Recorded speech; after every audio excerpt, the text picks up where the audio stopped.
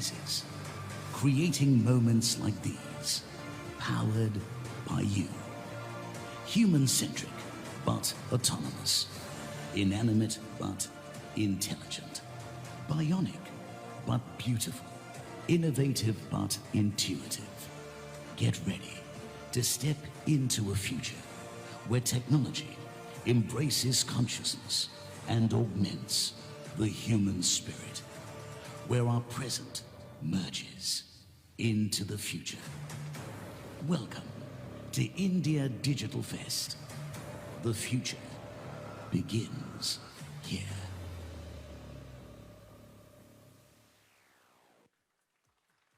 And now, please welcome your hosts for the day, National Editor ET Now, Aisha Faridi, and Senior News Editor at Times Network, Sumit Lakhotia. Well, what a grand visual treat that was, ladies and gentlemen. Just give me a second. I'm just waiting for my co-host Sumit as well to join in. I'm wondering where he is. Sumit, can we have you on stage, please? Sumit, where are you? Hi, Aisha. Can you see me? Here I am. That's you? Yeah, look at me. Very cool, but what happened to you? Well, you know, since we're at India's trailblazing platform to explore technological transformation, I thought I could use a bit of transformation myself. How does my avatar look? Very cool, but I'm just wondering if you're going to join me in your human form anytime soon so we can start the show. So actually, you know, Aisha, I'm running a little late. I mean, Delhi traffic. I mean, guys, what can I say? But isn't it great how I can use this technology to work my way around it all? Yeah? It's fabulous, but is that your excuse, really? Delhi traffic? Listen, Aisha, Steve Jobs did famously say, let's go invent tomorrow instead of worrying about what happened yesterday. So how about my avatar keeps you company while I get there and we can begin the show for our audience so they don't need to worry about anything and they can enjoy the show today. Okay, I'll take it from there. Right, ladies and gentlemen, as you can see, we'll have to make do with Sumit's meta avatar, if I can call him that. But good morning, formally, once again, and welcome to the first edition of WhatsApp Presents Times Network India Digital Fest. Future begins here. Our presenting partners, WhatsApp, our associate partners, Dream Sports, banking partner, IDFC First Bank, knowledge partner, Ramaiah University of Applied Sciences, Bangalore, associate partner, Storia Foods. A huge round of applause, please, for all of our sponsors. Thank you very much. Now, we're incredibly happy that you could all join us at India's one-of-a-kind platform that seeks to harness digital transformation and showcase the future of business, governance, as well as society. Well, as Sumit's digital avatar proves, the greatest technological minds of our generation believe that innovation stems from an inherent shift towards taking the disruptive approach that makes any process more efficient, like being digitally present, like when you can't be physically present. And digital transformation is not just geared to make the world more efficient.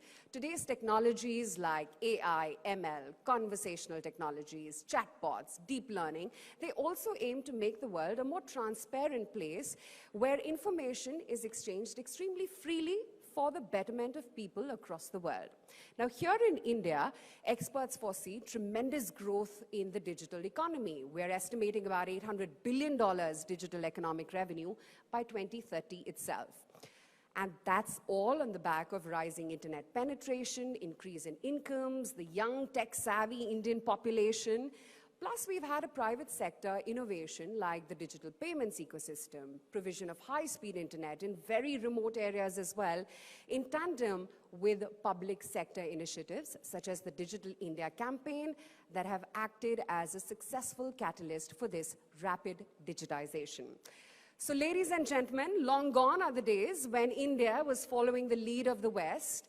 As one of the largest and the fastest growing digital markets in the world, we are on the cutting edge when it comes to adoption of new innovations. So in this exciting scenario, India Digital Fest is on a mission to bring to the fore the power of disruptive and frontline technologies being implemented across the Indian ecosystem. And today, all of us here can truly shape the future of a digitally powered economy through collaborative efforts. To give you a greater understanding of our theme, we bring to you the vision of WhatsApp Presents Times Network India Digital Fest Future Begins Here. And on that note, to kickstart the first edition of WhatsApp Presents Times Network India Digital Fest, I'd like to invite on stage Mr. M.K. Anand.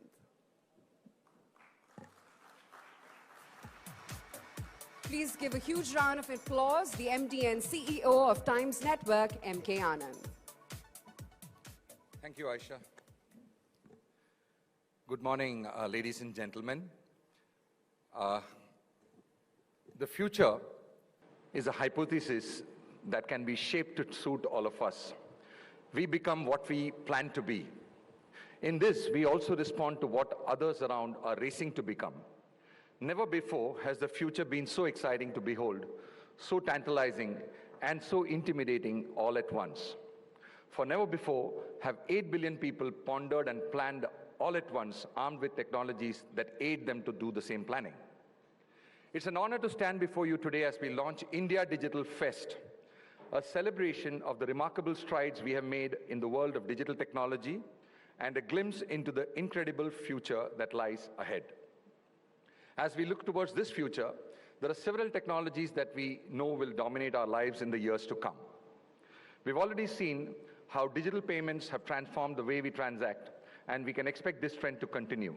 The rise of digital payment systems and blockchain technology will play a significant role in shaping the future of finance.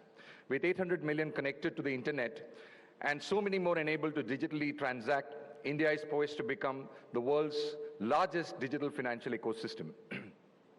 Digital technology has taken center stage in the area of media, entertainment, sports, etc. From the rise of streaming platforms to the integration of technology into sports, we expect to see more and more innovations. Virtual reality and augmented reality will play a significant role in creating new entertainment experiences. We've already witnessed the power of animation in its best avatar this year.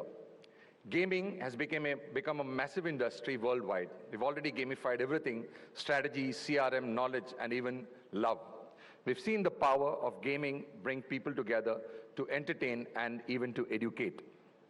In the coming years, we expect gaming to continue to evolve with new technologies creating even more immersive experiences. With more and more businesses moving online, digital tools have become even more critical for reaching consumers and driving sales. There has been a sharp rise in D2C startups that are leveraging the rise of e-commerce platforms besides the existing industry. A new era of entrepreneurship has been kickstarted that promises exciting prospects. Artificial intelligence has made significant strides, and we can expect this trend to continue. As AI becomes more advanced, it will transform everything from healthcare to transportation, creating a more efficient and connected world. As we look forward towards this future, it is essential to consider the relationship between humans and AI. While AI has incredible potential, we must also be mindful of the risks it poses. This is a particularly important subject that needs our collective attention, and we will be talking about this in one of our larger sessions today. Finally, as we look forward towards the future, we must consider how we can prepare our workforces for the challenges that lie ahead. We need to invest in education and training programs that will help our citizens develop the skills that they need to succeed in the world that is increasingly driven by technology. By creating a tech-savvy workforce, we can ensure that India remains at the forefront of the digital revolution and continues to be a leader in innovation and progress. As India's most influential news network, Times Network has actively championed India's growth story through its nationally recognized initiatives, including India Economic Conclave, Leaders of Tomorrow, Times Now Summit, etc.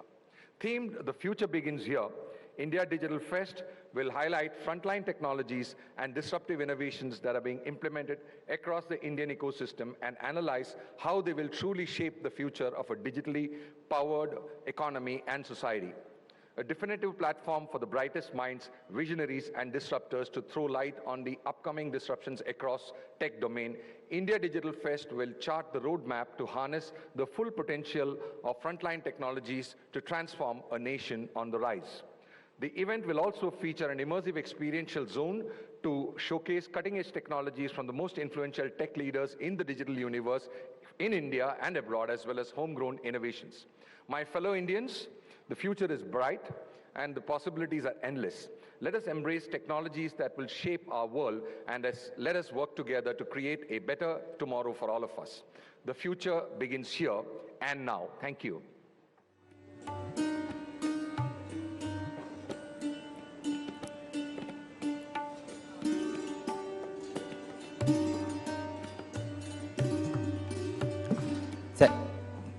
Thank you, Honorable Minister MK and Navika. Sir, Honorable Minister, Mr. Thakur, sir, if we could request you for your keynote address from the podium, please, sir. Thank you.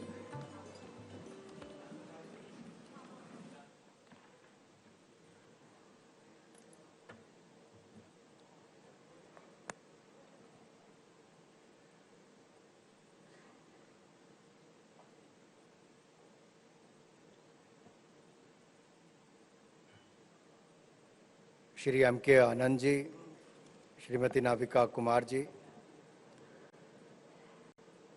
Ladies and gentlemen, namaskar, a very good morning to all of you.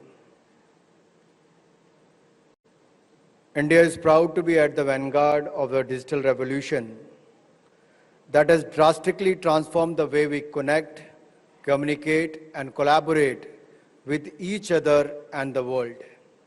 With the number of internet users in the country surpassing 700 million, we have seen enormous growth and have come a long way in the last decade alone. Our visionary Prime Minister, Shri Narendra Modi ji, had launched the Digital India initiative in July 2015, about 92 months ago. Back then, our global ranking was, on per capita data, consumption was about 122 or 123 at that time. In February 2022, India was the number 1 in the world as far as the data consumption is concerned. India consumed more per capita mobile data than the US and China put together. Digital India has added more internet subscribers in the rural areas in the last 3 years from 2019 to 2021 than in the urban areas. If you look at the numbers, 95.76 million vis-a-vis 92.81 million in the rural and urban areas respectively. This is the result of the dedicated digital drives across rural areas through ambitious government schemes like the flagship BharatNet project, Telecom Development Plan, Aspirational District Scheme, in Northeastern region through Comprehensive Telecom Development Plan, and initiative towards areas affected by the LWE, etc. The 200% increase in the rural internet subscriptions between the year 2015 to 2021, vis-a-vis 158% in urban areas, reflects the increased impetus the government is putting to bring rural and urban digital connectivity to the same level. तभी तो आज आप अगर आप गांव में भी जाकर देखेंगे या किसी ग्रामीण क्षेत्र में, शहरों में भी, तो आपको रेडी वाला भी दिखेगा, चाय वाला भी दिखेगा, सब्जी बेचने वाला भी दिखेगा, जो आज से 7 साल पहले हम सोच नहीं सकते थे। उसके वहां पे भी एक QR कोड लगा होगा और अपने मोबाइल से आप पैसा दे सकते हो। ये दुनिया के शायद किसी देश में ना होता हो, लेकिन मेरे भारत में होता है और ये पिछले 7 वर्षों में बदला है। And today 40% of the world's real-time digital payments happen in India. India did 48 billion transactions through 2021-2022, which is 2.6 times higher than China, which was number 2 with 18 billion real-time transactions. So you can see the gap. 18 billion transactions and 43 billion transactions, number one and number two. We are clearly far ahead. Increased adoption of unified payment interface, UPI, BHIM, and QR code-based merchant payments in India, coupled with boost to cashless payments across businesses and consumers, has led to a boost in real-time payments in the country. As of 2021, 31.3% of all payments made in India were made through the real-time payment instruments such as UPI, taking India's digital transformation and connectivity to new heights. Honorable PM has launched the 5G services in October 2022 to accelerate the Digital India movement and ensure Jan Bhagidari towards making India future ready. आज हम गर्व के साथ कह सकते हैं कि 4G भी हमारे पास मेक इन इंडिया है और 5G भी हमारी अपनी टेक्नोलॉजी है और आने वाले में समय में 6G भी भारत के द्वारा निर्मित ही टेक्नोलॉजी होगी, ना केवल भारत के लिए बल्कि दुनिया को देने के लिए भी हम तैयार होंगे। ये आत्मनिर्भर भारत ना केवल एक सोच है, ना केवल एक सपना है, इसको आत्मसात करके धरातल पर उतारने का काम भारत सरकार और भारत के लोगों ने किया है। 5G technology is set to bolster and propel India's position as an economic and tech powerhouse globally and will provide new opportunities for startups to come up with innovative solutions to solve existing challenges, create jobs and contribute to India's economic resilience. Further, in recent years, India has made monumental strides in digital strategies and data-backed governance.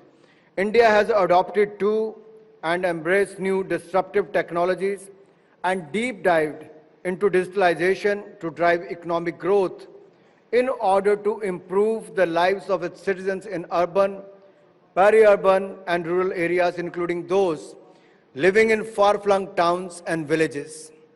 Today, our country is diverse, democratic, digital, demand and data-driven. Today we have a powerful story on digital public infrastructure that is finding global resonance and resounding applause. The increasing digital adoption during the COVID-19 pandemic in areas like healthcare, agriculture, fintech, education, skilling, media and entertainment indicates that the digital delivery of services in India has a massive potential across economic sectors. I still remember during the COVID-19 pandemic when many leaders in India raised the questions on India's capability and capacity to manufacture vaccines or raised questions on CoWIN app and the Arogya Setu app, made wild allegations that it is a drive for the data collection. When in the month of February, I met Mr. Sundar Pichai here in Delhi in one of the events, he publicly said that he still have to carry a hard copy of his vaccine certificate, whereas 1.3 billion Indians have a digital copy of their COVID vaccine. So someone from Silicon Valley, he still have to carry a hard copy, whereas most of you have the digital copy with you. Friends, if you look at the UPI BHIM transactions, I have given you the numbers. In 1 month alone, we have more than 782 crore transactions worth 782 crore transactions worth 12.82 lakh crore rupees in a month's time. That clearly showcase the number of transactions are increasing with each passing day, and it is more relevant today when Times Network start this kind of digital fest to create more awareness and also to tell the world that India is ahead than many others in the field of technology, in the field of digital space. And if I have to talk about the most popular league, the Indian Premium League, or the most popular game like cricket, if you look at their rights 5 years back, the digital rights and the linear rights, there used to be at least 8 times difference, 8x. But this time, I think they sold the right for close to 46,000 crore rupees. The 23,000 crore was for linear and 23,000 crore was for the digital space. So you could say in which direction the world is moving. And Times Network knows well. And they are the first to take steps in that direction. And I'm glad Anandji and Navikaji have taken the steps in that direction. I think we see Navikaji every day on the television. We'll see her more on the digital space now. While India's digital journey started with Aadhaar as a medium for service delivery at the doorstep, UPI strengthened the digital payment infrastructure. With other initiatives like CoWIN, e-rupee, TREADS, account aggregators, ONDC, Open Credit Enablement Network, which is OCN, etc., at different stages of implementation, India has developed a unique and coherent digital story to tell. We are at a critical moment in history, and it is time to reconnect, reimagine, and realize new possibilities for our youth and the world at large. I look forward to hearing your expert opinions on mobility, Fintech, future of tech, Meditech, metaverse, open and inclusive innovation, edutech, e-governance, e-gaming, Web 3.0, and whatnot. As far as I'm heading the Information and Broadcasting Ministry, we are also looking at the animation, visual effects, gaming and comming sector, which is the AVGC sector, very seriously. I think it is going to create thousands and thousands of jobs locally. And if I look at the media and entertainment sector, if it stands at $29–30 billion today, we see that in the next 3 years, it is going to touch the $100 billion mark, $100 billion US $100 billion mark. So why so? Because here are the consumers.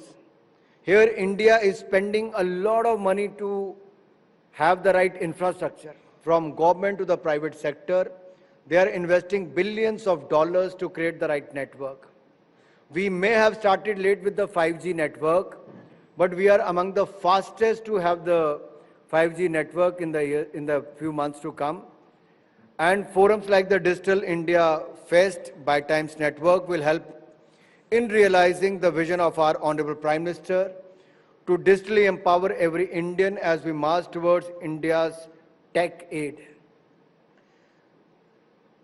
If I look at our startups, 8 years back, we were nowhere in the startup space. In just 8 years spans, we are among the third largest startup ecosystem in the world. And we have more than 107 unicorns in India now. In COVID, when I saw the big companies struggling to survive, it was the startup ecosystem which was not only flourishing, but also they went through with the acquisitions of such established companies across the world as well. So I think it's going to be a great time to listen to all of you and hear what next for India. I still remember in 2014, when I contested my third election of Lok Sabha and got re-elected, and Prime Minister Modi formed the government, he became the Prime Minister. India was among the fragile 5 economies in the world. It was a great challenge in front of us. But when we are going to complete the 9 years in the month of May, I can proudly say here that under the able leadership of Prime Minister Modi, from fragile 5 to first 5 economies of the world, that is how we have grown. India ranks first in the milk production in the world. We are among the largest producers of the millet in the world. India ranks the third globally in the startup ecosystem.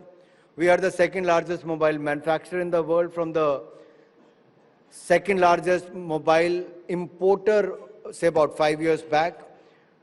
We are the first responder to the humanitarian crisis anywhere in the world. Bharat एक समय तक मदद मांगने वालों में होता था आपदा के समय, लेकिन नेपाल का उदाहरण देख लीजिए, टर्की, सीरिया का उदाहरण देख लीजिए, भारत मदद मांगने वाला नहीं, मदद देने वालों में बन गया है मेरे भाई और बहनों. We are among the largest film producers in the world.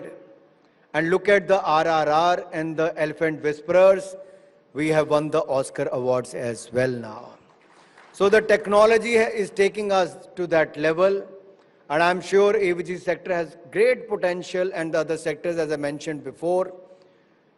I'm sure from green hydrogen to the digital area, India is going to leapfrog in these areas and going to lead in many sectors. Thank you, Navika ji and Anand ji, for inviting me here to speak. And I'm looking forward for your valuable suggestions and looking forward for other speakers to come and speak. I may be in the parliament, but as you know, parliament, how is functioning these days? बहुत काम हो रहा है. नाविका जी हंस रही, काले कपड़े आपने पहने, मैंने सोचा बाकी भी पहन के चल रहे हैं आजकल. बाहर तो मैं ये भी कह देता कि काले कारनामे वाले काले कपड़ों तक आ गए, काले आंदोलन करने तक आ गए. नहीं, आप इसको बुरा मत लीजिए, सब काले कपड़े वाले. मैं आप सब पे नहीं कह रहा, मैं वहां के पार्लियामेंट वालों के ऊपर कह रहा हूं. तो मैं इतना ही कहूंगा, पार्लियामेंट का सेशन है, मुझे भी वापस आना है, लेकिन क्योंकि भारत के फ्यूचर और भारत में फ्यूचरिस्टिक जॉब्स के साथ जुड़ा हुआ ये आज का कार्यक्रम है, which is going to create millions of jobs in the years to come. And I'm sure as the leaders of this industry, you are all here to contribute towards India's growth. Wishing you all the best and wishing the Time Network best. All the best. Thank you. Jai Hind, Jai Bharat. Well, ladies and gentlemen, as the digital revolution accelerates, our habits and the way we work and live have also changed, haven't they, Sumit? Absolutely. In fact, you know, in response to this, organizations have been leveraging an increasing amount of software to support and accelerate this transformation. We are now witnessing a change in the landscape of our fight digital world, which you were part of. Exactly. It was a wonderful experience, but we'll talk about that a little bit later. And, you know, Aisha, like you were saying, there also emerges a pertinent need for businesses to introspect on how they can elevate their standards to meet the expectations of the new age customer.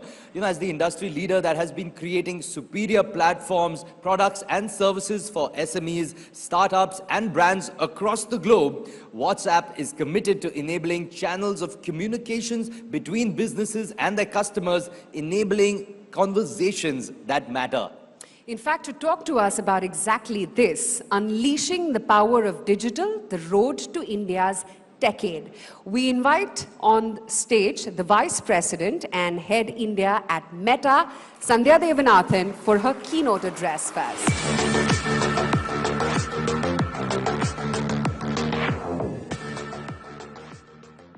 Hello, everyone, ladies and gentlemen. I'll stick to the theme of the conference. I'm really excited to be here today to talk about, the excitement around the India Digital Fest. It's great to be here. When I took on the role of heading Meta a few months ago, I knew that this would be a really exciting journey for many reasons. It was homecoming for me. The country that I return to now is very different from the one I left in 2005. I've been back as a tourist many, many times, but it's not the same when you're here. You heard the Minister and Mr. Anand talk about all the revolution that's happening in the country. The pace of change in India has been dramatic over the last few years. India has placed itself at the heart of a transformation where digital is playing a central role in changing lives, in creating opportunity, and spurring new models of innovation and entrepreneurship. And that's really exciting for us. The second thing is just the role that we see ourselves playing in this story of India's transformation, us as Meta. This is a future that we're equally passionate about, and we want to play a role in shaping and celebrating India's rise as a digital superpower. Over the years, and particularly in the last two, we've seen the power of digital come alive in more ways than we could ever imagine. And nobody wants to go back to the days of the pandemic, but when the world shut down, it was the internet that was open. We saw hundreds of millions of people globally use platforms such as ours to access healthcare, health information, and connect with their loved ones. I was away in Singapore for those 2 years, away from my family, from my dad and the rest of my family, and I don't think I could have managed without Facebook, WhatsApp, and Instagram. I saw that play out. Many of you may have used our platforms or other platforms, and you would have stayed connected with your friends and family. But what we also saw was how we brought hundreds of millions of people together who didn't even know each other. For every hand that went up asking for help, many helping hands came forward. A YouGov survey conducted during that time, during the pandemic, highlighted that in India, the relevance of groups or communities is even more than compared to the rest of the world. 92% of people that responded to the survey said that they received some form of support through online community groups during the pandemic. We had communities like Caremongers, started by Bangalore-based Mahita Nagraj. She started it just at the start of pandemic in 2020. And the group gained popularity, and within 4 months, it had more than 50,000 members. These volunteers did everything, they did a range of requests. It could be something as simple as running errands for someone who was immunocompromised, or it could be, finding recommendations on treatment for cancer. And these were absolute strangers that were coming together during the lockdown and pandemic to help each other. And each of you are probably in some group like that has done similar amazing things. The minister talked about 1.3 billion Indians accessing COVID vaccinations online. We at WhatsApp played a small role in our partnership with MyGov, and we saw 80 million people access the chatbot with MyGov on COVID information. We also saw 40 million people download vaccination certificates, so we're really proud of that role that we played. This, in many ways, is a powerful demonstration of the power of technology and the power of network and how it brings people together. Digital has introduced new ways of working, learning, buying, and selling as well. It's not just what we saw during the pandemic, it's just changed the landscape on all of this. It's changed how we spend our time and where we spend it. And it's all happening here in this country where more than 700 million people are already online, and tens of millions are coming online every few months. We're experiencing the winds of change, and we're lucky at Meta and WhatsApp to see this happen, real time. Whether it's a local Kirana store getting orders on WhatsApp from their customers, whether it's a mother who's starting a home bakery business on Facebook, or whether it's my aunt who post-retirement started a page on Instagram selling, smock clothes for little children, right? Or it could be a student doing immersive learning via AR and VR. Or it could be a creator in Nagpur who's actually who's breaking through barriers of language, location, resources, and unleashing the joy of creative expression. So it's all happening, and we're lucky to see this real time. Every story of India and Bharat reveal the compass of the most dramatic digital transformation that's sweeping across our country. And these are just a few glimpses of what's unfolding in our country. At Meta, we believe our story is embedded in the exciting story of India. What lies ahead energizes us even more. Our excitement about the potential of India, our passion for the hundreds of millions of people from the country who actually come online and who use our platforms to drive big, dramatic change. And that's really exciting for us to see as well. We reiterate our commitment to being an ally for this country, to being a catalyst for economic growth. And we want to be a part of this success story of this country that is in the heart of a world that's being transformed by technology. India's canvas is vast and open to anyone who wants to dip a brush into the future, who wants to reimagine possibilities and script the story of tomorrow. And for us, nothing can be more fulfilling than fueling the aspirations of 1 billion Indians to script the story of India of tomorrow. Thank you.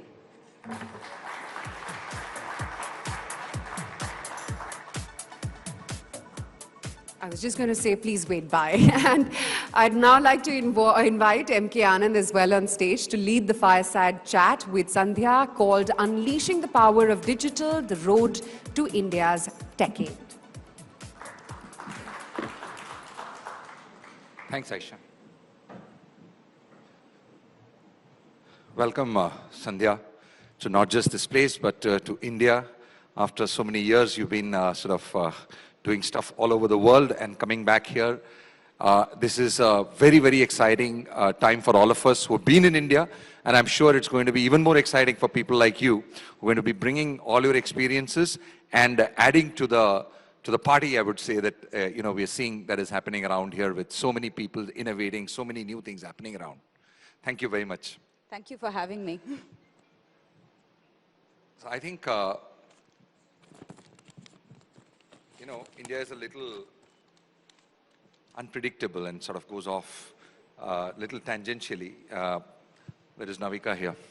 You saw that in the first session itself. I mean, we start with something and it goes off in this direction, that direction. I think people in media, people like us, have the responsibility to bring the discourse back on track. And I will bring it straight on to the topic at hand, digital.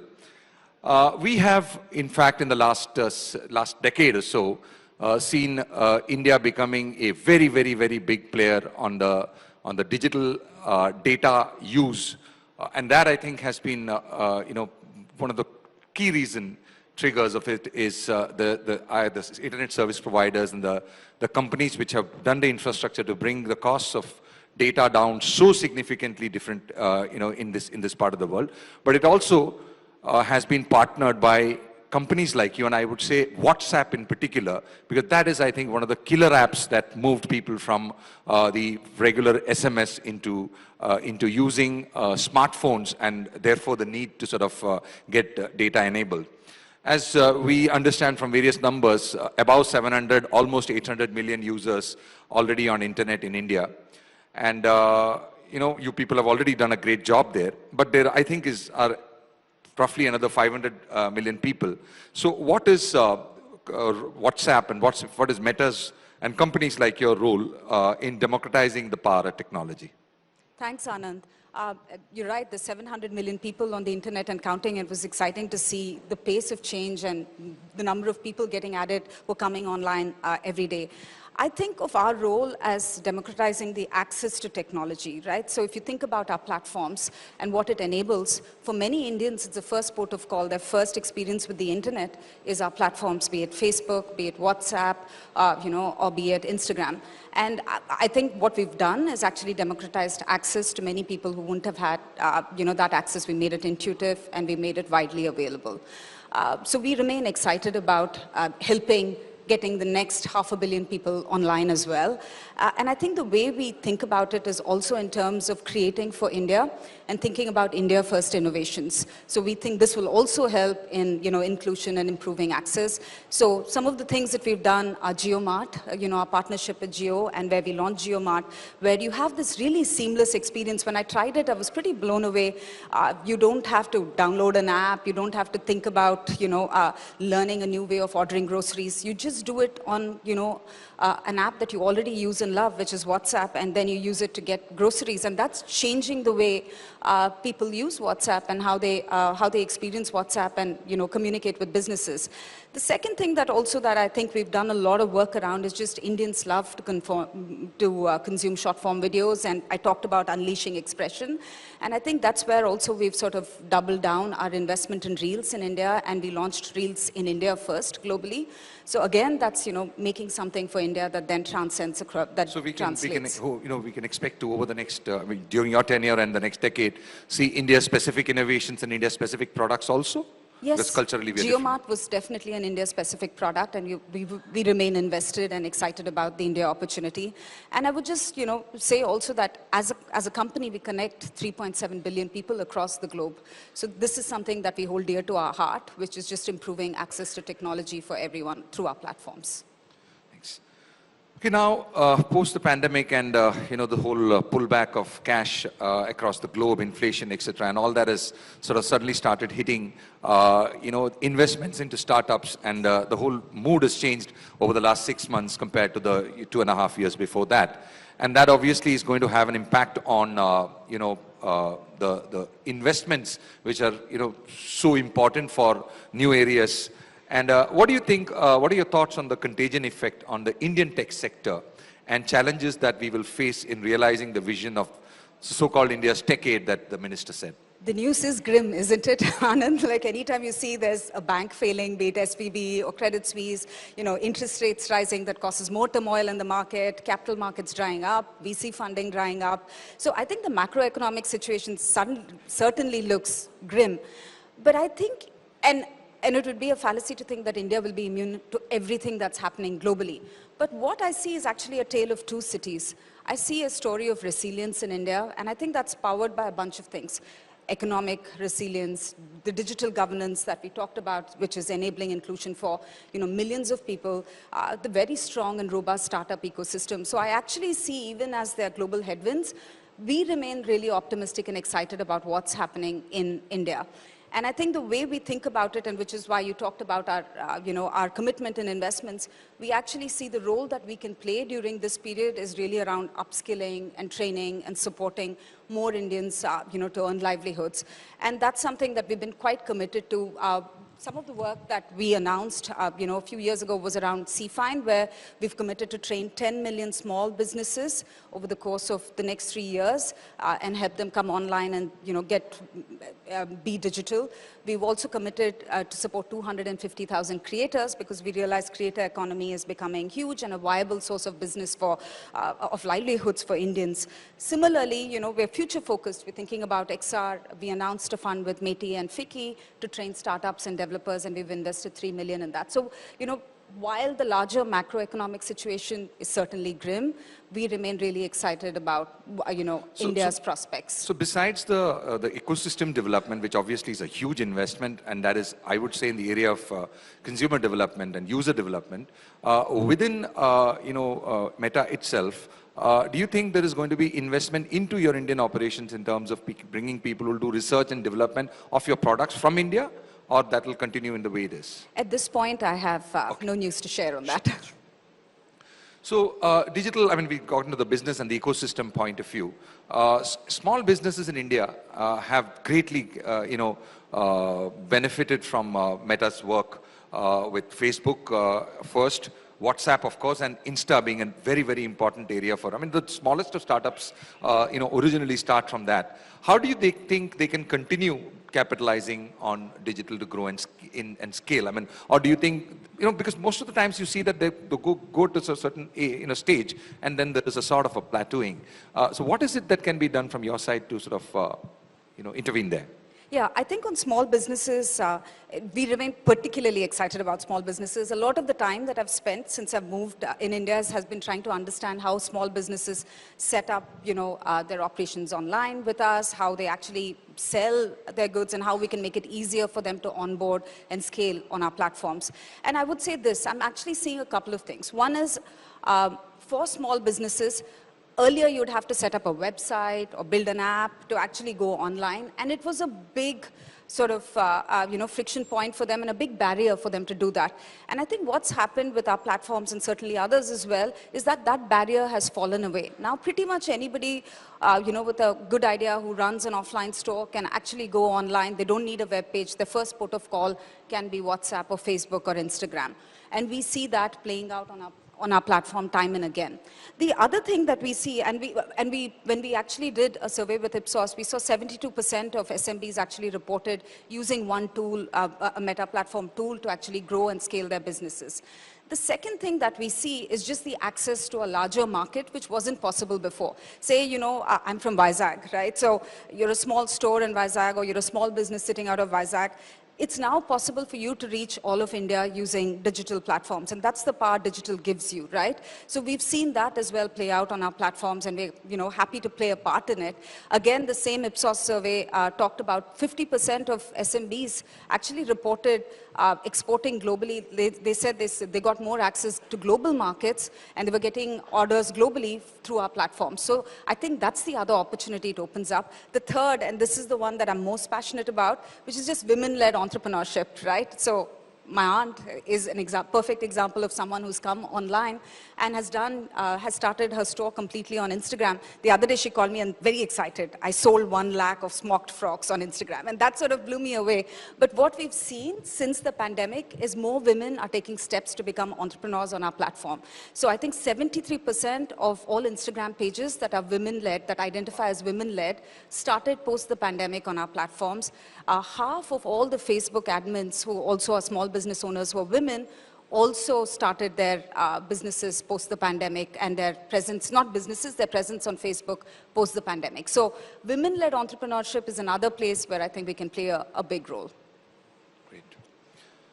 So consumer behavior is seeing a sea change, and particularly in the last 2 to 3 years, pandemic being a very, very important trigger, whether it's consuming news, entertainment, shopping, utilities. How do you think brands are leveraging these apps of yours to cater to the trends in this?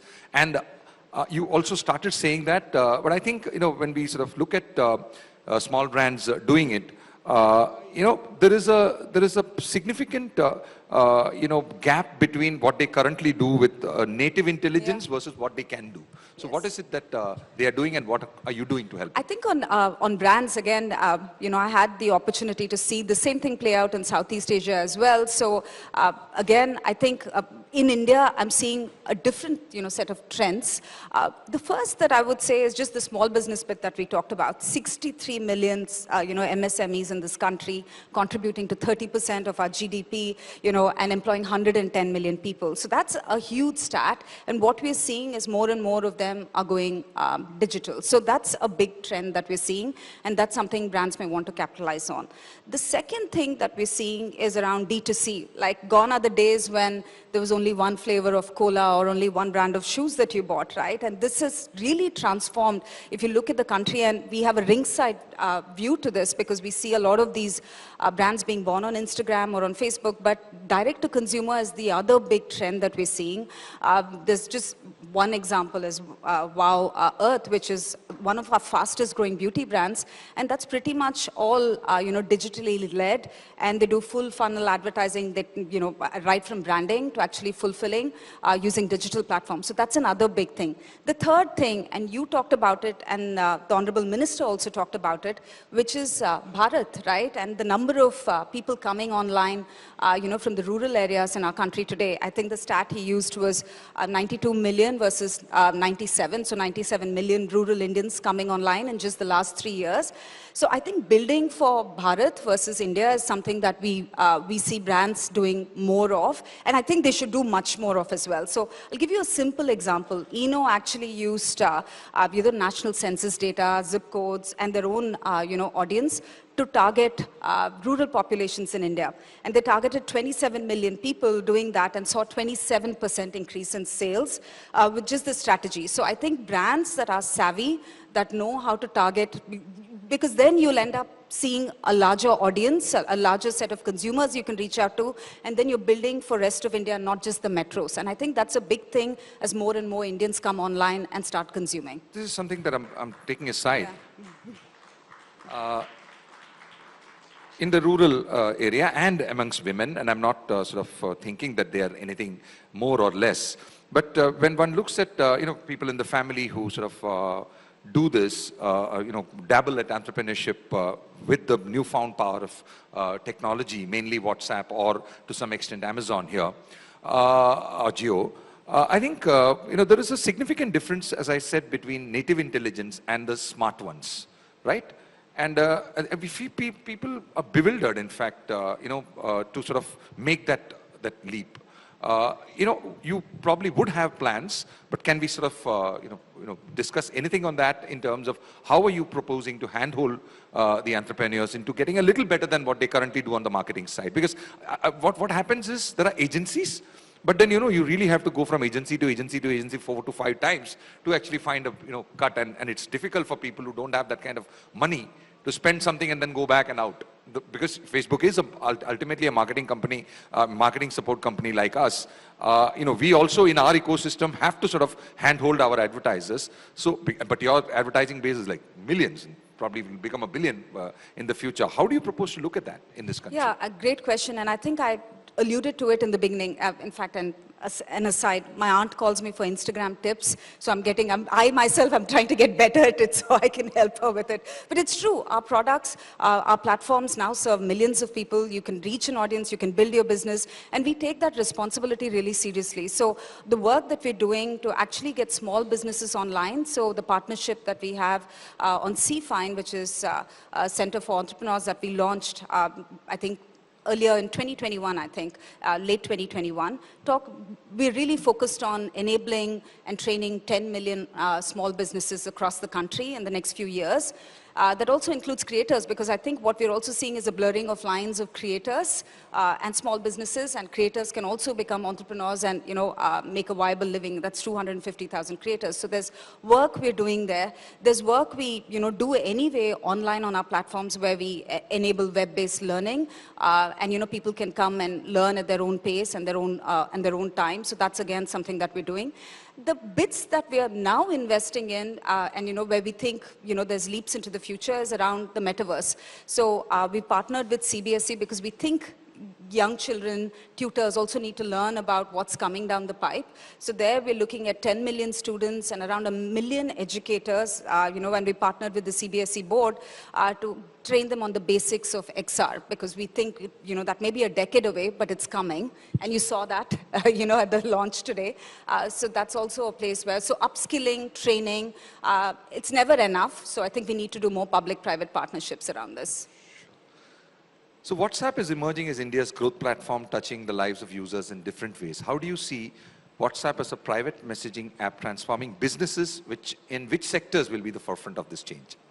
So WhatsApp, definitely WhatsApp, right? So if I think about WhatsApp in India, again, connecting hundreds of millions of users, and I talked earlier about businesses coming online through WhatsApp, we don't see a single sector as such. In fact, what I've been really pleasantly surprised by, just yesterday we met with a large financial services player, and they were using it to renew insurance policies. So we're seeing, banks and financial services institutions use it. We're seeing, for example, HDFC Ergo uses it for, reaching farmers in rural India and, giving them agricultural farmers insurance. So there is that. We're seeing retail use it, right? And I talked about JioMart, which is transforming the way you buy groceries in India. So I think there's no one sector. What we've been really pleasantly surprised by is across sectors, the amount of willingness people have to test and learn. And this is what I keep saying in my 7 years at Meta, artist formerly known as Facebook. I think if you test and learn on the platform and you're willing to try things, you end up seeing success. That's something I've definitely seen in India.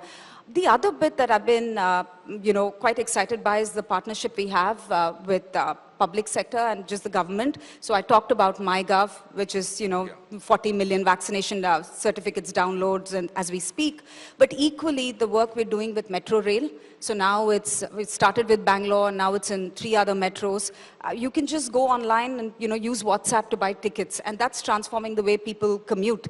So we're seeing more and more use cases that transcend not just private sector, but going to the public sector domain as well. That was one of my questions as to how do you get it, because I see, for instance, the Bombay Municipal Corporation see ads there. Below it is, there is a WhatsApp number which sort of asks you to sort of ask questions. So I think there is a lot to sort of, for you to contribute into the e-governance aspect and governance in particular. One very important question on WhatsApp, SMSs, all of us have seen, has practically become a sort of a bin of spam. WhatsApp is not that. But lately, we have started seeing that there's a bit of a spam happening from the business side on that. I mean, do you guys have, any way to sort of start filtering that? Because, that otherwise will become a problem. WhatsApp is now open for business. And with that, you're right, there'll come questions like the ones you've asked. I think the thing that I want to reiterate and sort of really land is that users have a choice. Right? And we only allow businesses to message users who've opted in to receive marketing messages from the business. So the control and the choice rests with the user. So I think that's a really important thing that, you should be aware of. The second bit is around users can also are the ones that can initiate a conversation with the business if they've not opted in. So that choice remains and exists.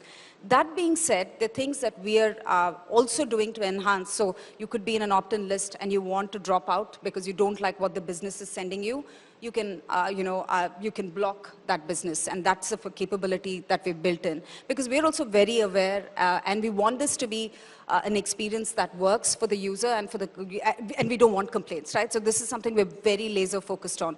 So you can block messages, you can report a business if they're sending you too many spam messages. At our end, we have controls, so we don't allow a business to send multiple messages in a day to a consumer. So all of these are safeguards that we're building in as we opened up WhatsApp for Business.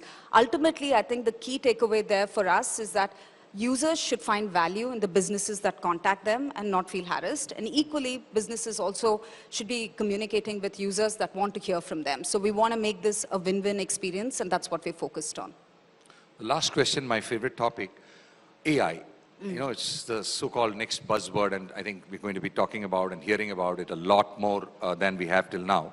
How do you see it play a transformational role for India in general? Now this is not a meta question, this is about India and AI. How do you think it will impact us? This one, I think, you'd probably be the better person to answer that with your 56 years of India experience. But I would say, look, I'll give the meta answer, and I'll talk about how that impacts or how I see that play out in India.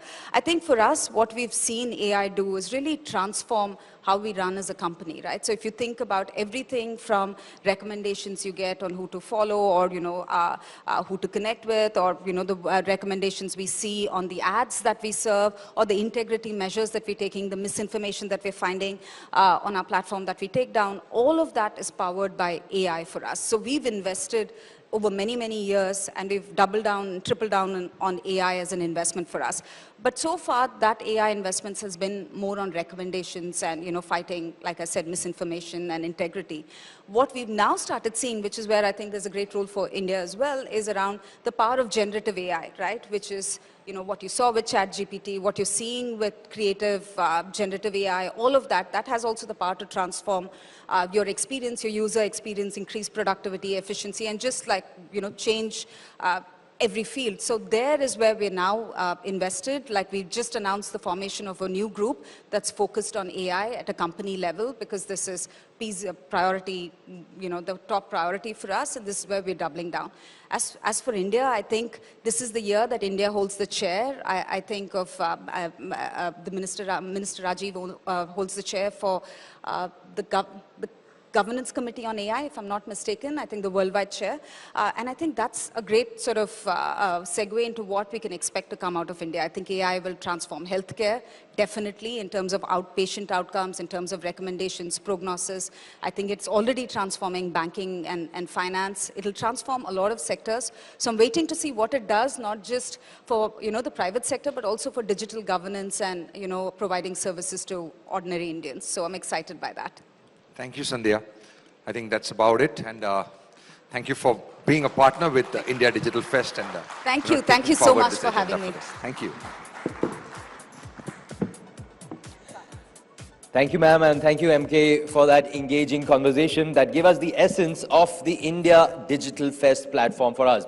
Now, ladies and gentlemen, we'd like to take a moment here to thank our sponsors at WhatsApp Presents Times Network India Digital Fest. Future begins here. Presenting partner WhatsApp, associate partner Dream Sports, banking partner IDFC First Bank, knowledge partner Ramaya University of Applied Sciences Bengaluru, associate partner Storia Foods. We'd also love to know your thoughts on India's digital future. So do share your opinions, your perspectives, any photos that you have with us on social media. Don't forget to use the hashtag India Digital Fest as well as hashtag IDF 2023. Now, in our inaugural session, in the inaugural keynote address made by the Honorable Minister, Shri Anurag Thakur, he did speak about 5G. Well, and about how important it is for India's future. As we all know, 5G is a fifth-generation mobile technology and the new global wireless standard that can be leveraged to empower the people of India with a higher quality of living and together move towards a future that is driven by sustainability, digital and green innovation. Now that brings us to our next speaker, who steers a market-leading enterprise that is a forerunner when it comes to harnessing the power of 5G to propel India's digital transformation. Please join me in welcoming on stage the Vice Chairman of Bharti Enterprises, Mr. Akhil Gupta, who will be in conversation with my co-host and national editor, ET Now, Aisha Faridi.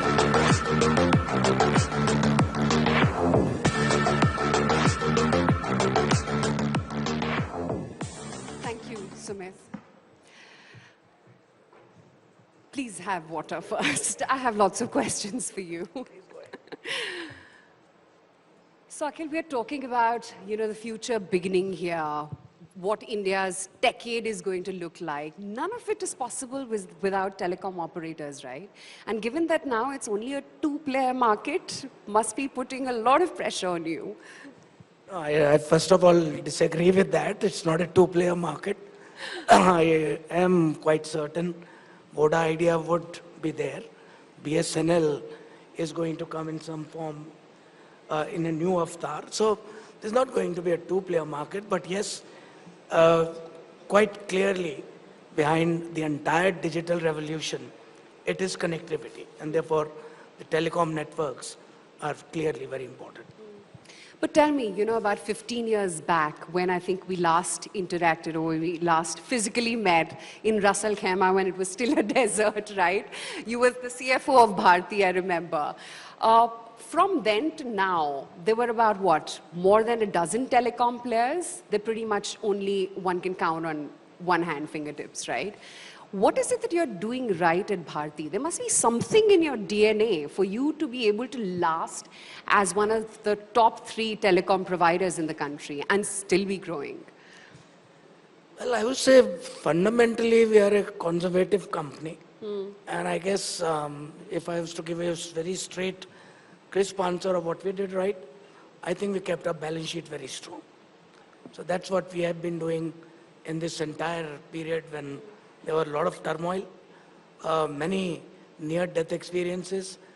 And we always believed, and I always believe, that in difficult times, if you are a strong player, you become stronger. If you are weak, you perish. So we tried to keep our balance sheet very strong. And the result is that today, we have a very strong balance sheet. We did not hesitate in raising a lot of equity. And that's, I think, the reason why we have emerged very strong. But is that the key to survival for the large telecom players such as you? You've got to have deep pockets, you've got to have enough funds to play with? Well, that's where the balance sheet comes in. Yeah. And as far as technology is concerned, everybody has it. Besides, of course, we have such a wonderful operational team on the ground. They have kept through all the difficulties. But yeah, ultimately they also need resources. So if you can keep on providing resources, then you can remain on top. Okay. Tell me, Akhil, what will the Bharti of the next 10 years look like? Will it be the same company doing the same businesses that it has? Or will it be a large conglomerate with many different businesses underneath? I think because we're now talking digital, right? Telecom is a medium to digital.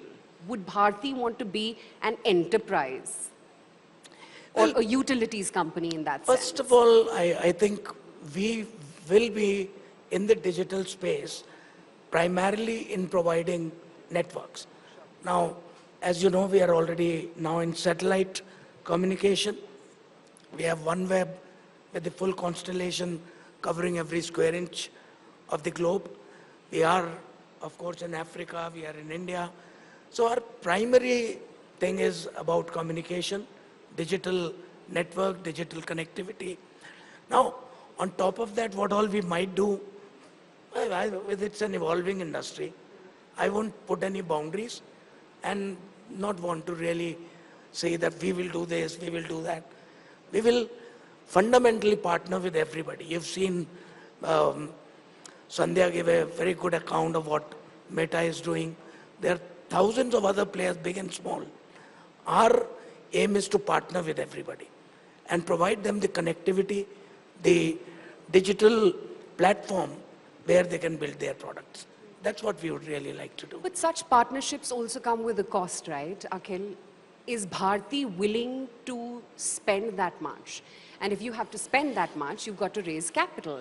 Is there a capital commitment vision that you have in mind? As I said, we have a strong balance sheet. We are in free cash flow, so I don't need to raise more capital. But yes, we have to spend a hell of a lot.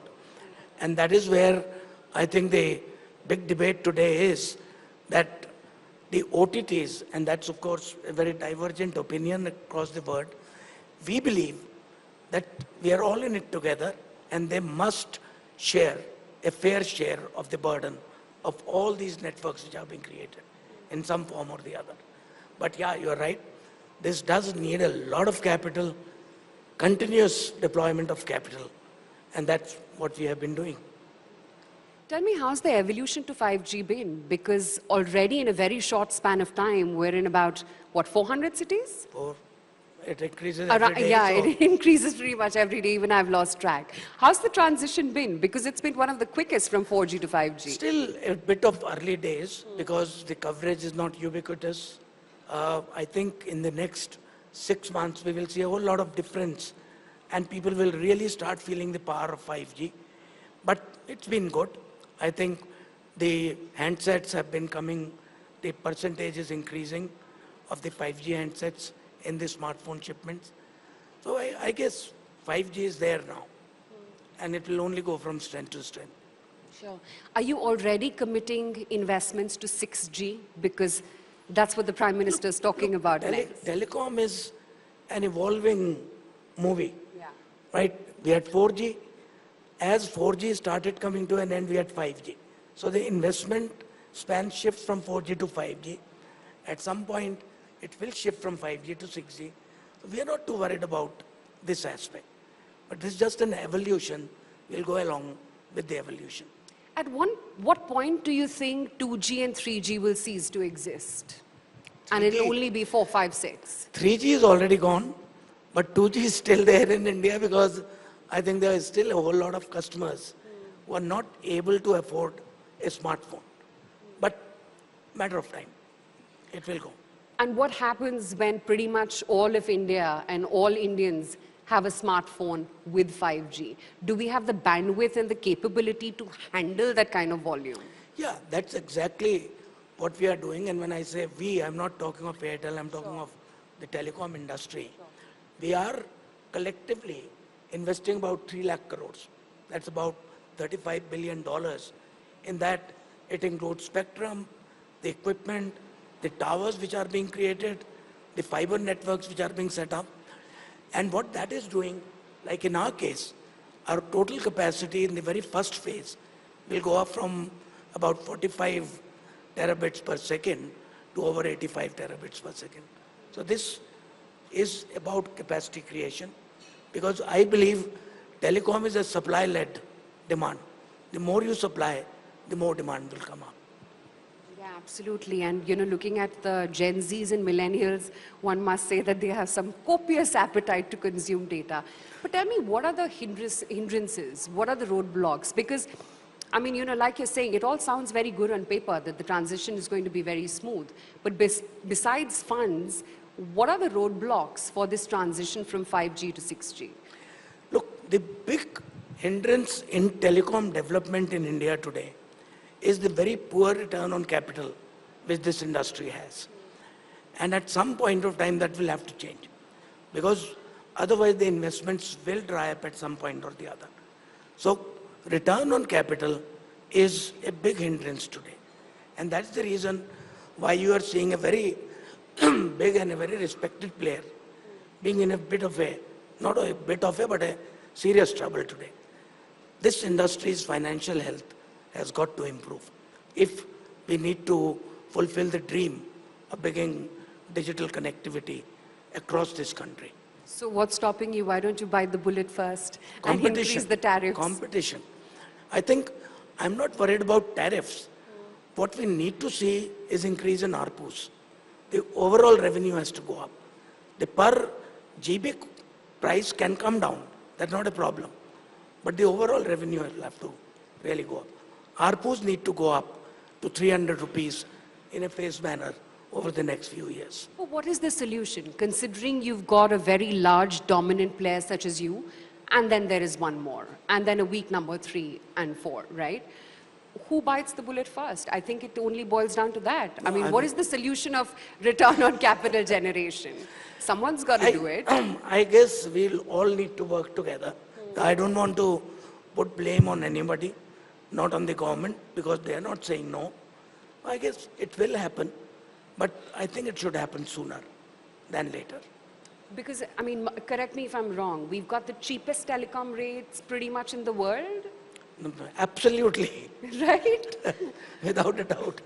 So you're saying that we should be ready to pay more for data and telecom I think services in days to come? consumers are ready, but somehow as an industry we have not been able to come to an understanding of increasing the ARPUs so that this industry can be healthy. But what will happen? I mean, what will give up first? Either you lose subscribers or then you go in for a very, very gradual and slow increase in tariffs. Look, in India it will And have I'm to sure be you gradual. walked this tightrope many a time. It will have to be gradual, but it has to be steady. And we do, from almost 200, need to reach 300 over a period of time. You know, by the end of the next financial year, I believe that 5G is expected to be present on a pan-India basis. Yeah. In the very near term, what is it that you at Bharti are doing for this smooth transition? Setting up networks, blowing up money, putting loads and loads of capital behind this. That's one thing which we are doing. Right. You also talked about, you know, towers. Is that a business which is viable, and is that a business which is also a sort of deep fund sucking business, if I can call it Yeah, that? it needs a lot of capital. It's a good, very good business model, but I think we need at least 3 to 4 players for that business to be really viable. Right. Let's talk about Bharti Enterprises then. You know, we've talked about what the vision is going to be at Bharti. You've talked about funds. You've talked about the hindrances. But in the next 5 years, how is it that Bharti becomes one of the sole providers to India's next decade? What provider? One of the sole providers, one of the major providers for India to be able to reach its digital dream. We are already. I don't need to wait for 10 years for that. We are a major provider for everything which is happening in the digital world. It is riding on our networks. Without the networks, none of this is possible. So we are already a very major player in this whole digital ecosystem. Mr. Gupta, apart from being a telecom provider and a key one at that, there's also Airtel Payments Bank. And that business of yours is profitable. What's the vision to take that forward? Because that is also a space where there is immense competition. Well, you know, Bharti and Airtel have always been about inclusive growth. If you looked at our journey in telecom, we started from Delhi and we are now in 17 countries, including India. But everywhere it's about inclusive growth. We believe Airtel Payment Bank is another big opportunity to take banking to the unbanked, and that's what we are doing. So that's the aim, and we also believe it's a profitable journey. It's a journey full of potential, so we look forward to developing that bank. Now give me a headline, tell me how much of money are you deploying from the rights issue, or are you going for another round of fundraising anytime soon or not? There's nothing on the horizon. Nothing right on the now. horizon. Don't need to raise more money right now. Adequate cash on the books? Absolutely. Okay, great. We look forward to the digital future that Bharti has in store. Thank you so much Thank for you. taking time.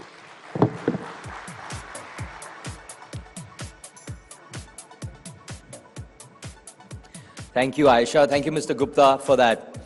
Now, the Finance Minister Nirmala Sitharaman's announcements for the tourism sector in the 2023 budget bode extremely well for the tourism industry.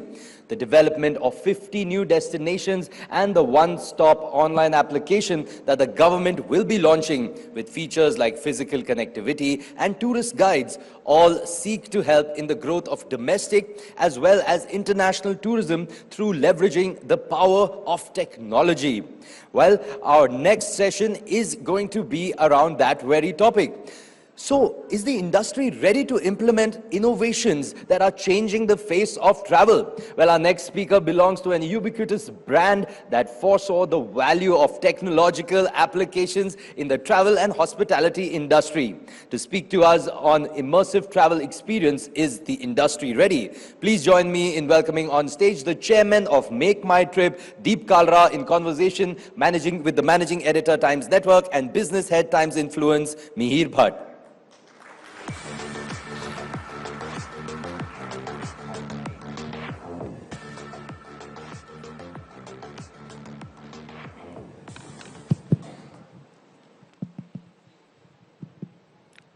Thank you, Deep, for joining us. My pleasure. As you can see, our theme is Future Begins Here.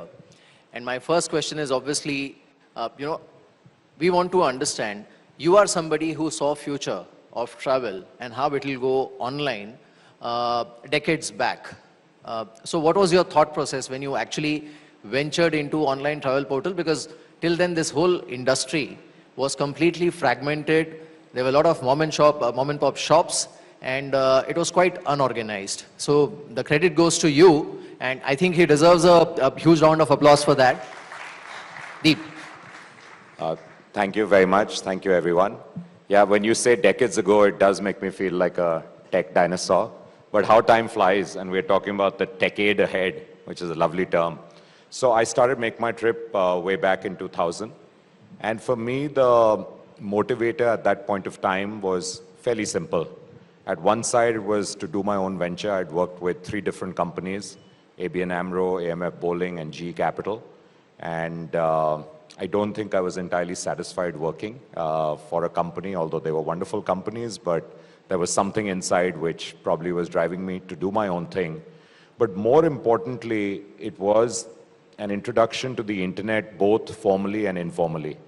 So informally, those of you who were, I think, old enough to be tinkering around on the internet in maybe '99 in India, when Akhil's company had not really given us very fast broadband. So it was 128 Mbps, really slow connectivity, dial-up modems, that horrible noise and breakdowns, etc. all the time. So yeah, I think I was a child of that era. But even then, despite the painful experience of staying online, even then, it was clear that this is something which is going to change everything. It was like a huge force. There was something like which has not happened, at least in my lifetime. I was 30 then, and I was saying, this is amazing. It also afforded the opportunity of someone with probably little capital, because I was a professional from a service family, to do something, to dream of doing something of his or her own. And you could do it with little capital. Yes, venture capital was available way back then. Then we went through the drought of the dot-com bust, which is another story for another day. But those were the drivers. And why travel? My thesis at that point of time was things that are largely being transacted, products and services that are being transacted on the phone, are most likely to move online first. And this was, so it was either online stockbroking for me or online travel. And maybe by training, I was closer to online stockbroking, but the heart and passion was in travel. And you know, you never met your travel agent, maybe once a year on Diwali, but you called them up, they booked your tickets for you, they sometimes made reservations for you, someone came to pick up the check. And that was the way the business was transacted. That was ready for disruption. So yeah, we took that pioneering step way back in 2000. Yeah. Right. Today, Deep, India is a huge success story in terms of, online transactions and the sheer number of people who are online, which is actually expected to cross 1.2 billion by the time we reach 2025. Standing here today, what is your sense? The new technology, 5G, 6G, AR, AI, how are they going to shape the future of travel and tourism industry? You know, I think we have to take one quick step back, and we have to firstly fully appreciate what is different about travel from other goods and services that are sold online. Firstly, and most importantly, travel is perishable. So therefore, if today this hotel doesn't sell, let's say, 20% of their rooms, that 20% is gone forever. So there is incremental benefit in selling every last room and for an airline to sell every last ticket. Now, why doesn't that happen? Because why don't you get the cheapest tickets on the last day? We all ask, in fact, now there are questions in Parliament, why are tickets so expensive? It doesn't happen because big brands don't want to dilute their brand position. So, but they do it wisely, they do it smartly. The lowest prices are available either very early on or sometimes last minute for certain kind of brands who are quite happy to sell some tickets in the end last minute. So products are perishable. Secondly, travel products are not like any other products where they don't occupy a space in your house, whether on your kitchen shelf or in your bathroom shelf or in your cupboard or wardrobe. They're very different because they actually occupy a piece of your mind and time. So when people say, hey, when I'm going and buying something else, let's say on Amazon, on Flipkart, I might want to buy something travel. It doesn't happen, and we've tried it many times. It doesn't happen because you don't say, I'm buying a mobile phone, I'm buying a mobile phone cover, a charger, an aftershave, blah, blah, I need all of this. Oh, guess what? Nice ticket, let me buy it. It doesn't happen. You go and book a ticket or book a hotel room only when you're ready for travel and you commit to time. So these two things make the influence of technology very, very potent on travel. Till 1960, all airline tickets were manually done and there was no system. So the first GDS or Global Distribution System came up in 57-60 in the US. Imagine at that point of time, if you were booking a ticket, let's say on even Air India, from Delhi to London or Delhi to Bombay, and you were sitting in Calcutta while booking it, which could well happen, they had to make many calls to understand, do we have enough tickets available on my stock? And they could never be a perfect or an optimal solution. Technology changed that.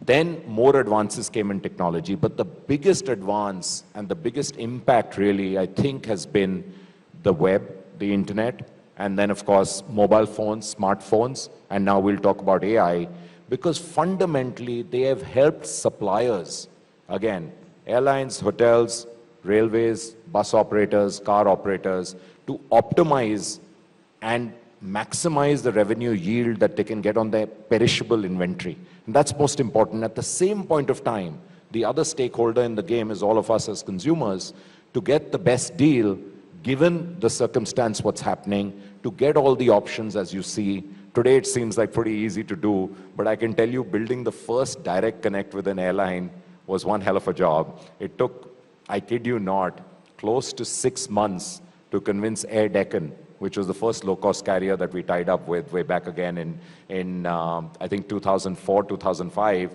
to convince them to give inventory through a direct connect because they actually didn't know what that was. And I remember sitting with Captain Gopinath, convincing him about these plans. After 20 minutes, he told me, I have to tell you, I was drawing on the whiteboard. He said, I haven't understood a word of what you've said, but let me call my CTO in and I'll give him the go-ahead to do what you want to do. And then the next one took several weeks, and then finally it became a cookie-cutter model. But fundamentally now these airlines could optimize yield and could hope to optimize revenue as well. Similarly with hotels going online. So technology's impact, what has happened in the past is huge, but what's going forward is also going to be quite amazing. And as we get into the new exciting realm of the stuff that you guys are talking about today, which is data science, which I think is the bedrock really, data science and machine learning, which is the bedrock of what we use today, AI, which is obviously the most exciting term around here. Right. Deep, also, globally, if we look at the travel and tourism industry, you know, it almost contributes more than 11% of global GDP or world economy. In India, as we catch up with technology and as more and more Indians migrate to being online, do you see the market share of travel and tourism industry going up in the overall contribution to GDP? It should, you know. 11% is a very big number as a contributor to GDP. It's also, by the way, about the same 10 to 11% of jobs created. So it's actually one of the sectors which plays to our advantage as a country, as an economy. So firstly, we have to keep in mind that India, I think, is bestowed with natural beauty, natural places, cultural, historical, probably more than any other country in the world. That being said, I think we've done quite a sad job of promoting ourselves the way it should be. We rank number 22 or 23 in the frequently visited, like in countries traveled to, which is sad for a country our size. Why doesn't it happen? We can say our marketing is not great. I tend to disagree. I think Incredible India has been a fantastic campaign, etc. I think it's perception, which is not far from reality. So firstly, India is perceived as sadly an unsafe place for a lot of foreigners. So either you get two kinds of travelers coming to India. Either they come with the high-end travel, which is, rose-tinted glasses, you come, you stay in 5 stars, that's a thin sliver. Till recently, pre-COVID, hotels used to love and only look at these customers. I can tell you it all changed during COVID. It's the domestic traveler who's spending more, and now every hotel says domestic is the most important. Or you have backpackers. But you don't have the middle class. So a middle-class American or a middle-class European traveling to India as one of their first choices doesn't happen automatically. It's considered an exotic place, but also a risky place. So we have to change that. The second thing which we don't have, I think, is easy infrastructure last mile. I think we've got now a lot of infrastructure happening in terms of new airports, in terms of wonderful new roads, but the last mile is still lacking. Therefore, when we are in season, every hotel you'll see the hotspots get choked up, and we're putting a lot of pressure on them. So I think we have to change that. If we manage to change that, travel and tourism can play, definitely, I think we can pick up a couple of percentage points in the next few years as a share of market. Right. Deep, what is this about, the whole focus about sustainable travel and sustainable industry, especially the travel and tourism industry? Do you think the use of latest technology can actually help and speed up that process? Because there are a lot of people who are talking about it nowadays. So firstly, I think sustainable travel is today not a cool thing, a fashionable thing, a nice thing to talk about. It is a dire need. It's a dire need for India because just like I said, the places that are most popular have got completely overheated. There's a concept called carrying capacity. We have far too many people traveling there in season and therefore putting a tremendous pressure on resources. So whether it's water there, the structures that are coming up there, little unplanned, very risky. Even the roads, the pollution during peak season, even in places like Manali, forget Shimla and Nainital and North Goa, has really become terrible. So you have to think about what we are doing. So we have to go to different places. But more importantly, we have to ensure that our footprint there as a tourist is done in a sustainable manner, which means all stakeholders, including the suppliers there, the small hotels, the homestays. We have to think about sustainability, which is, are we genuinely going green or is this lip service? And therefore, we are finding a lot of younger travelers, particularly 30s and below, actually being acutely aware of this and choosing greener options. So that is happening, and we are seeing that through our tech platforms. So tech has a role to play. I don't think it's that straightforward. First big role to play is awareness. People are not even aware of which are the places which are green or not green. So when let's say you've decided to go to Goa, there needs to be a sort order, and we have actually experimented with that in the past, which can sort not on price, not on star rating, not on reviews, not on distance from beach, but also on how green is that property. That's beginning to happen in many places. We experimented with it. We are looking for a good third-party accreditation because it has to be neutral.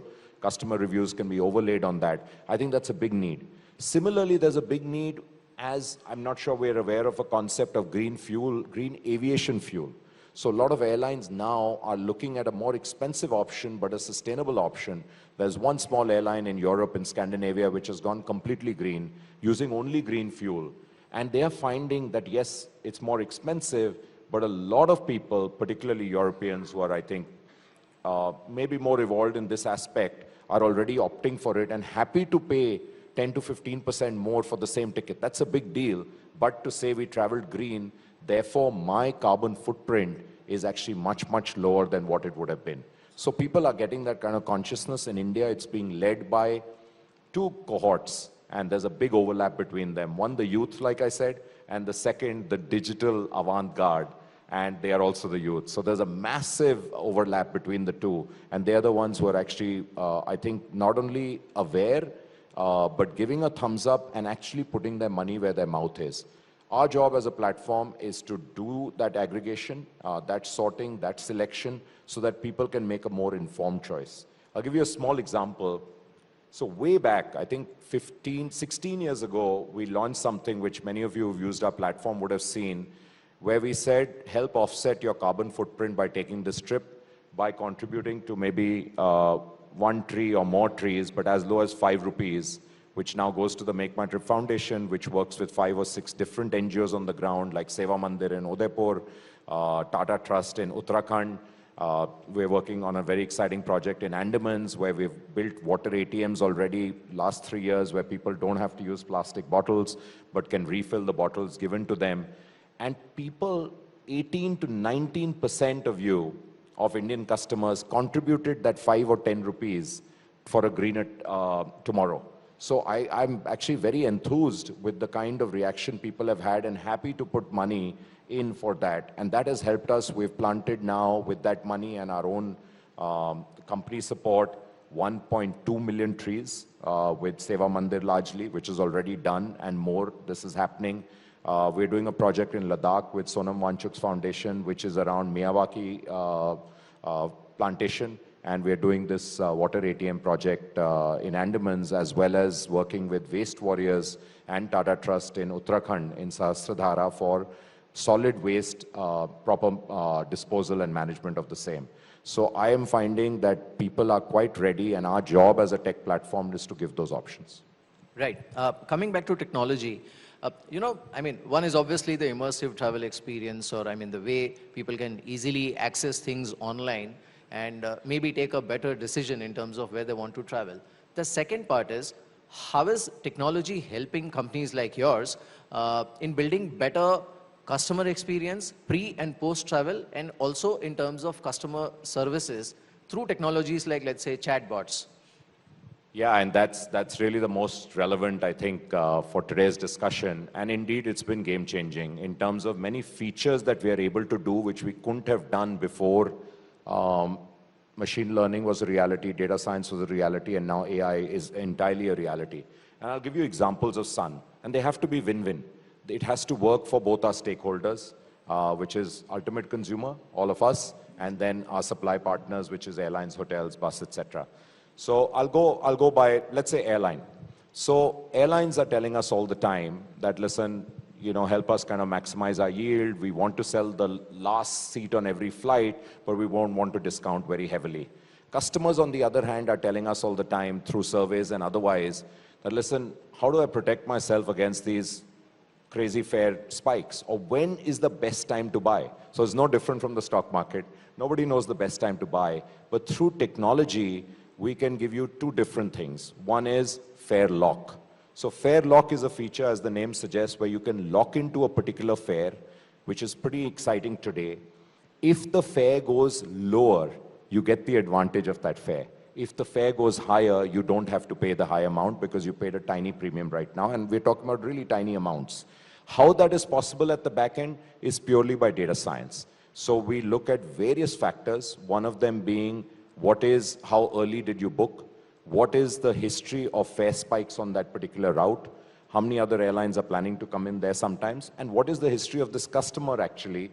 Also, how often do they change? So fare lock, and the second one is zero cancellation, where again, by paying a tiny amount, you can lock a zero cancellation fare. This actually got built during COVID because a lot of people rightfully were saying, we're not sure we'll be able to travel. We're not sure it'll be safe to travel, or I might be unwell, etc. So if your plans are tentative, then that is a very good option to go to. Again, both of them only possible because of these technologies behind. The third one becomes what I call connected trip or cross-sell. So if you booked a flight, you're sitting in Delhi, you're going to Bangalore, at the right point of time, it makes a lot of sense to give you a very good offer for booking a cab to the airport. 80% of people in India actually book cabs to go to the airport. 20% have someone leave them, either their own car and driver or a friend or family or whatever. 80% book cabs, and then of course there's metro. So that 80%, you have to give a very good offer. And the beauty of the cab offer that we can give, of course there's Uber and Ola, is that is seamlessly tied up with your flight. So if your flight is delayed, that gets delayed automatically. If your incoming flight is delayed, they are already informed about that, so you don't have to, panic. Also, you beat rush hour. We've all seen what happens in rush hour when you end up at an airport. A flight, basically there's a huge waiting, your cab keeps cancelling out. We found that to be very popular. And also offering hotel deals, which hotels are willing to give only to customers who have shown distinct intent to travel, which is an actual flying customer. So Bangalore hotels will give us very good deals, not to display on the site, but to offer only to people who have actually taken a flight to come to Bangalore, because then they know that they're offering a genuine customer and they're not diluting their brand. So we are finding that also to find a lot of traction. For hotels, hotel ranking is now entirely based on your customer intent that you've shown us. So we have a huge repository we are building all the time of data of customer intent, which is much larger than customer buying. So only about 10% of people who come actually buy something, 90%, but they demonstrate intent. They show us what they searched for, they look at the prices, where they exited. All of that can be bundled together, therefore, to show you next time when you come, only relevant hotels. So if you have chosen largely 5-star hotels in your last 8 searches, for us that's telling us something, right? We should next time have the skew much higher. Even last 2 searches is enough for have the skew of 5-star more. Similarly, if you have traveled very often, you typically travel with family, then we have to show you places which are like family-like hotels. But if you travel on business and you're a consultant and you do Delhi, Bangalore, 8 a.m. in the morning, and you come back on Friday, leave on Monday, typical consultant lifestyle, then we actually have a feature which is flights you prefer, trips you prefer. So what you have preferred, then your conversion becomes very quick. We also have a feature which is quick book. So for the frequent business travelers, that quick book means you can get done in less than a minute and get done. All of this is getting powered like this. For rail, there's a very exciting product which people don't really know, which is a cancellation product, which we actually call Trip Guarantee, which basically says if you book a ticket which is waitlisted today, and if that waitlist doesn't get confirmed when the chart is prepared, we give you 3 times the amount. Why 3 times? That enables you to either go to a premium class which might be available, so upper class in the train, or cab if it's a short distance, or flight. And we are finding a lot of people converting for that. So you can rest assured, book it even it's on waitlist and take away the anxiety. A lot of work also on post-sales is happening where we've automated these flows. So yeah, very, very exciting times. And what I'd love to share with you is what's happening today with AI, which the new model on AI, which we are all aware of, is generative AI, right? This generative model is heady, and the things it can do to summarize very intelligently the reviews you're getting, not in tabular form, but in a very easy to understand form, to help us build content in a very interesting manner. So we're building core capabilities, but we will work with the leading players for this. Right. One last question, Deep. One is obviously the rebound that we saw in the travel industry post-COVID that seems to be sustaining. What is your take on that? And secondly, because, allow me the liberty to call you a startup then, because you actually started your company when the term itself was not coined, at least in India, right? The startup universe has been going through a churn, and it has seen valuations drop, and we have seen layoffs and all. So what is your outlook on that? Yeah, absolutely. The rebound or the revenge travel and any terms given is heartening for all of us to see. It's real. Today, almost every domestic player in travel in India is saying we have now recovered more than 100% of pre-COVID. But, it took a long time. And, there was no travel, as we know, for that first quarter, which I shudder when I think about what happened 3 years ago on this date, literally. So things have changed a lot. I think people have come back. We believe it's going to be, very steady, at least on a secular growth. There will be some ups and downs. There will be blips. I think people have learned to live with it. Can India do better? I spoke about it. Undoubtedly, we can do better. But the beauty, the silver lining that COVID taught, at least the travel industries in India, is to firstly automate a lot more of your post-sale processes, because you couldn't afford to have people doing this. Also, to prepare better, the standards and the SOPs that are put in place today for hygiene, for health, for care and safety are much, much better. And then I think we had a lot of time, which was almost forced pause, to build a lot of these products around tech. So I think really there are silver linings to it, and we are thankful for that. I think the startup winter, which we are talking about, or the funding winter that we're talking about, is a reality, but it's going to be short but sharp. And today it's not only because of the overheated part of it, but now we have the banks crisis, not just in the US, but also in Europe, which, really exacerbates most of this. But I've seen cycles now being shorter, sharper, and it'll come back. There is no doubt in my mind that the next probably 2 decades, or decades as you call it, belong to India. It's ours to lose. And especially on the digital side, I think India is just going to come out shining in all quarters. On that note, Deep, thank you so much for joining us. you. And I think that's a very bright future that you have portrayed, that next 2 decades belong to India. Thank you so much, Deep. Thank you. Thank you, Mr. Kalra, and thank you, Mihir, for that discussion. Well, ladies and gentlemen, it's now time for a quick lunch break. We request all the delegates to proceed downstairs to the courtyard. Please do join us for lunch. But be back here really quickly after lunch. We have a stellar lineup of insightful thought leaders here at WhatsApp Presents Times Networks India Digital Fest. Future begins here. IDFC First Bank, Knowledge Partner, Ramaya University of Applied Sciences, Bengaluru, Associate Partner, Storia Foods. Now, India's one-of-a-kind platform that seeks to harness digital transformation and showcase the power of digital technology to shape the future of business, governance, and society. That is what India Digital Fest is.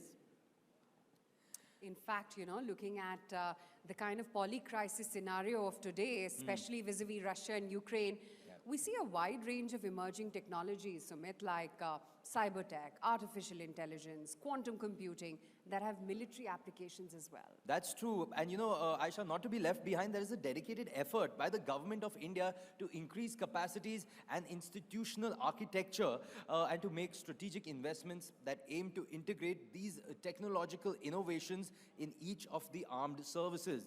In fact, Aisha, a significant stride has been made with technology in defense, and not just in development and manufacturing of arms, but also in creating a comprehensive national security strategy when it comes to global cooperation.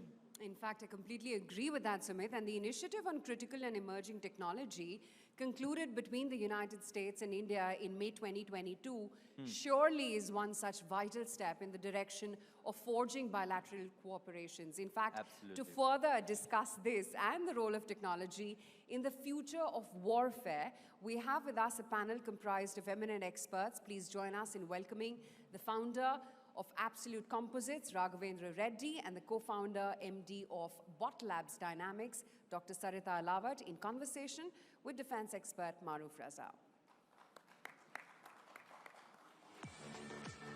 Ladies and gentlemen, we can do better than that. We've just had lunch. A huge round of applause, please.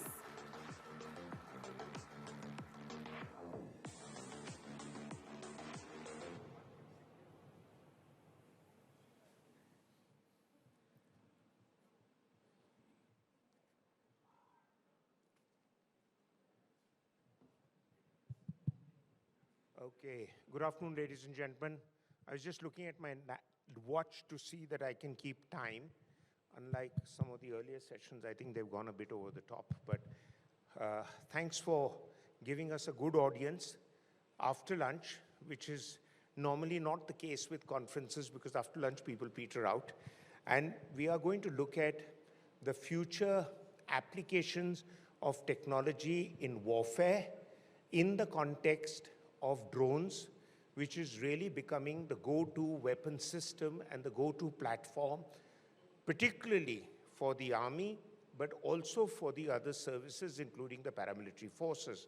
And we have with us two experts who are manufacturers, and therefore they're trailblazers in the field of drones and their use in modern warfare technologies. Now, as the anchors and the masters of ceremony have just told us that increasingly technology is going to change the game on the battlefield, though I'm a traditionalist, and I still believe that the man on the ground will be your final decisive element in any conflict, at least for now. Though the world is trying, spearheaded by the Americans, to try and have a conflict scenario where you have non-contact warfare, which means that you use technology and the other uses technology, and whoever's technology is better gets the better out of the two. Now, we have a situation in the world and the ongoing conflict in Ukraine, which gives us an idea of how things are going to pan out. And drones have played a dramatic role there in stalling Russia's military efforts by providing reconnaissance, by providing top attack armor, because tanks are best fortified from the front.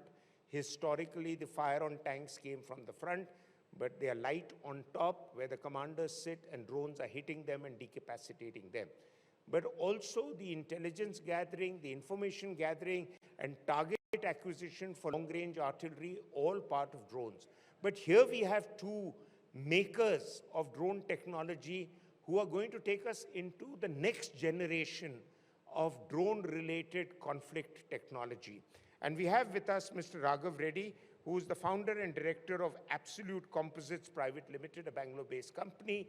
And amongst other things, he has made an unusual application for the armed forces, which is a flying soldier onto the battlefield and beyond. Some of you may remember from the field, from your experience of watching Sean Connery in Thunderball, where he suddenly puts on this gear and this outfit, and he escapes from a situation, flies into, sits in a car and drives off. Now, that's the kind of people that Raghav's technology is going to be giving capability to in the battlefield, and we will discuss a bit more about how best it can be used in future warfare. I hope the military decision makers understand what he has to offer. And we have Dr. Sarita Alawat, who has a strong academic record with a PhD in microbiology, interestingly, from the University of Illinois in Chicago, but here she is more into scientific technology. And she has been making drones in swarms. Now, people ask, what is swarms? It's like a whole swarm of birds. Some of you would be familiar that every winter the Siberian cranes come in large numbers from Siberia to bird sanctuaries like Bharatpur. And interestingly, in one of my TV shows, I was discussing with a general who seemed to be quite familiar with it. You know, there are some masterminds in the swarm group which lead the swarm in a particular direction.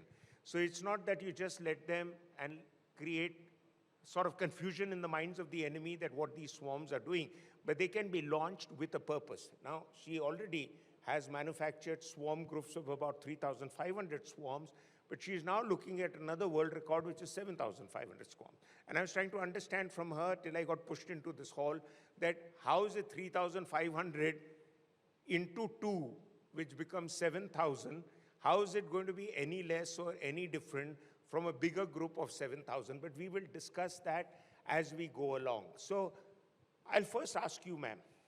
Now, swarms serve many purposes.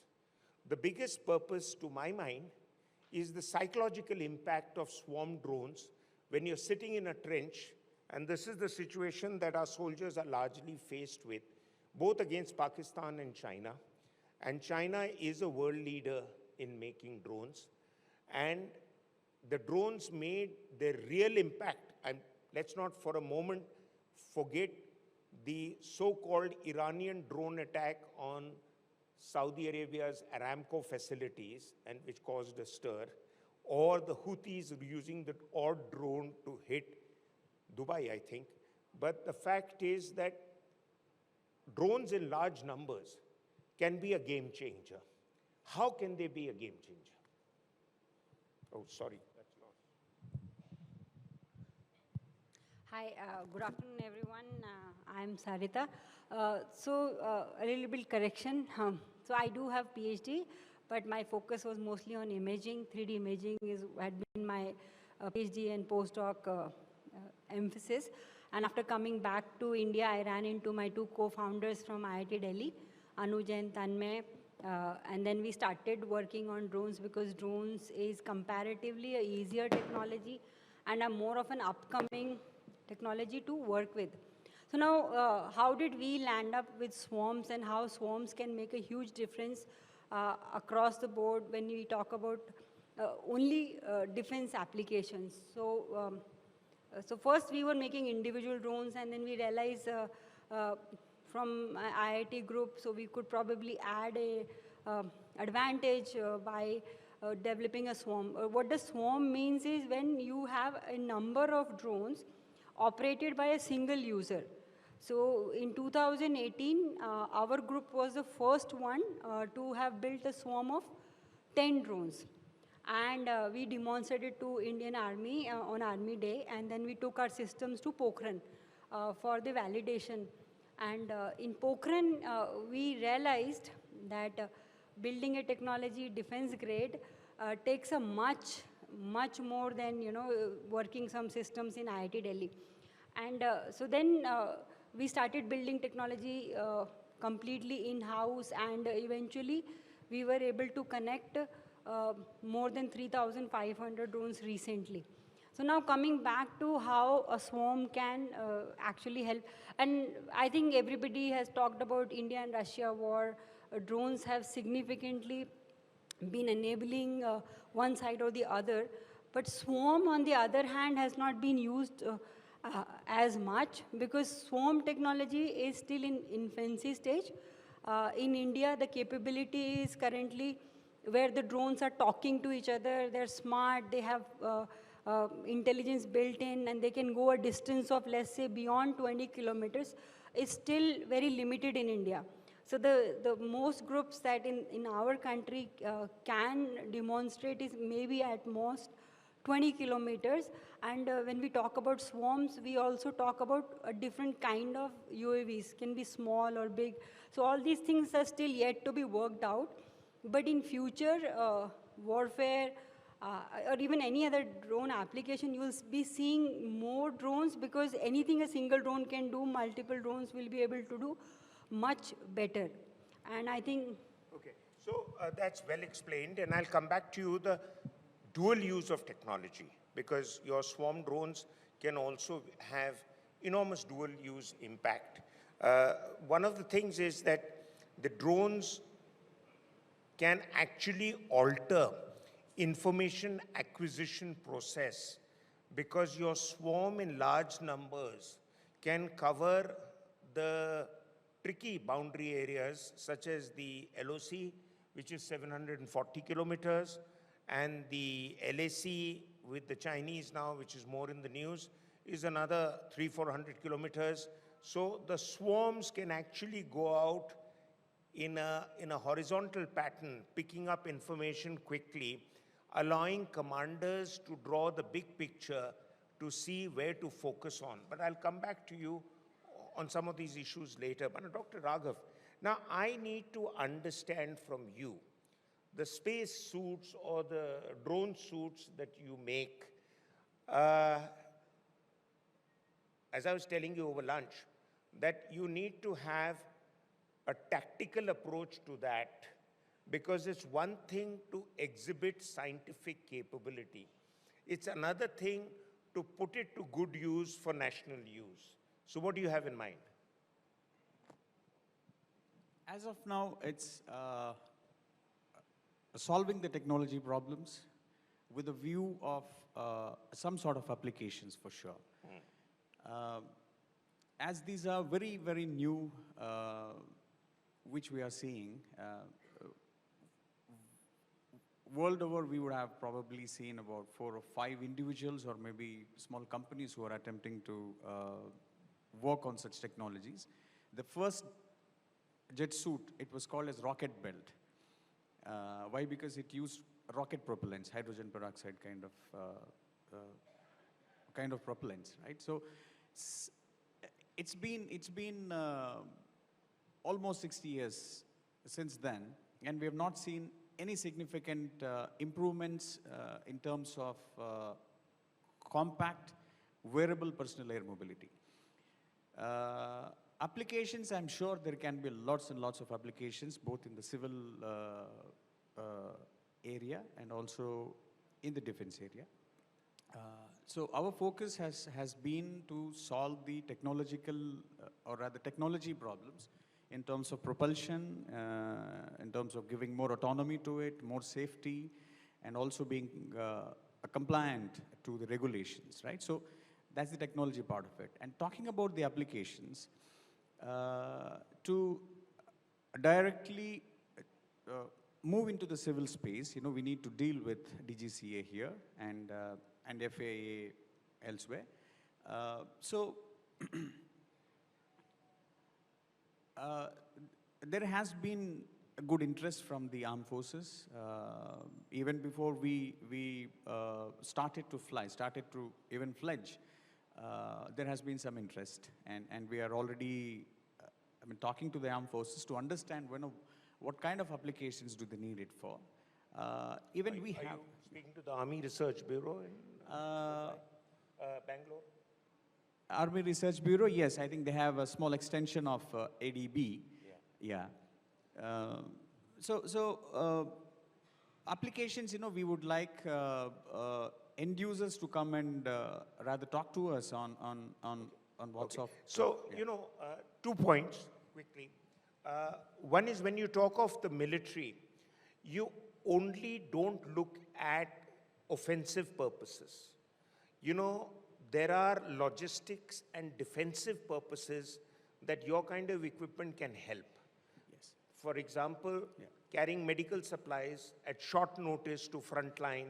By the time a vehicle or a helicopter reaches there, it takes much longer. There are processes involved which are very time consuming, longer than the flight time. Yes. But your chap can fly in, a doctor can fly in with that and immediately attend to serious cases. Also, passing information at double quick time when your cyber network and your phone network is jammed. You can send a messenger with that. Commanders can reach the spot on quick time to actually stand on the ground and see how the situation's evolving. There are historical examples of that commanders on the ground altered the situation when they got to the ground as against sitting with a map and a command room. But I'll come back to you with something else. Dr. Sarita, now I need to understand from you, how do you hope that your swarm can actually be commanded by pilotless drones in multiple locations at the same time? If the situation unfolds and there is firing near Kargil and there is firing near Jammu, but your swarm is required. Now, is there some way of somebody controlling it or they can just go and send photography back? So that will be very futuristic, but currently, let me paint you a scenario where what rest of the world is doing.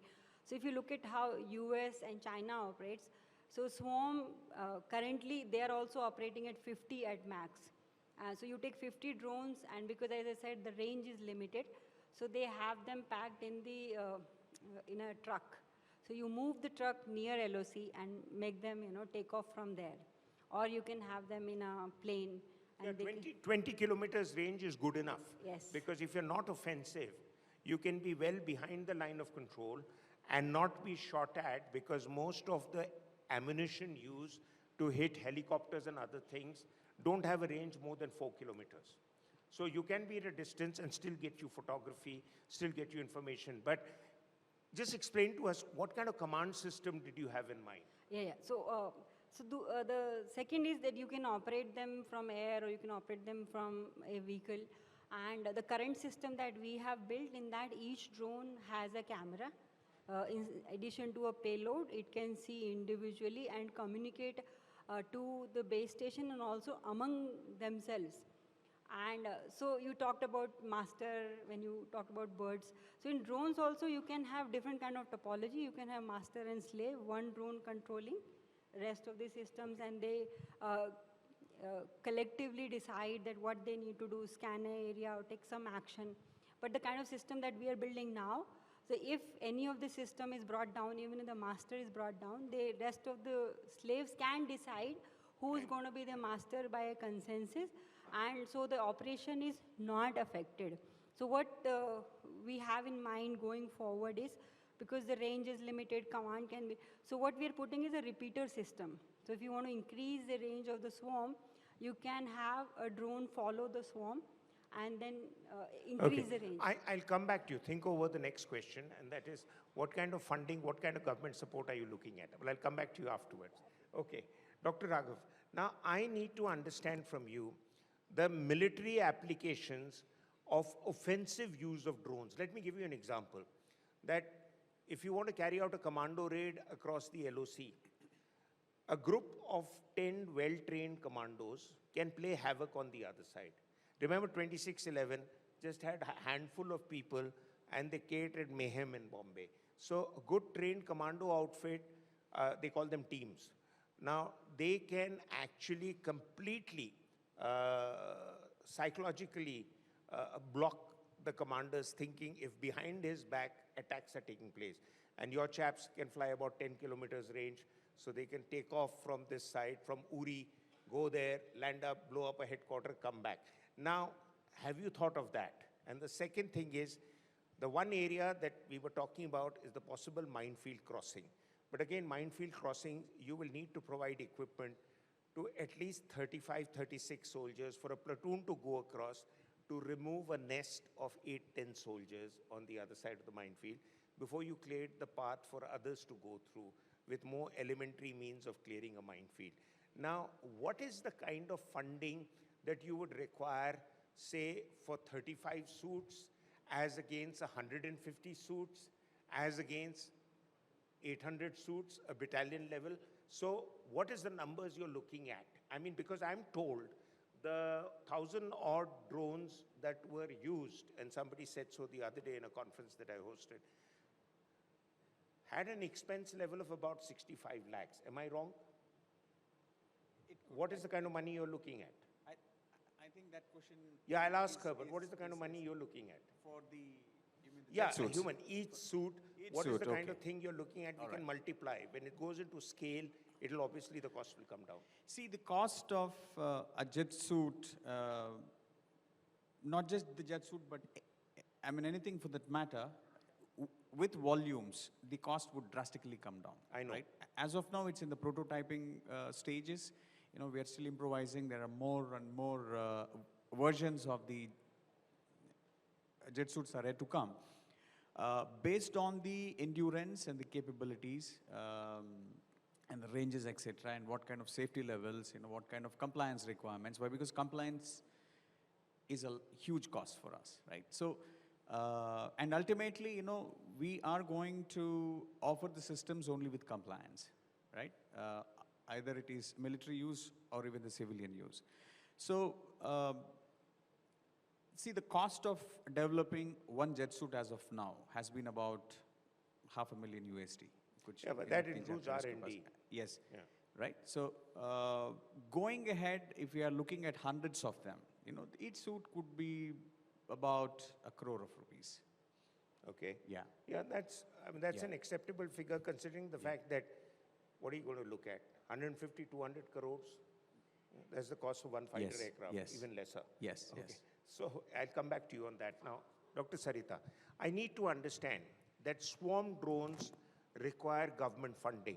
The problem has been till now that DRDO seems to get most of the government handouts, most of the support, and it's a sort of comfort option for the government to go for, and I mean the bureaucrats in the Ministry of Defense, that, oh, you know, DRDO is our trusted white elephant, so let's put little fodder more in front of it. But what kind of expectation you have from the government to support this? Because the former Army Chief General Naravne was on record to say that the last century was dominated by tank warfare. The coming century is going to be dominated by drone warfare. And drones are not just, we're not talking about drones usage only in ground operations. We're talking of their usage in naval operations. We're talking of their usage in even air operations. So your expectations from the government should be high, because the Prime Minister has said that they want India to become the drone manufacturing hub of the world. I think it's a tall order, considering the Chinese are well ahead of us. The Turks are also manufacturing a lot. So what is your expectation? Sir, I just want to make a couple of points. So, pehli baat the expectation when people look at drones is the movie reference that Uri you make. So, abhi, where the drones are, where the is shown in YouTube and movies is still a huge gap. So, the drones are not as advanced, not just in India, nowhere else. There are limitations. And the second, when you think of cost, as my co-panelist said, the cost of R&D is a lot. And I think when you talk about in India, we want a product, but we don't want to invest in the R&D and the, the tough cycle of a product development. And that's as we've been seeing with every technology and with hardware, you see a lot more. So the kind of money you need and depending on what kind of system you're looking for. So let me give you one example. So in Russia-Ukraine war, the Turkish drone gets mentioned a lot. Bayraktar, right? It's a warfare kind of a drone. It took around $250 million to get this thing ready. And also we don't have time in India. We want everything made yesterday. Yeah. Right? So it took, from the day it was made, it took 9 years till their army inducted it. So in that 9 years, that product, especially a defense product, gets fine-tuned to the application. So it's not only just the money, that you also need this patience of providing test fields, certifications, a lot goes into building a technology. So when it comes to drones, so for example, us. So in India, nobody gives you funding at the initial stage when you have an idea. We literally have suffered lack of funding for 5 years. Till we had something to show off, then we started getting some funding and most part we have been funded by government. Right. So now let me give you figures in what it takes to make a swarm of 10 drones. So one drone with because you need thermal camera and all, it would be in the range of 12 to 15 lakhs just bill of material, not adding the manpower. Understood. And then you multiply by number and the base station, so it runs into a simple swarm will run into crores, 2+ crores. Yeah, I'm completely with you on this. I think what's important, and here's a suggestion, that you must establish contact with the army, in particular, that needs drones, and get them to work with you on specifications. There is a limitation on the Indian front, and the limitation is you first make a product, and then these chaps land up from Army headquarters, and they say, oh, it shouldn't be flying that low, it needs to fly a little higher. I did a conference 2 years ago, and I remember the late General Bipin Rawat suddenly said, oh, I need drones that fly over 14,000 feet.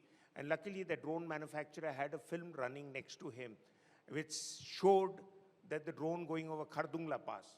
I said, there it is, it's going over 19,000 feet. Kehta, हाँ यार, ये तो बहुत बढ़िया चीज़ है. He told his staff officer, ask him to come and see me. So what you need to do is you need to match the only of the 3 services that really works closely with the industry is the Navy. So I think the Army and others, you need to push for it, you need to promote yourself, and then we are talking business. Now, finally, last question to you. What is it that you would expect from the government?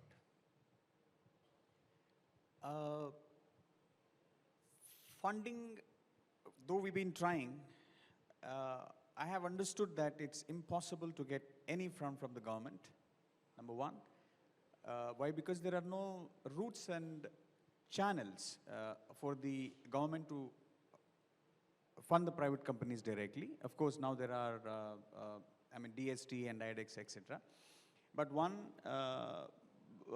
major setback in that is they take a lot of time and too much of paperwork, which I think is how it is. I have no complaints over that, but can we take it up? Do we develop the technology, work on technology, or spend all the time in doing the documentation part of it and then sending them papers after paper, volumes of that, right? So we have also understood that on the private funding side, essentially there is no fund for R&D. Yeah, no fund for research and development. I'm with you, and time's up. I think what you need is somebody to champion your company's work, because there's one thing to innovate and design and create. There's one other thing to find a suitable buyer. Now, we are totally out of time, and thank you very much for your brilliant insights. And I think all of us have got a little closer understanding to the whole business of drones. Most importantly, and I think that's the underlined aspect, you need the government and you need the services to come out and support you. Otherwise, Atmanirbhar Bharat, at least in the drone field, will remain a dream. Thank you very much. Good day. Thank you.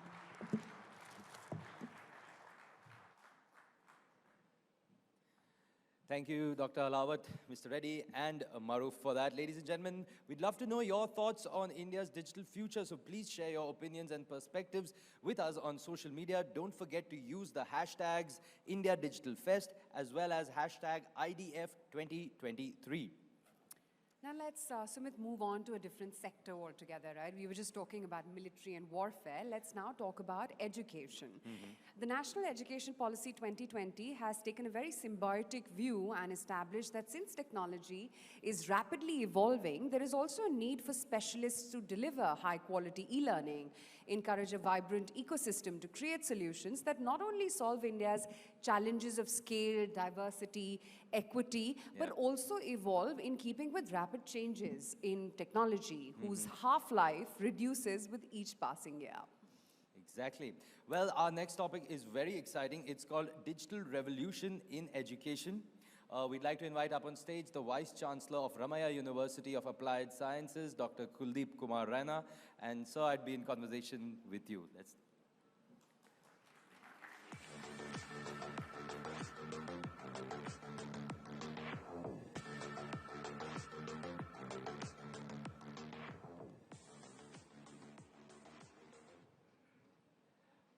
Thank you so much, Dr. Raina, for being here with us. Now, the impact of digitalization on education, yes, we've spoken about it so much in the last 2 years, especially with the pandemic and how things have changed, especially in that sector.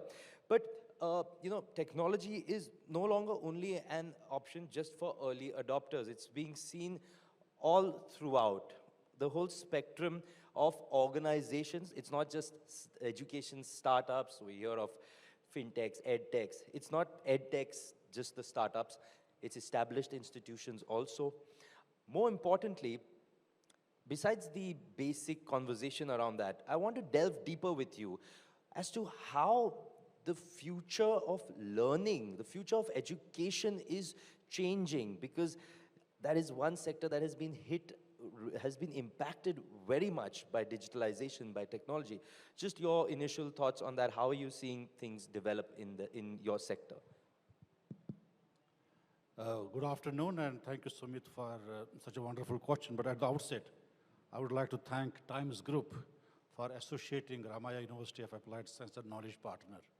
I think when you say that future begins here, I think we in the university, in the education domain, education space, say that we are here to create the future of the generations and generations. And in that context, you know, very, very pleased that, you know, you are raising some pertinent questions when it comes not only upskilling the people, but also it has a why, and all of us, those who are in this auditorium and all listening to us as well, education and the university system has always contributed in developing the knowledge, skill sets, but at the same time, it has also created a kind of sense of belonging to each one of us. So in that context, just a brief, that we at the university system in the Ramaiah University are always focusing towards developing the capabilities, not only giving the degrees, but I think there is a lot of learning which goes behind training the people, skilling them, innovating the thought process in their mindset to create something good, not only for our country, but the global community. And for that, Sumit, I think education is going to be there. More and more things are going to be coming up. Think 30 years back, when in 90s, we were not sure in which direction we are moving, but today we talk of chat GPT and whatnot. This country had resources which were not compatible to teach computer science programs. But today, our workforce, the manpower is doing some wonders. Absolutely, and not just what you mentioned about the global impact. So not just Indians in India, but Indians around the world making such waves in technology. You mentioned ChatGPT. We are here at the India Digital Fest. So of course, I have to take that ahead with you. The impact of AI in education. How do you see that? Do you feel that AI would be taking over the human form of education the way ahead? There have been so many reports of how students have used ChatGPT to write papers, theses for different big exams, and even passing these bar exams and other exams. Sumit, challenge at every sector. But I think Chat GPT replacing teachers and the human beings, I think it is beyond any contradictions. I believe that it is we the people, the gray levels that we have in our mindset, that we have created ChatGPT. It did not create human beings as on date. So I think our role of the fraternity of the teaching community is going to be there and very, very important, very, very significant. But all these are the offshoots of the technologies that we evolve. I think we the people, when we teach in a class and make students to go to a domain of the laboratory, the prayogshalas, I think that is where new thought process comes. Today we talk of AI, ML as a dominating tool, or ChatGPT. What is going to be there after 5 years, we don't know today. I think it is we, the people, who create the sense of curiosity in those young minds, the sources of the future energy. Something new is going to come up. It has come, it will phase out. We'll learn computers from the basic COBOL systems, photon. Where is that? It's not there. That means the knowledge generation is taking a leap forward. So in that context, I would say, we, the people, are going to be there. We, the teachers, the fraternity is going to be there. Yes, evolve newer tools, which will facilitate, will communicate more effectively, and bring better lives to the people. And peace, prosperity, and we as Indians, can we rule the global community in the knowledge domain? I think that's a big challenge for each one of us. Absolutely, yes. And Dr. Raina, how do you see the overall ecosystem moving? Because what I'm trying to say, like what you're saying is, every few years, things come around, changes come around. So it's important for an important sector like the education sector to also reinvent itself regularly.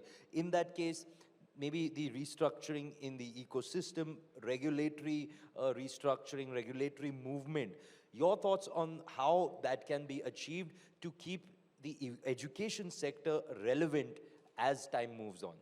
I think if we look at 3 years back, in June 2020, Government of India made an announcement of the implementation of the new education policy. If I look at it as an academic, holistically, I think it is a turning point in our thought process to bring in flexibility, curate the new thought process, and bring technology in the forefront. I would personally see, and we all as the Vice Chancellors in various fora, when we discuss and deliberate, I think it is one of the significant things. What evolves out of it is certainly, which today we don't know, but when we talk of researching, I think there is already some great knowledge which exists. I think we have to go deeper, penetrate at the foot and see that what is unsolved and can we provide a solution towards that. I think the new education policy is one such document, is a policy document which is going to give us a great space, a great thought process. Yes, don't expect results tomorrow. I think it is going to take some time. And we at Ramaya University, when I was listening to Raghavendra, working in the composite systems and all that, I think we have created universities, we are working in them.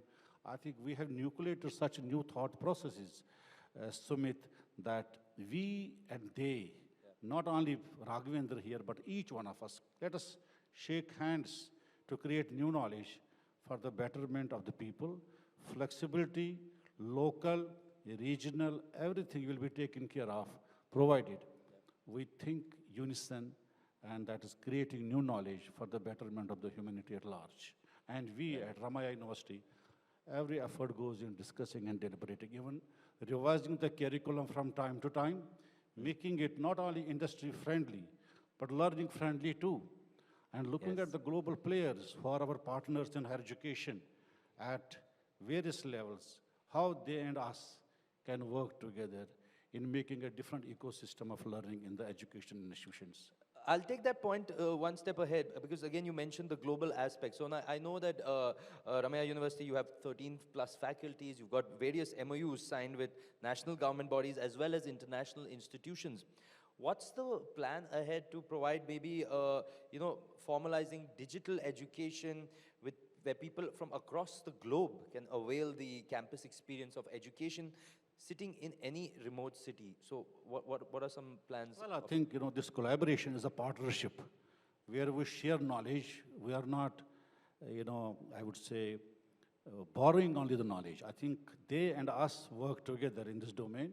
I personally see that there's advice, their suggestions, their cooperation is adding value to our newer thought process and creating an environment where our students and their students can work together. Can we create a template? Can we create a platform where there is going to be exchange of thought process? We in this country are not new to creating new knowledge. It has been there for centuries. But I think today we are in a different domain where global community is slowly and steadily recognizing our efforts, our contributions. Whatever we heard since morning, I think it is all contemporary, that we are there and we are there to exist. I think in that case, the universities, not only Ramaya, but all universities are contributing significantly in developing the human capital.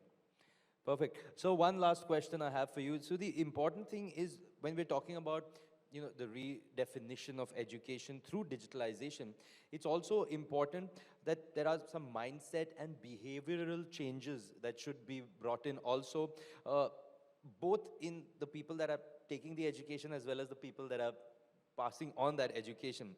Your thoughts on what kind of training programs for educators and for people that are required to adapt to this mindset? See, our university system provides, when you said about the 13 faculties, you name any specialization, we have the expertise. Right. Health sciences to technology, social science to the legal sciences, design to management, commerce to product design, artificial intelligence, user interface and user experience training. I think everything is there. So networking, hybridizing, and in that case, I would say, we are there to contribute. We are there to inspire the generations to come forth. And for that, when we look at the cross-disciplinary and the transdisciplinary approach of education, I think university like ours, who offer such variety of programs, without having a boundary between one discipline to another, are going to be the new norm in new education system. I would say here, digitizing is the core theme of this discussion, the deliberation.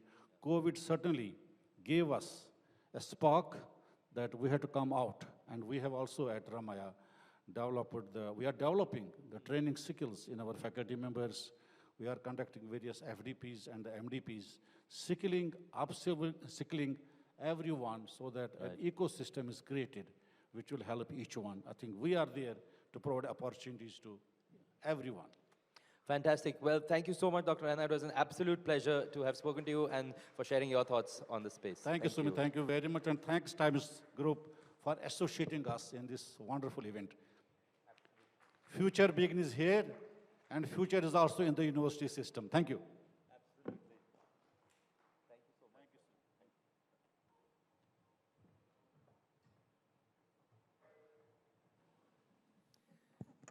much. Fantastic. Thank you so much, Dr. Raina, for that.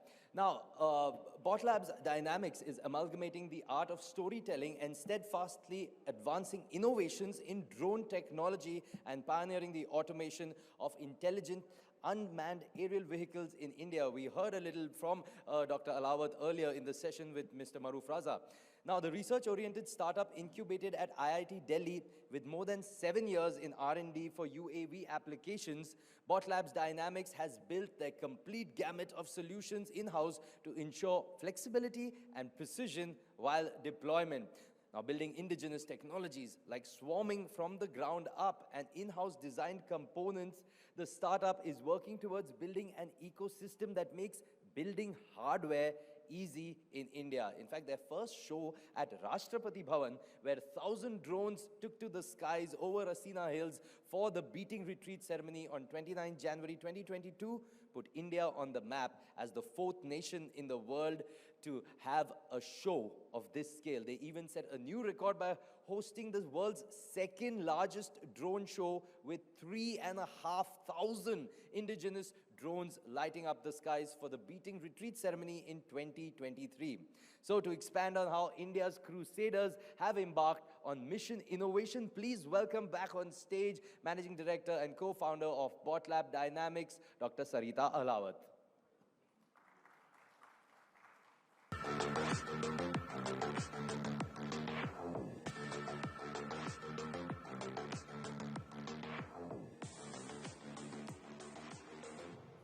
PPT डाल देंगे.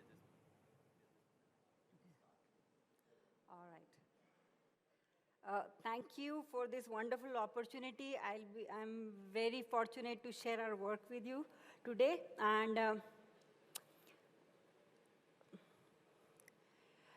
so I just want to take a moment and say that drones have wide range of applications. So let's say from surveillance to reconnaissance to payload taking. So and in that, several countries have taken advantage. And we have been talking a lot about US, China, and now smaller players have also made a huge difference. And so when we talk about defense drones, there are larger UAVs which have taken decades to build. And so we are not there yet as a country, but we are slowly getting there. So the point of this slide was to give an idea that to build such a technology, it takes a long time and also large amount of resources. And they run into hundreds of millions. But when it comes to drones, it's not just the larger UAVs that make smaller drones that you use for recreational purpose can also cause a lot of damage. So this Russia and Ukraine war, Chinese drones that we use for recreation, just take pictures in weddings have been actually used, and then now US is banning China from supplying such drones to Russia because it's really causing the damage. So when it comes to India, there are several players in India, and you'll be very happy to know there are more than 200 startups in India that focus on drones. So drones is such a large opportunity when it comes to the market size, and that's why I think it's the right time for drone community to grow. And they can be from heavy payload to small drones. There are a wide variety of drones, and that's why there's a space for almost everyone to build this technology. And it can't be addressed by one entity, whether it's Reliance or Adani, and these groups are already present in this domain. So why is it a good time for India to build drones, but also why it's also a challenge? So if you have noticed, I labeled my presentation as fun and frustration of building hardware technology. The fun part is it's the right time to build. The frustration is that when it comes to electronics, semiconductors, India do not have any capability. And there is a huge deficit of 50+ billion dollars. We are pretty much importing everything when it comes to smallest of electronic component. And so with all these constraints, we started our journey from IIT Delhi in 2016. And so we felt that swarm technology made sense because it was something new that India did not have. And swarms don't have application just in defense, but they have application across the board, whether you talk about surveillance, transport, disaster management, or entertainment. So this is where we started. We were initially optimizing the individual drones, increasing the range and the payload. This is a picture we took at Tawang border near China, and a drone was flying very near to the border and trying to supply something to the soldiers hitting there. And here is the small clip of the 10 drones that we first made in 2018 that flew from IIT Delhi. And this actually put us on the map And because building a swarm technology takes a lot of intelligence. So you need computer vision, you need networking protocols, and you need swarming algorithms. And it really takes a long time and also skill set to build a drone swarm. And we have been very actively demonstrating this capability to Indian Army, Air Force, and we took this to Pokhran in 2019, and that's where we learned our first very hard lesson. When you assemble the systems, they may not perform as well in Indian situations. So after coming back from Pokhran, we realized that we need to do something, and in a while I'll just come to that. But in the meanwhile, I want to just show you another clip to show that you might see a small drone. It's a part of the swarm. It's detecting a tank, and it's hitting the tank there. So such kind of capabilities, a lot of groups like us are developing, where you can save the soldier life and save also on time. And our group is now recently also involved in building a smaller drone that you just carry in your hand and throw, and it can give you the situational surveillance. And this project is funded by government. It will take around a year to materialize. Coming back to the story of Pokhran, after coming back, what we realized is that assembling may not take us far. We took a step back, and we started realizing what is it we can do to make this completely Atmanirbhar operation, or how can we make it completely not dependent and reliable technology. So what we did is we built the entire electronics which we were previously importing, let's say from Switzerland, China, and America, and that's why those systems were not performing as well. So we made our own flight controller, motor controller, and precision GPS. It took us 2 years. We used this COVID time really well. We stayed on campus during the COVID time, and we built the entire drone in-house. So the drone is built indigenously, completely, the design, hardware, and the software. And because you're building locally, so now you're empowering local vendors also to participate in your journey. And so we started miniaturizing the system, miniaturizing the electronic component. That has been our expertise. And with that capability, fortunately, Ministry of Defense gave us an opportunity, and they asked us if we could connect 1,000 drones and make something out of it.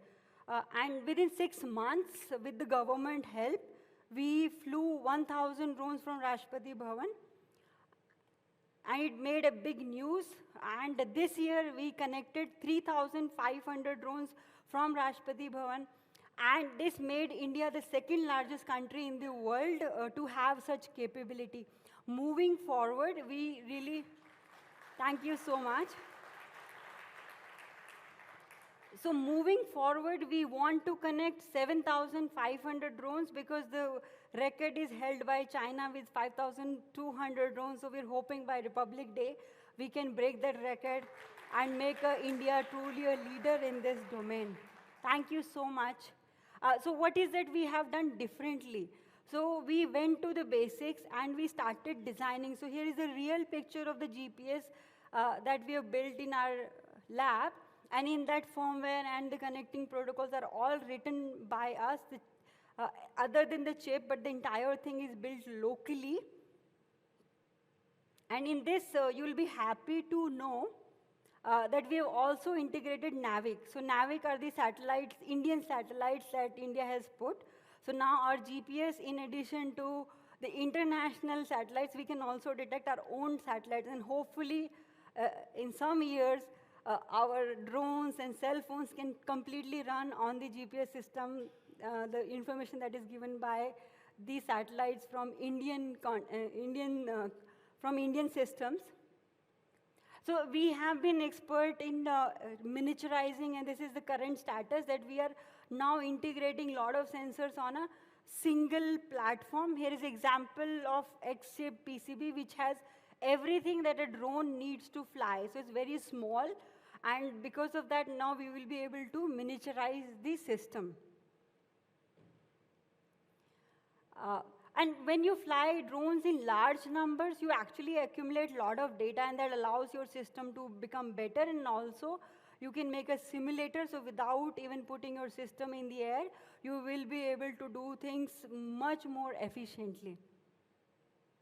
And I would say in this, we have not been alone, though the journey has been hard, but we've had some very good partners along the path. So I would take I'll take a moment to give a special thanks to Indian Air Force, Army Design Bureau, IDEX, Ministry of Defense, Department of Science and Technology, and TDBA, and these are the bodies that made this possible for us to be at this stage right now.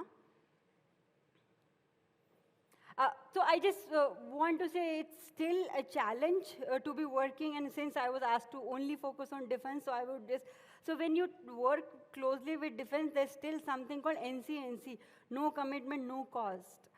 What it means is you can demonstrate your technology to defense, but it's all on your cost, and especially from a smaller group, from startups, it's very difficult. So even if you make a technology, there is something called L1, that you have to work around, and all those systems make it very difficult for, that's why I say developer's dilemma, because when you're a developer, you can't be focusing on all those aspects. So there's still challenges that need to be worked out, and this is the three of us in 2016, Tanmay, Anuj, and I, started from IIT Delhi, and I'm very happy to share now our group is more than 88 strong, and is making to build this new technology easier. Thank you so much, but we've been also very fortunate to get a lot of attention and awards and recognition from the country, and because of that, now we are able to become self-sustainable. And with that, I'll say thank you so much.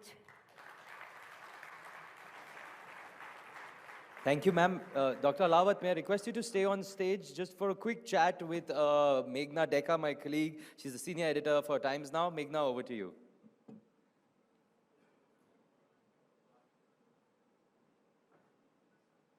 Thank you so much, Sumit. Dr. Alawat, I think I can speak on behalf of everyone here. We are completely in awe of your work. You may say this is the developer's dilemma, but for us, it's the spectator's pride. For Indians to see something like that. So big round of applause. Truly well-deserved what you've managed. I remember the first time I've seen your work on display was in 2022, over the Raisina skies, when we saw about 1,000 drones lighted up. You had the Tiranga in the skies, then you had the Mahatma portrait also, which came up. And then we said, wow, what a spectacle that is. And this year, you actually brought in 3,500. And which is why I'm so in awe of the work that you've done. And all of us are wondering, when you talked and you drew a parallel about a flock of birds, they're also communicating with each other. Last thing we need is drones crashing into each other. So how do they communicate? How do they engage with each other? And what's very important, as you were telling Maruf, they're also making decisions. What is human interference, and what is the level of human interference which is required in a drone swarm? So actually, it's a lot of hard work. What you see, 10 minutes of flight and the formations behind that, there is, if you talk about on site, it literally on Rashtrapati Bhavan, our team was for a whole 1 month. And you practice, and so let me get to the software part of it. So we do not just put the swarm in the air and start running them. So we first create an animation, create files, and we run them through a simulator. So the simulator decides if there is a collision or not. If there is a collision, we change the path and recreate the animation. Then only we take the files and put them in the air. And so now the second question on communication. So when you talk about drone light shows kind of drones, the small drones, they are communicating to the base. The base is sending them corrections. So our GPS that we are very proud of, that I showed you, has a 10 centimeter accuracy. So a typical GPS that you see is a couple of meters. So when you are in meters, you could collide, right? Because you and I are like 2 meters apart. And so what this GPS corrections do is, it keeps constantly talking to each and every drone and tells where you are, and the drone also has a GPS. So this correction, and you're talking to satellites all the time, so then you really know where you are at an accuracy of 10 centimeters. So when we are flying them in the air, we keep them a meter apart. So we take a safety margins. So they can come less than a meter, but we are taking them a meter apart, and they themselves won't come in with this error. What if one of them malfunctions? They do. So They do? because the technology, as I said, the drone technology is, and that's why you don't see drones coming from AIMS and delivering you medicines yet, because of this. So there are safety measures that we take, something called geofencing. So if I were to fly drones here, we make 3 layers of geofencing. So this drone, if they happen to cross this, they will be forced to land or crash. So they are not allowed to leave the perimeter that we have told them to. Okay, so that's very interesting because the Indian Army, and they've gone on record saying swarm drones are niche and they are the disruptive technology when it comes to the next level of warfare, and a huge edge is expected to be given to our forces when we use swarm technology to the extent that it actually has the aptitude of being used. So what is the kind of surveillance drones that you're working on? I believe you're working on disposable drones as well. Yes. What is that, and why is that important? So what we are working is situational surveillance drone, a drone small, maybe just 6 inches tall. And the idea is to you just take a drone. So let me take a step back. And when you think of a drone, you need a remote, you need to operate it. And that's a big headache. Like if I give you a drone, I have to teach you how to fly and all that. And that's been a challenge for any operator. So the challenge, what we are addressing is now build a drone that doesn't require any flying like that. So what you can operate it through your cell phone or from a tablet. So we have made the operation easy. So anybody who can operate a cell phone will be able to operate the drone. Now the drone. The drone is very small. It's going to be fitted with the thermal camera and the daylight camera. And you throw the drone and it will give you surveillance situation. But then you'll ask, why do you need this fancy? Why do I need to throw the drone? Right? You can just leave the drone. So the drone is designed specifically for armed forces which are in difficult situation.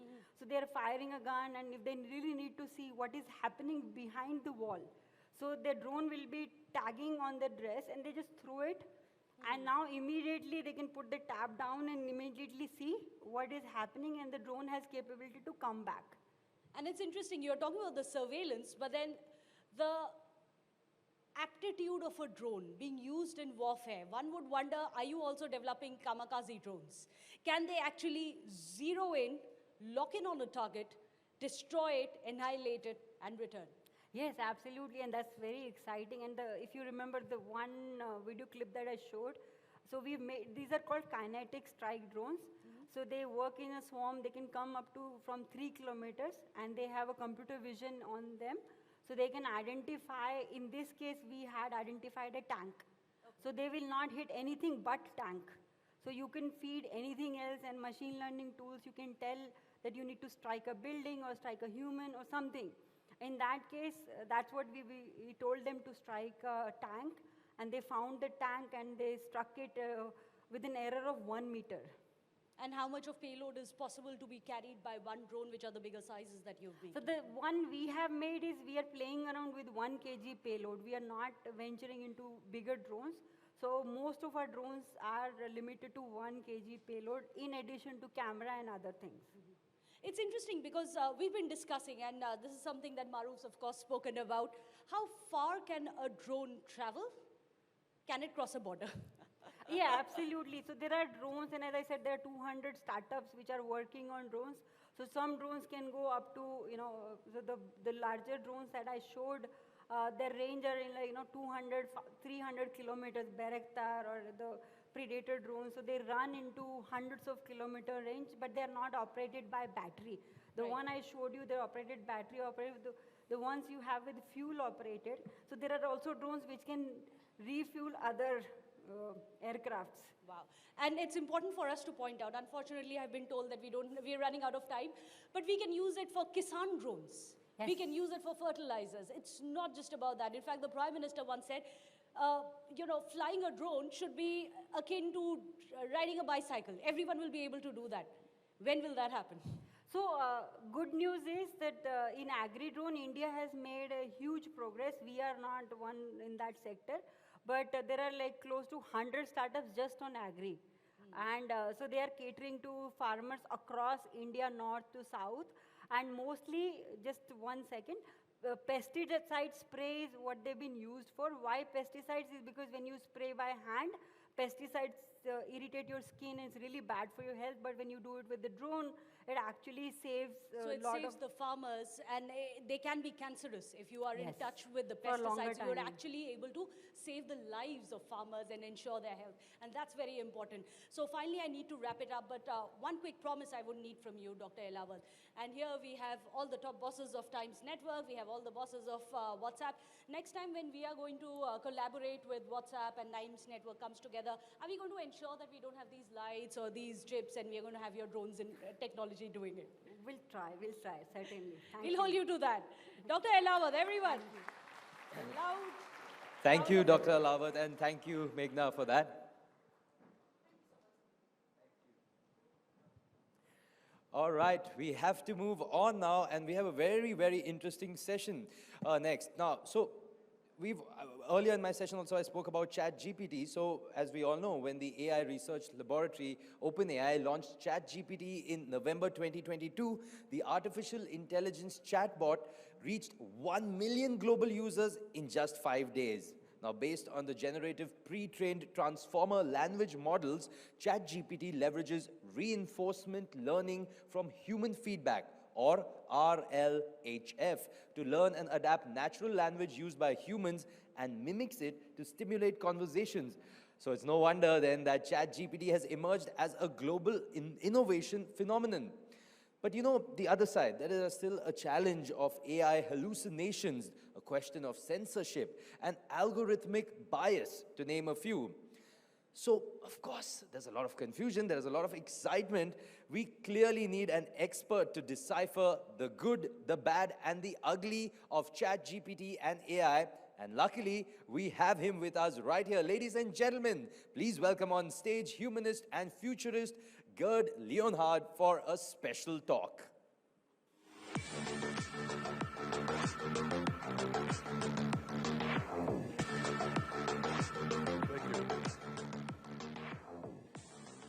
Namaste. I hope the future is better than the music. So, great pleasure to be with you today. So I live in Switzerland, and my job is to speak about the future. It's very important to realize that the future is not something that we can predict. It's a future something that we can have intuition about, and hunches, and ideas. And first of all, the future is not something that just happens to us. The future is defined by what we do today. Right? The future is something that we make. It's very interesting when I talk about my work and generally speaking what the future entails. Many people have this idea that you can kind of have a safe and easy future. But the reality is technology is absolutely changing everything in our lives, as we've just seen. And on the one hand, I look at technology, I look at digital data and cloud computing and all these things. And on the other hand, I look at what it means to be human. Because what is the good of great technology if we can't be human? We have a great example in social media. Amazing technology, lots of money being made by advertising, but social media has become a major issue as well. Not because of our kids, but because of the way it changes opinions and the way that we receive information. So our mission in the future, especially in India, being such a large country, where we know everybody is now connected, right? We need to make sure that we find a way of balancing the power of technology with the power of humanity. And I think what we're seeing right now in ChatGPT and AI is what I call a Sputnik moment. Remember the Russians, when the Russians put the Sputnik? Americans freaked out. Right? Because apparently the Russians were ready to go to Mars or whatever. And now, Microsoft, Google, and everybody wants to go to the moon with ChatGPT. Do we realize, however, that we only went, allegedly, to the moon once?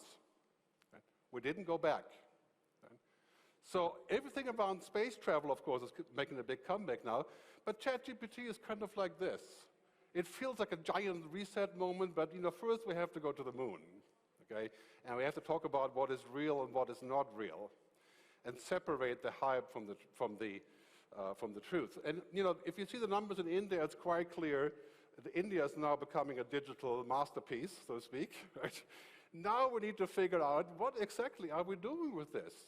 And if artificial intelligence is going to be used by, what is it now, 800 million Indians that are connected, soon with 5G, what will they be doing? I can guarantee what they'll be doing is to pull out their mobile and speak to ChatGPT and ask questions about anything and expect that to be the right answer. Now, this would obviously be pathetic, right? It's like Google Maps. We all use Google Maps, but we know, it's sometimes not so accurate. We laugh about it and we turn it off, and it's a fact of life. It's not the truth. And when we look at opinions, it's hard to find the truth, right? It's hard to find the definitive answer. There is no such thing as an answering machine. Right? There's a search engine, that's great, because we make up our own mind. But an answering engine, that's inconceivable that a technology would give us conclusive answers about everything. And so I want to ask you what you believe in. Do you believe in technology being better than humans? In other words, we don't have real soldiers anymore. We have AI soldiers, and we don't have politicians. We have AI politicians, which some people have suggested. What do you believe in? Right? Do you believe in technology, or do you believe that we have to put the human inside and put the human over technology? Think about that for a second. Right? I mean, in the end, technology is a tool like a hammer, and ChatGPT is a fancy hammer. Right? A guy who builds a house with a hammer does not pray to the hammer. He may pray to the house, that he has built, or the village he lives in, but the hammer is just a tool. If he doesn't have a hammer, it's a problem, but we have to make a difference between the tool and the purpose. Okay? That is a very important definition, especially when we talk about education, for example, which I'll comment shortly. Really what it comes down to is this. We're going to have to hyper-collaborate to figure out what to do about this. Here in India, and I live in Switzerland, so in Europe, but on a global level, because if we take artificial intelligence to its conclusions, it could in some ways become so powerful that we stop understanding what we are, right? Because we'll be using essentially a way of digital inclusion that wasn't meant to be as easy as it looks. Sorry, I had an accident a few days ago, have a bit of a nose problem, but I'll try to continue. So I made this film called The Good Future in Lanzarote, in the Canary Islands. And here, I shot a film about the future, trying to understand which way we're going, how we can keep the human inside. And while I was shooting the film, sorry, just one second. Sorry, just one second.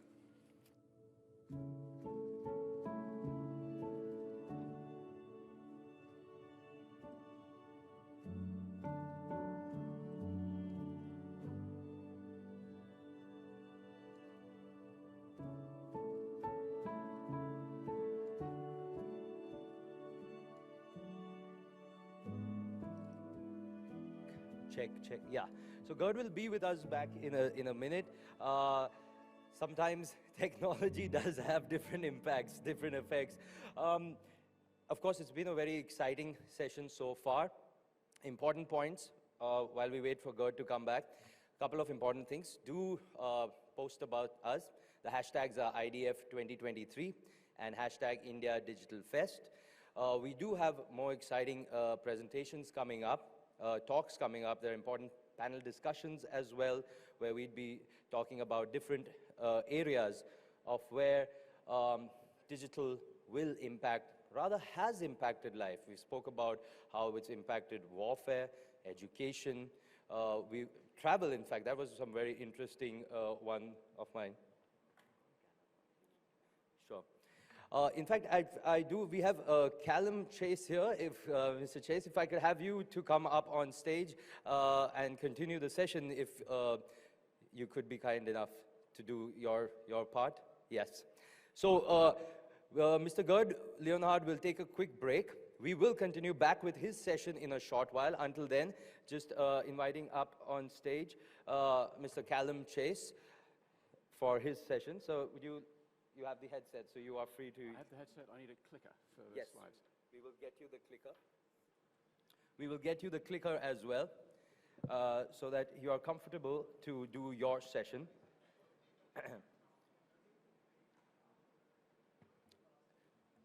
Right, 1 second. I'll just get this. Yeah, this is check. Great. Yes, this is your clicker. Thank you very much.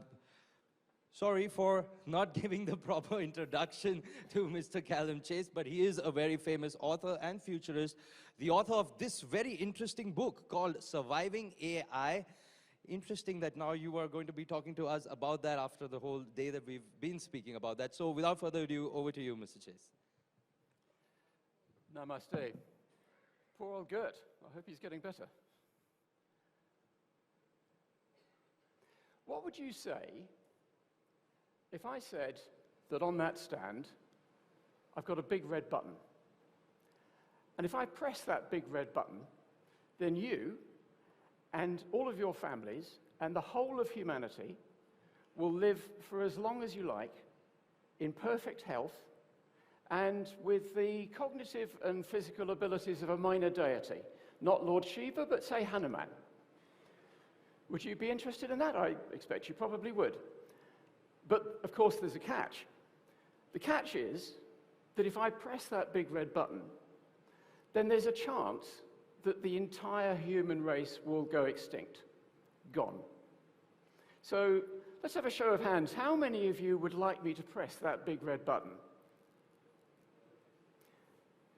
Good on you. 2. All right. How many? Oh, 3. How many of you would prefer I didn't press that big red button? Most of you. And the rest, presumably, you don't care. Okay. Okay.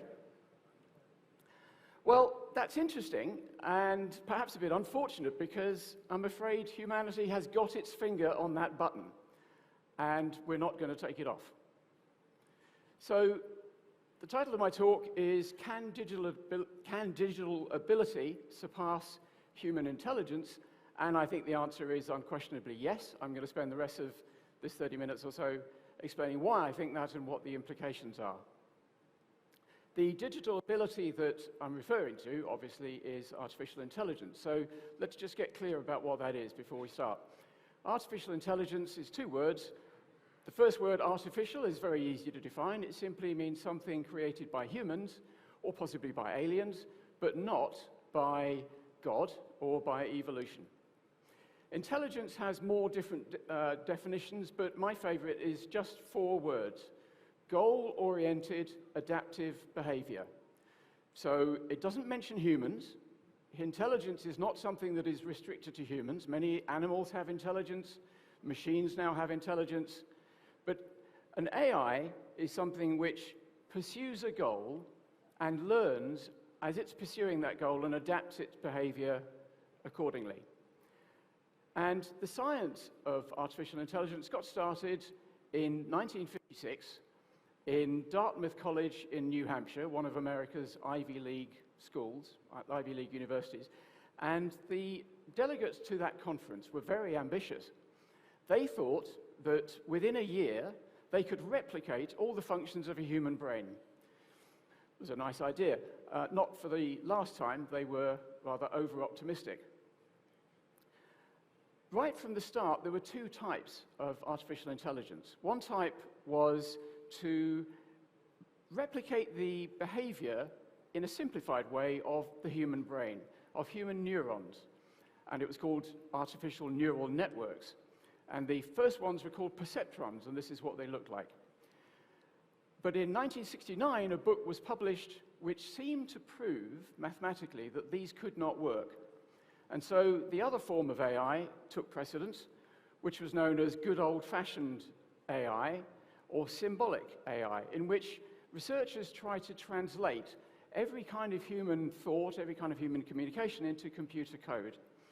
And that also didn't work terribly well, and so there were a couple of AI winters during which researchers just couldn't get any money for their work. Towards the end of the last century and the beginning of this century, AI did do some quite impressive things. Particularly in 1996, a system called Deep Blue, built by IBM, beat the world's best ever human chess player, which wasn't bad. Garry Kasparov, that chess player, accused them of cheating, and he was probably right, but he got over that. All this change, though, all this relative failure, all this failure to make money, which was the critical thing, it all changed in 2012 when there was a big bang in AI. And in 2012, a researcher called Jeff Hinton, known as the godfather of deep learning, he got artificial neural networks to work effectively using an algorithm called backpropagation. And he and some others rebranded artificial neural networks as deep learning. Now, there were three things which enabled Hinton to do that. The first was a process known as Moore's law, named after a man called Gordon Moore, who very sadly died last week, rest in peace. Gordon Moore was working at Fairchild Semiconductors when he noticed that that company was putting twice as many transistors on each chip it made every year, he thought at the time. Now, Moore's law has evolved over the time. It went from 1 year to 2 years, back to 1.5. Clock speed was added, and various other changes have happened. But what it means is that machines get twice as powerful, or half as expensive, whichever way you look at it, every 18 months. And that's been going on ever since 1965, when he first noticed it. The second change which enabled Hinton to achieve the Big Bang in AI in 2012 was the availability of enormous data sets of labeled images. And a woman called Fei-Fei Li is the unsung hero here. She created ImageNet, and an enormous amount of effort went into labeling millions and millions of pictures. And of course, most of them are cats. And then the third thing which enabled Hinton to create the Big Bang was the availability of GPUs. These are a type of transistor which is very well suited for deep learning. It was originally developed for video games, and they replaced CPUs in AI systems. And since the Big Bang in 2012, AI has made money. In fact, it's made lots of money. It's enabled Google and Facebook and some other firms to create the biggest companies in the world. And Google and Facebook in particular have done this by essentially taking advertising money away from Rupert Murdoch. Rupert Murdoch doesn't like that very much, and so there's been a techlash against the tech giants. Personally, I think it's a very good idea to take money away from Rupert Murdoch. I think we should do it more. Probably the pinnacle of public awareness of AI, thanks to deep learning, was when a system created by a company called DeepMind, which is based in London but owned by Google, they created a system called AlphaGo, and that beat the world's best Go player. Go is a much harder game to win with a computer than chess. So that was in 2016, but since 2016, the world got a bit bored with AI. We got distracted by other things.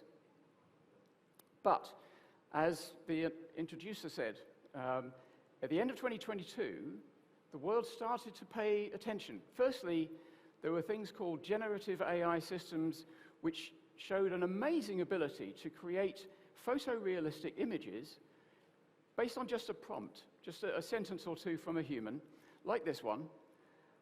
And then in November, a system called ChatGPT was released.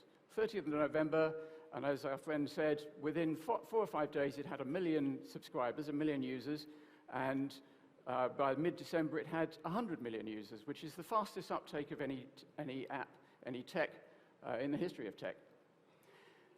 And then, 2 weeks ago, on the 14th of March, GPT-4 was released. Now, ChatGPT isn't the best large language model, or foundation model, as they're called, in the world, but it was just the one that the public was first able to play with. The public hadn't been able to play with anything quite so good before. So that really woke the world up. But GPT-4, released 2 weeks ago, is a real game changer. This is a very, very powerful system. It's very impressive.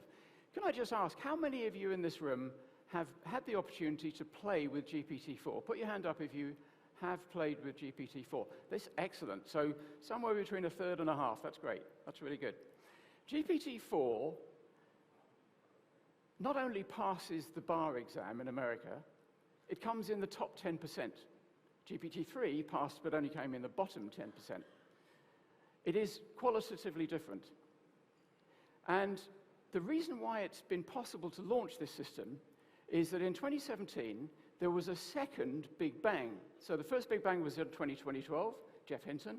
The second Big Bang was 2017, when some researchers at Google published a paper called Attention is All You Need. And in their lovely geeky way, they were riffing, obviously, on the famous Beatles song. ChatGPT and GPT-4, the GPT stands for Generative Pre-trained Transformers. So they're relying on transformer technology, which fortunately has nothing at all to do with these guys.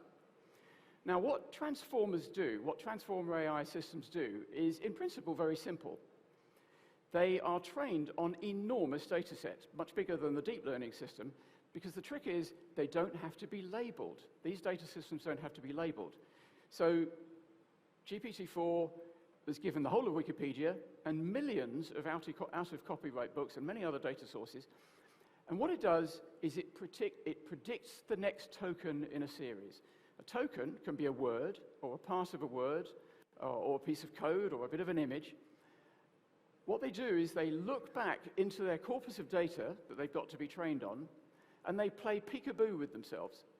They mask a token and try to figure out what that token ought to be according to all the context, all the words around it, backwards and forwards.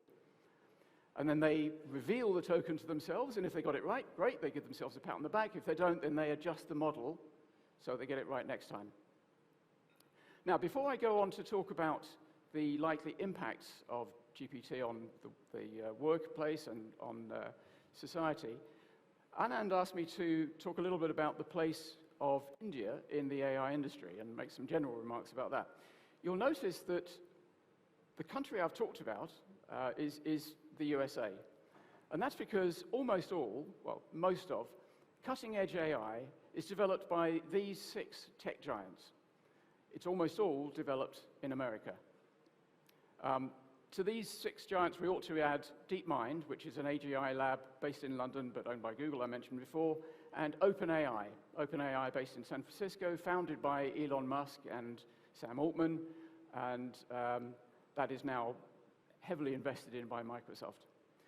In addition to America, China is a big player in cutting-edge AI. China has its own tech giants. Baidu, Alibaba, and Tencent are their analogies to Google, Facebook, and Amazon.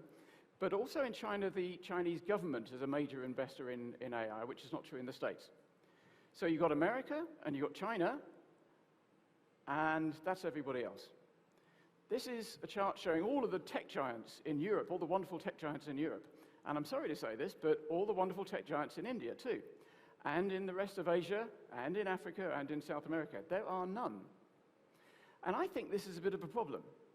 I mean, I might be old-fashioned, but I don't think it's a great idea for humanity's most powerful technology to be a duopoly of China and the US. No disrespect to either China or the US, but I think the rest of the world should be playing too.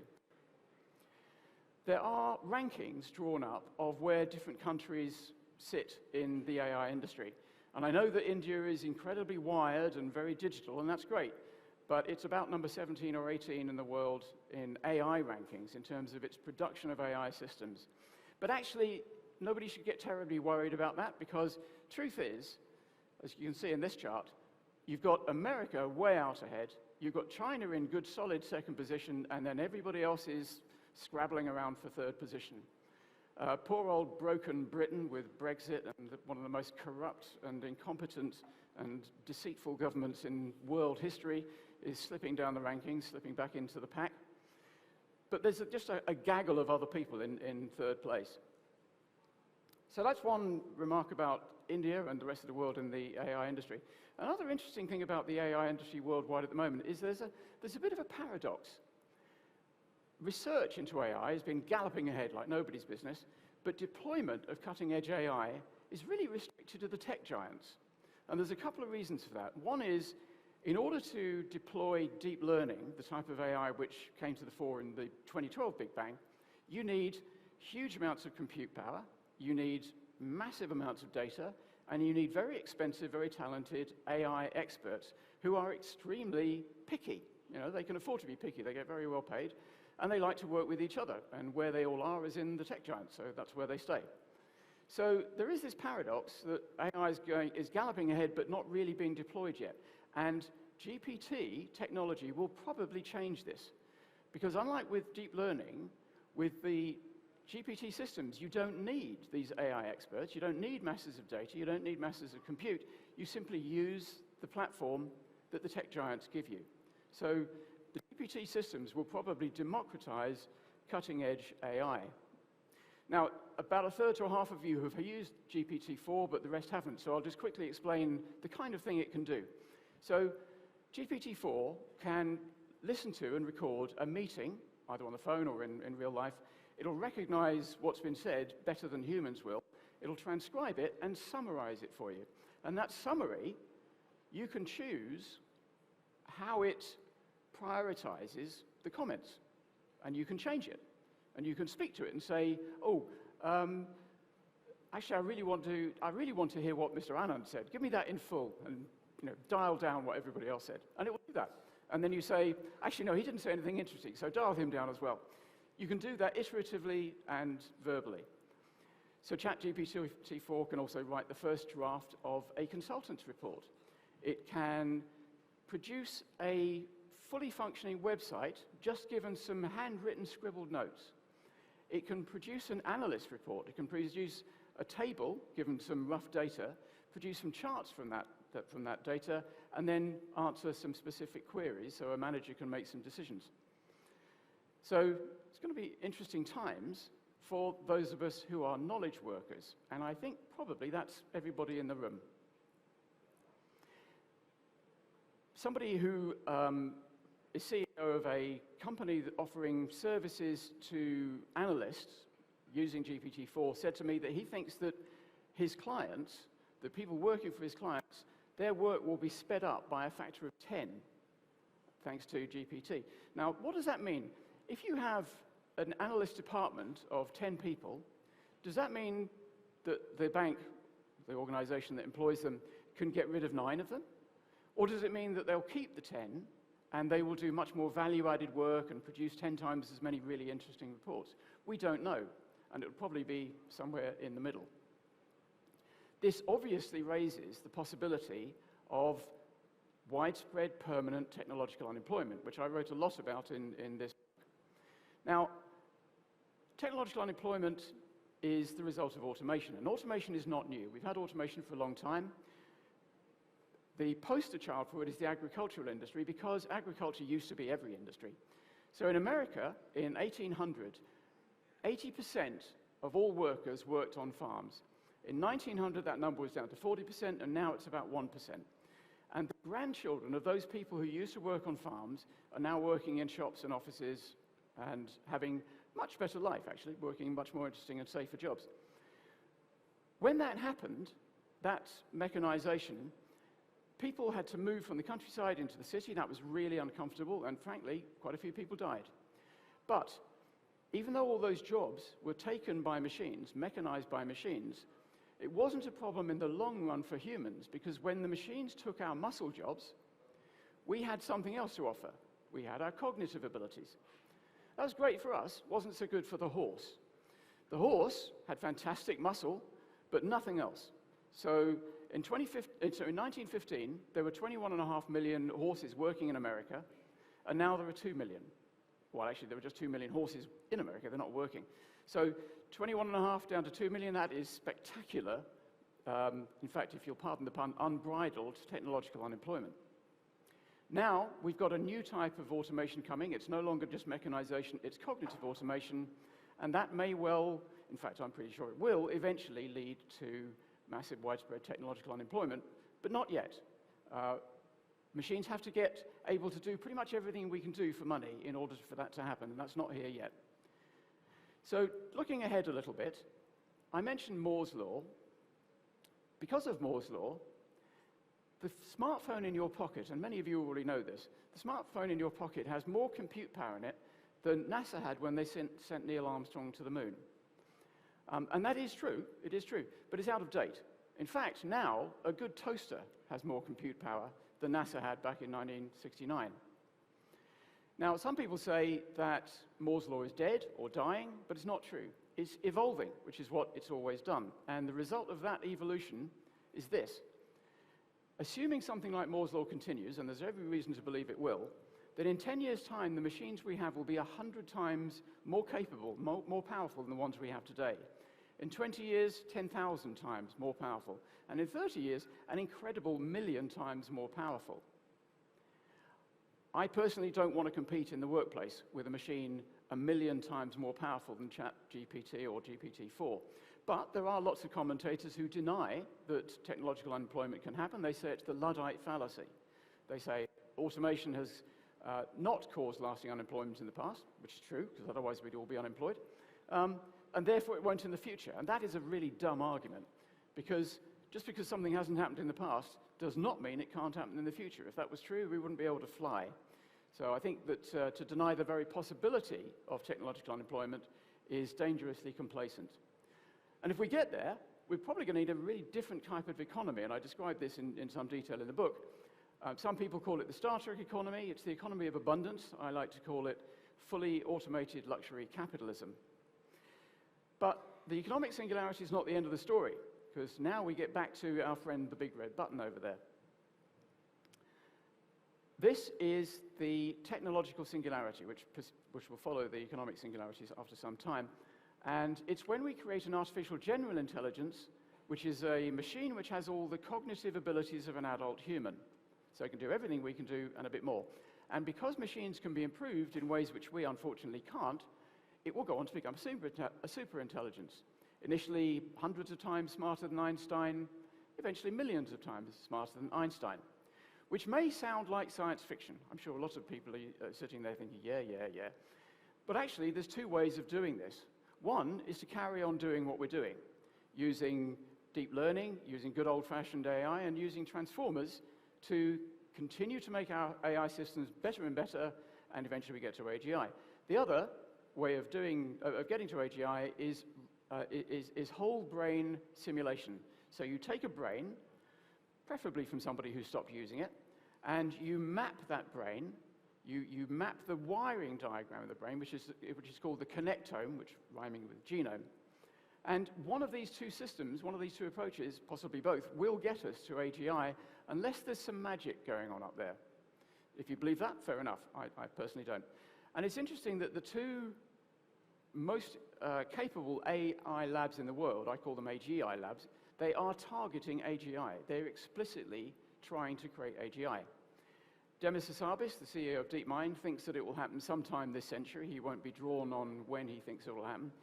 Sam Altman, the CEO of OpenAI, which, as you know, launched ChatGPT and GPT-4, he thinks AGI will come in a decade or so. If and when we create a superintelligence, it'll be the most important event in human history, and it will either be the best thing or the worst thing ever to happen to us. Because we will become the second smartest species on the planet. And at the moment, chimpanzees are the second smartest species on the planet, and their future is entirely decided by us. There's 500,000 or so of them, there's 8 billion of us, and they have no say in their future. If we decide they live, then they live. If we decide they die, then they die. And they are very lucky, because they don't know about that. Now, if and when we get to superintelligence, what will happen? The Terminator scenario is not, despite what some people would tell you, is not impossible. The idea of a computer system which wakes up, has a look around, takes a look at us and thinks, yeah, and decides to wipe us out is not impossible. The problem with the movies is that we survive more than 5 minutes. But we'd have to be really stupid and really unlucky for that to happen. It's more likely, more dangerous that we will suffer a nasty outcome because the AGI, the superintelligence, is indifferent to us. It doesn't hate us, doesn't love us. It just thinks it's got rather better uses for the atoms that we're made of than we have. Or it decides that it'd be a better world if there was no oxygen in it. So there's some pretty uncool possible outcomes, but the upside outcomes are remarkable. So DeepMind, one of these two AGI labs, has a two-step mission statement for itself and for humanity. Step one, solve intelligence, create a superintelligence. Step 2, use that to solve everything else. And they really mean everything else. War, poverty, death. Take death, for instance. 150,000 people die every day around the world, and 100,000 of those people die basically from aging. Aging causes dementia, heart disease, and cancer. And we know, more or less, what causes aging at a high level. There's about 10 factors that cause aging, but curing them is unbelievably complicated. We really need superintelligence to help us fix that. Now, there's some very cool upsides, there's some very uncool downsides, so what a lot of people very sensibly say is, let's push on the brake for a bit. Let's stop this process until we know how to make sure that the transition to superintelligence is safe. Unfortunately, to do that, we'd have to persuade every single one of the 8 billion people in the world that it was a good idea to stop, and that now is the time to stop, and that we can stop, and that nobody should cheat. Well, good luck getting the South Koreans to do that. Even better luck at getting the Brits to do that. So, frankly, I don't think that relinquishment is feasible. We have our finger on that red button, and we're not taking it off. So, to summarize, I do think that digital ability can surpass human intelligence. I think it will happen. 2 big questions are remaining: when and will we like it? I used to think, and these are frankly guesswork and that's all you can do, I used to think it's probably about a generation, 25 years until the economic singularity, and then another generation until the technological singularity. Now I'm basically halving those timelines because of GPT-4. I think maybe it's 12 and a half years to economic singularity, so 2035-ish, and another 12 and a half, so late 2040s to AGI, which is not very long. Now, it's always a good idea to put some historical context around things. Oh, sorry, I should just answer my other question, which was, will we like it? When we get to superintelligence, will we like it? We don't know whether an AGI, whether a superintelligence will look at us and think, you're a possible threat, I better get rid of you, or I just don't like you, I better get rid of you, or you're competing with me for some resources. On the whole, I think we're unlikely to be a threat to it, because once it's much cleverer than us, we, like the chimpanzees, can't hurt us, we won't be able to hurt it. And I think we're also unlikely to be competing with it. So my guess is that a superintelligence will actually quite like us, because intelligence craves stimulation. And we are 8 billion, incredibly varied and incredibly inventive and ingenious little entities, which the superintelligence would hopefully like to have around. And I think our best future is to combine with the superintelligence. So I said, let's have some historical context. A lot of people say that this is the 4th industrial revolution that we're in, and I think that is profoundly wrong. I think we're in something much, much bigger than a 4th industrial revolution. I think we're in the 5th human revolution. The first one, about 1 million years ago, is when we tamed fire and stopped being a completely negligible primate and became quite a powerful predator. And then we had the cognitive revolution 70,000 years ago, when our language developed to the point where we were able to collaborate on sophisticated projects, and then we became the apex predator on the planet.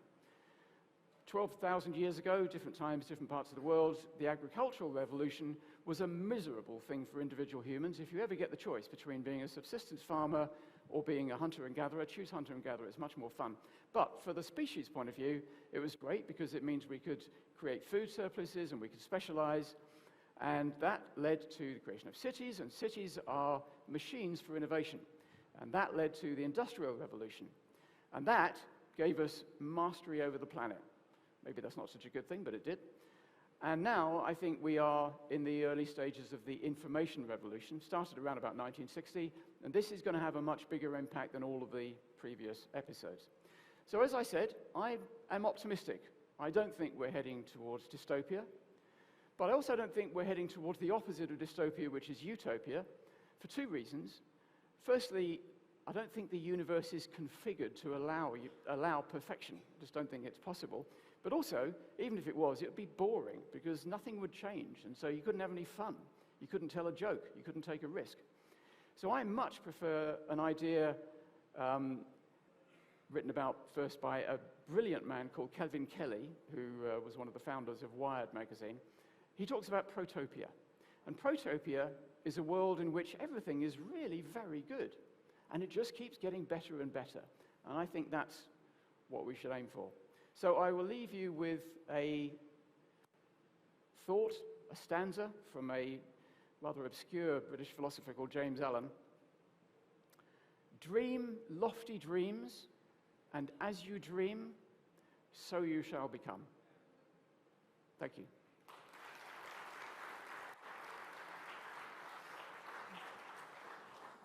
Thank you so much, Mr. Chase, for that. It was an absolute pleasure. Thank you so much for your presentation. Ladies and gentlemen, that was the author of Surviving AI, Calum Chase, and talking about, well, surviving AI, can digital ability surpass human imagination? Well, Mr. Gerd Leonhardt will be joining us very shortly. Before that, we have one other session which is equally interesting and intriguing. Now, as we know, India has taken a lead in world fintech inclusion with an adoption rate of 87%, which is substantially higher than the global average of 64%, according to the National Economic Survey of 2022-23.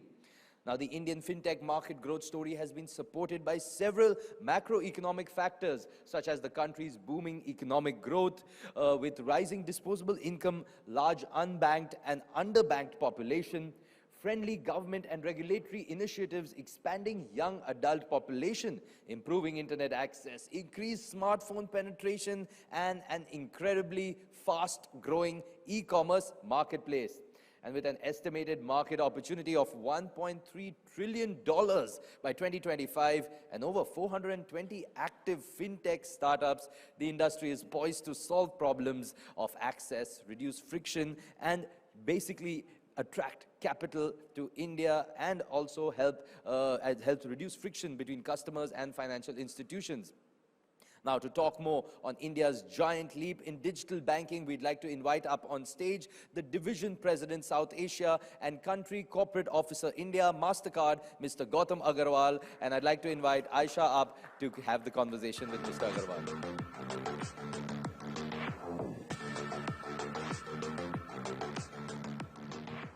Thanks for that, Sumit.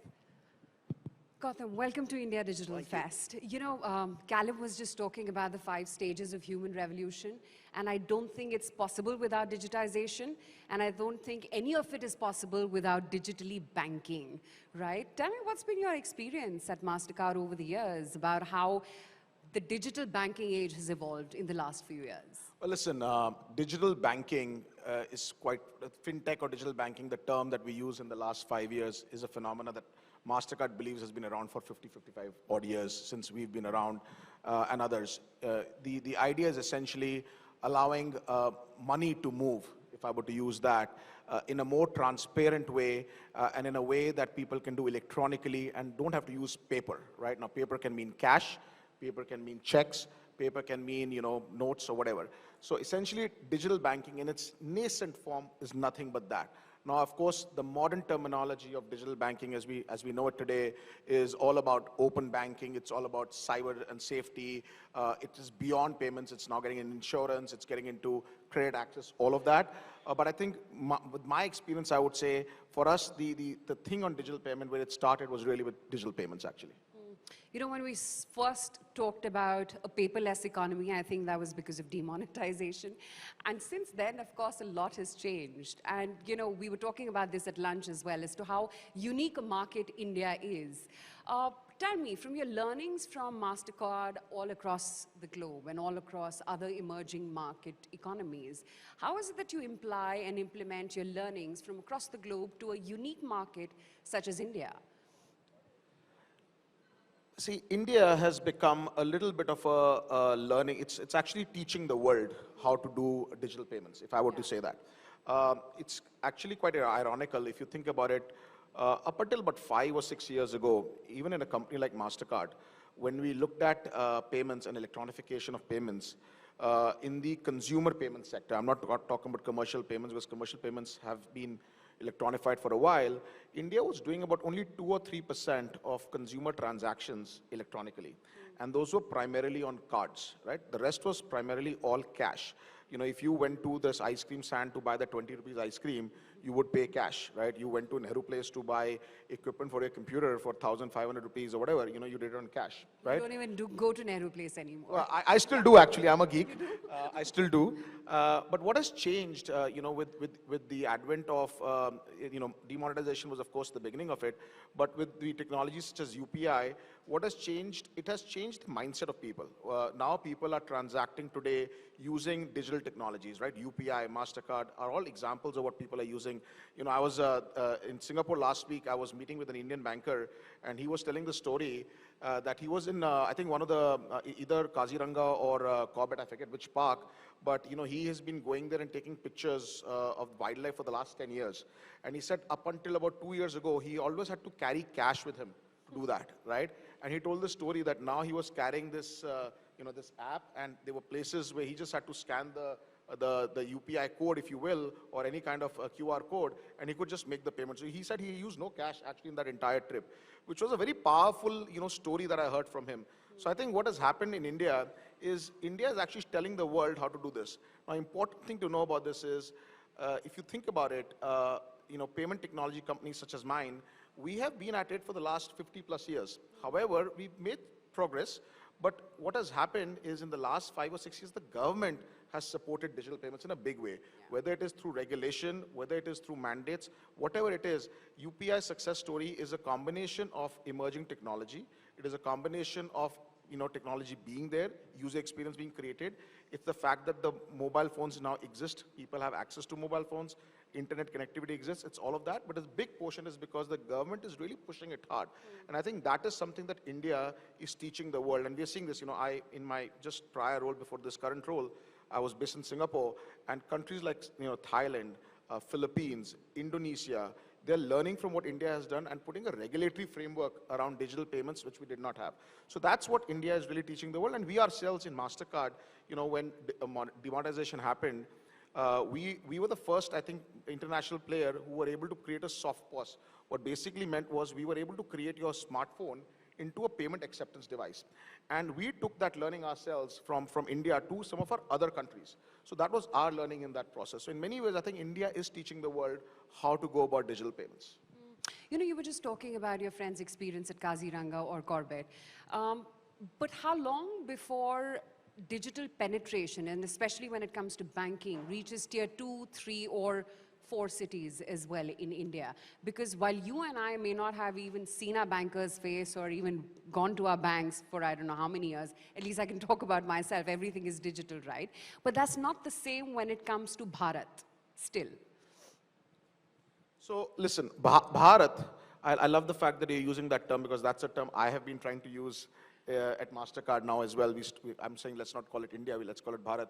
So what has happened is, you know, a combination of things. It is, whether it is banks, large banks, or whether it is telecom players, they are actually now using their access in the villages to promote banking, right?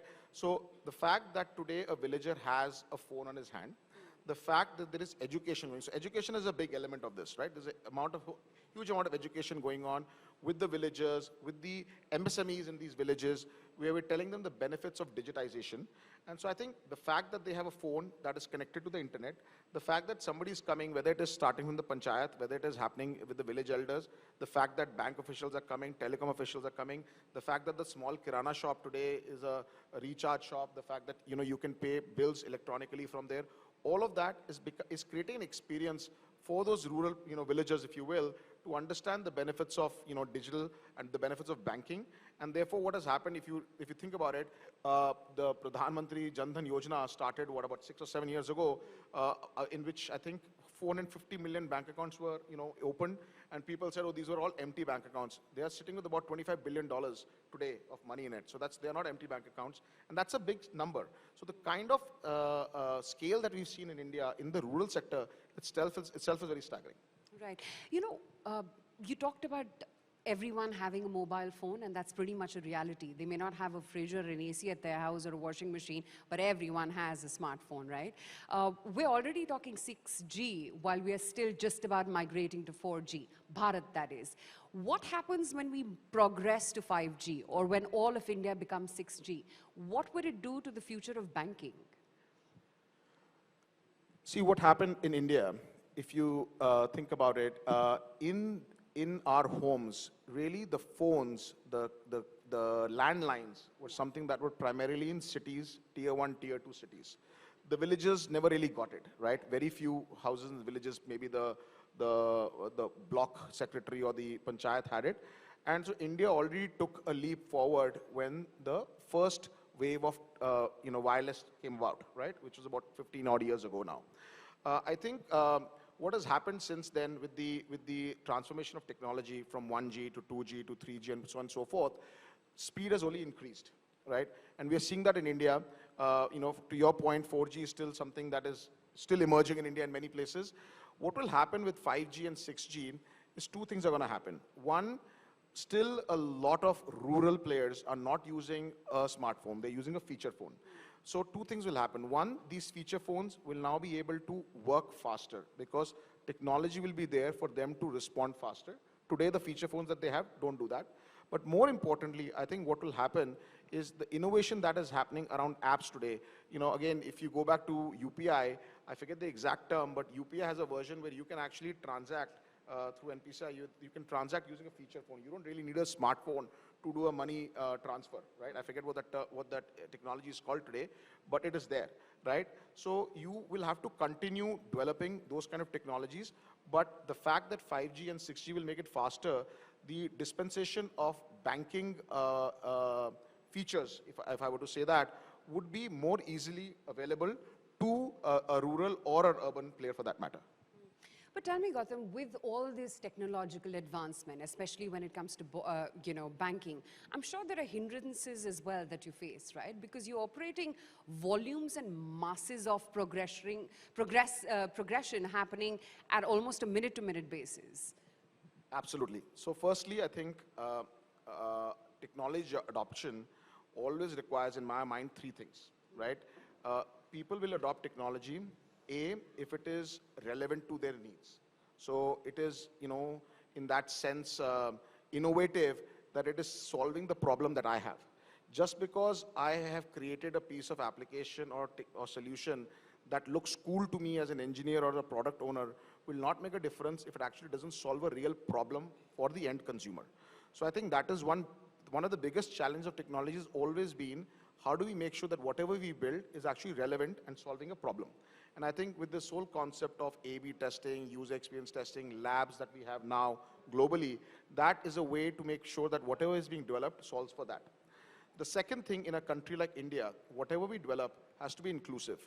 Because if you develop a solution that is only meant for a certain segment of society, it won't work. Because a country like India, it has to scale across urban and rural sectors. So it has to be inclusive in that sense. And that goes back to my earlier point that whenever, payment features were being built by these applications, they had to think of feature phones, smartphones, text-based phones, all of that. And the third biggest element within technology is the element of trust and or security. If I do not trust the piece of technology that is in front of me, or for that matter, anything, any process that is in front of me to do my job, I will not use it. Now, what happens with technology, and it has happened with digital payments also, there is digital fraud that happens. Cybersecurity is a big concern. The government, I think only in the last budget, declared 600 crores, earmarked 600 crores to actually work towards cybersecurity-related crimes. I was just going to come to that. I'm sorry to interrupt you here, because a lot of people are still very scared of putting data and knowledge as crucial as banking out there into the digital space. And that goes back to the point on trust, right? So I think that's why the importance of trust. I have to be able to trust the piece of technology that I'm working with. So we within MasterCard, and of course all of the companies that are in this space, are working on creating tools that create that ecosystem, right? With this trust being created. I was giving an example about this the other day to somebody where, up until about 2 or 3 years ago, we found a phone that could do biometrics, whether it was thumbprint or whether it was retina scan, as a very cool and secure thing. Quite frankly, it's not very secure, right? Because today, if I were to actually be able to copy your fingerprint, you've seen this in movies all the time, and I were to wear one of those things, I could get into your phone, right? There are enough ways to now develop a mask which can have your retina scan, and I can actually get into your phone. So there are other ways. So we have gone, at MasterCard, we've actually developed technologies where on the mobile phone, if you actually think about it, when you're holding your phone, there are about 1,000 variables that are different on how you hold your phone versus how I hold your phone. Yeah. So we have created technology where we are actually not only looking at the biometrics, your physical biometrics, we are actually looking at your behavioral biometrics also to know whether it's actually you trying to log in. And I tried this home. My kids, I have young kids, and they come to me very regularly and they'll say, Babu, please show your face, and they'll unlock my phone with my phone. And I don't want them to be using everything that I have, right? So now we have a way, the technology can actually tell you whether it's me holding the phone, whether it's me pressing the phone, whether it's somebody else. So I think those kind of innovations will have to continue to happen, in parallel for you to continue to build that trust. But one last element I do want to talk about related to your earlier question is all of this will not work if the regulatory and the government support is not around there. A great example is, you will continue to have bank fraud, you will continue to have payments fraud, because something will go wrong somewhere. Somebody will be able to hack into some system. But when a fraud happens, the banking ecosystem has to have the right governance in place where if, say, my money goes from bank A to bank B in a fraudulent manner, and bank A knows that it's gone to bank B in a fraudulent manner, there has to be cooperation between the banks so that the money can be recovered. That doesn't exist today, right? We will talk about, regulation, policies that are going towards that, but we need that kind of framework also in place for technology to be perfectly working. But tell me, so then are you consciously at MasterCard investing more in data security? Is that an obvious? Absolutely. So to give you a number, if I remember this right, since 2020 alone, we have spent close to $1 billion globally in cybersecurity or security-related products, whether it is we building our own products or whether we acquiring products from elsewhere. We have a whole team of people in India, 1/3 of our workforce is in India today, who are actually doing a lot of research in, cybersecurity, AI, ML. We believe in the last 2 years alone, we have actually processed about, we process about 10 billion transactions a month. In that, I would say we have actually prevented close to $30 billion worth of fraud, right? So we are, cybersecurity and security broadly is probably the second biggest pillar of MasterCard after payments, where we are focused on, and we continue to invest in. I also wanted to talk about how machine learning in general helps banking, right? The latest buzz in the fad word is ChatGPT. Does that hinder your business in any way or aid it?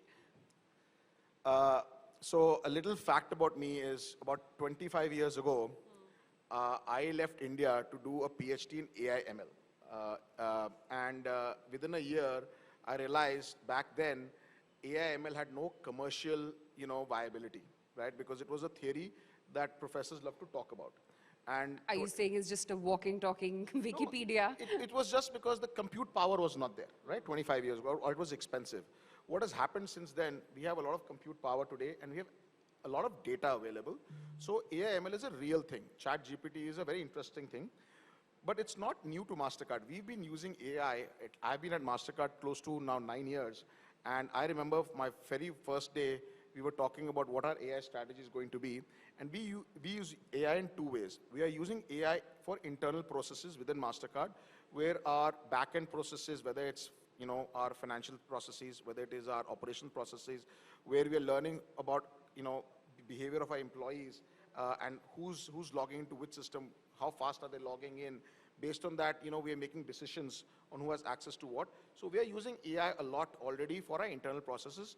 But beyond that, pretty much today, all our payment transaction, every single payment transaction that we process today goes through some sort of an AI engine today, where we are qualifying the transaction, whether it's a fraudulent transaction or not. In fact, if you use your card today, there are times where, and if you've set alerts for your card, and if you're using a physical card, you will notice you take out a card from your pocket, you swipe your card, or you tap your card, or you dip your card, whatever you do, even before you actually take the card back and try to put it in a pocket, your phone or your email system will get an alert of some sort, whether it was a right payment alert, whether it was a AI process alert saying this is a fraudulent transaction. It happens in nanoseconds.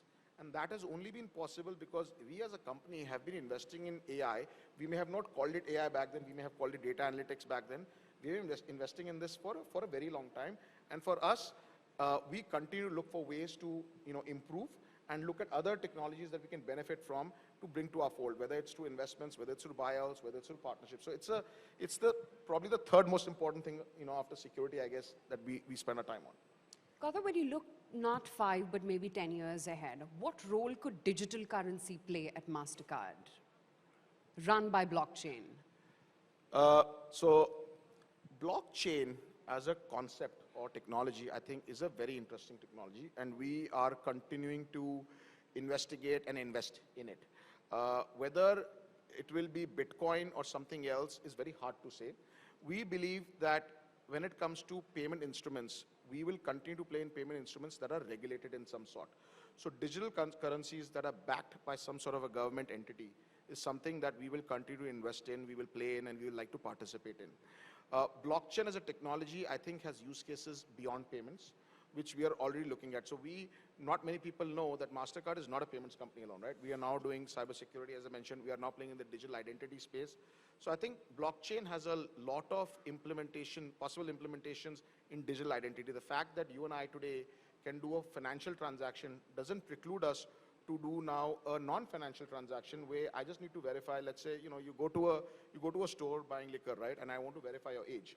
There should be a way for me to be able to verify your age without looking at your ID, physical ID, right? That is a digital identity exchange, right, that we could be offering as a service.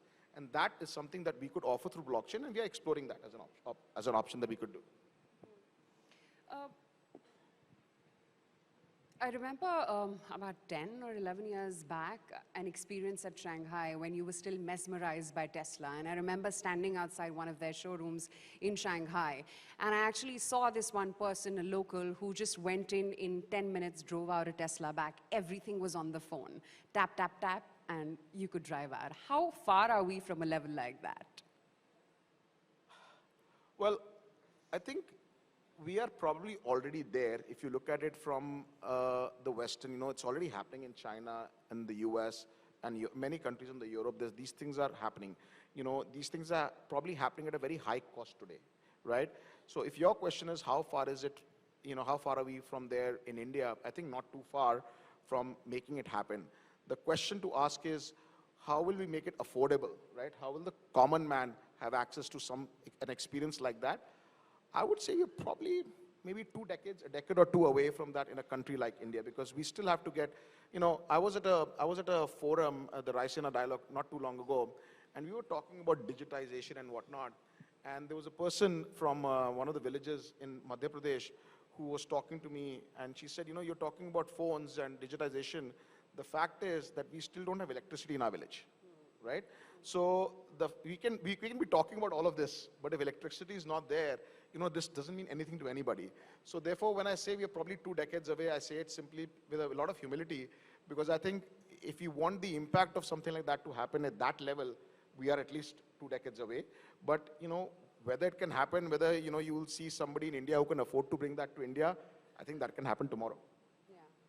So is MasterCard's focus India or Bharat next?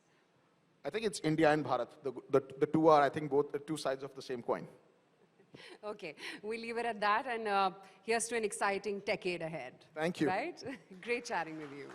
Thank you. Thank you, Mr. Agarwal, and thank you, Aisha, for that lovely conversation. Ladies and gentlemen, we'd like to take a moment here to thank our sponsors at WhatsApp Presents Times Network India Digital Fest. Future begins here. Presenting partner WhatsApp, associate partner Dream Sports, banking partner IDFC First Bank, knowledge partner Ramaya University Applied Sciences Bengaluru. Sorry, associate partner Storia Foods. Now we'd also love to hear your thoughts, your suggestions. We'd love for you to share your photos, and if you've been taking any videos as well, do put it up on social media. Do remember to tag us, which is hashtag India Digital Fest, as well as hashtag IDF 2023. All right, a very interesting session is coming up right now. As you know, we've been speaking about India's advantages. One of them is, of course, the country's largest youth populations in the world. Now, India as a country has a large pool of talented trainable, and digital savvy workforce. These troves of professionals who graduate each year have to be nurtured and provided the correct skills to enter the workplace. And therefore, it becomes imperative that we correctly utilize technology to empower employees, validate their skills, and in the process, create the best possible ecosystem for them to reach their full potential. And now to provide us with the policymaker perspective on this, we'd like to invite on stage, albeit virtually, the Union Minister of State for Skill Development and Entrepreneurship and the Union Minister of State for Electronics and Information Technology, Shri Rajiv Chandrasekhar, and he'll be in conversation with Managing Editor, Times Network, and Business Head, Times Influence, Mihir Bhatt, on skilling India's future-ready workforce.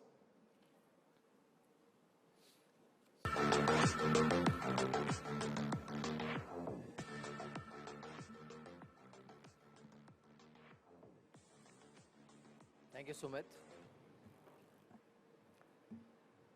As we all know, the election season is on. So Minister had to rush to Karnataka, but he's joining us straight from Karnataka, and we'll have a chat with him.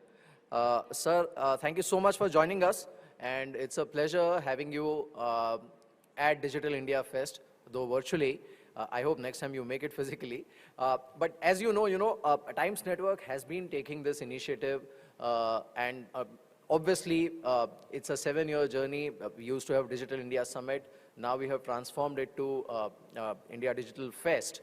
First of all, what is your message for the audience here, which is a mix of obviously entrepreneurs and people who are part of digital ecosystem in India? So, namaskar, and thank you for inviting me to speak on this celebration of Digital India. Thank you to the Times Group and the Times Network for doing this very important celebration every year of all things digital, and in particular the innovation that has been built around the last 6 or 7 years around Digital India. There is obviously very much to speak about how far our country has traveled, but I will just say this, that we are living certainly in one of the most exciting periods of India's independent history, and a large part of that excitement, the large part of the promise for India in the coming years, as in the decade of technology opportunities, for which our Honorable Prime Minister has created a beautiful brand called the India Decade, a decade full of technology opportunities. A lot of this has been built around the trends of the increasing digitization of the world, and indeed India's growing preeminence in that space. So I think this annual celebration of Digital India is also, in a sense, a report carding of how fast and how far we are traveling every year. And so I thank Times Network and indeed all those associated for having this annual celebration, and in a sense, putting a marker on the ground for the years ahead in terms of innovation and growth of the digital economy. Right, sir. Absolutely. Sir, India is already considered, a superpower when it comes to digital ecosystem in the world. And we have seen the strides that India as a nation and as a digital economy has taken when it comes to, the online transactions, the UPI transactions, the retail. Now, obviously, going forward, this is only going to grow. And that requires India to keep pace with innovations which are happening around the world, and at the same time, focus heavily on capacity to develop that kind of skill sets in India. So what is Government of India's plan for that? Look, I think one way of, in a sense, putting in perspective what our plan is, also to understand how far we have traveled in the last 8 years since Honorable Prime Minister launched Digital India. And if you remember, pre-2014, when there was a conversation about technology in India, or indeed the digital economy, it was almost certainly limited to the IT and ITES space, and which was growing well. It has created tremendous amount of economic opportunity and created tremendous investments and jobs.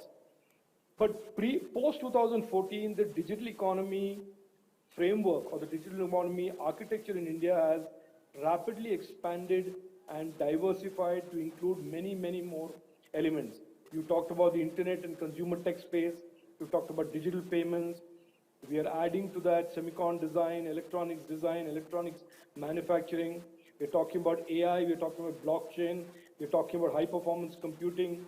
And so there is almost every segment of technology that the world today is looking at as opportunities, looking at as disruptions. India and Indian entrepreneurs are present there. India is no longer an outlier in the digital economy of the world. It is a significant presence and a significant player in the digital economy of the world. And I would go as far as to say, Mihir, that going forward, the landscape of technology, the future of technology, whether it is the future of the internet, the future of AI, the future of the data economy, whatever, or indeed the semicon and compute side of it, Indian entrepreneurship and Indian innovation will be on the round table when big decisions are being made, when big innovations are being celebrated.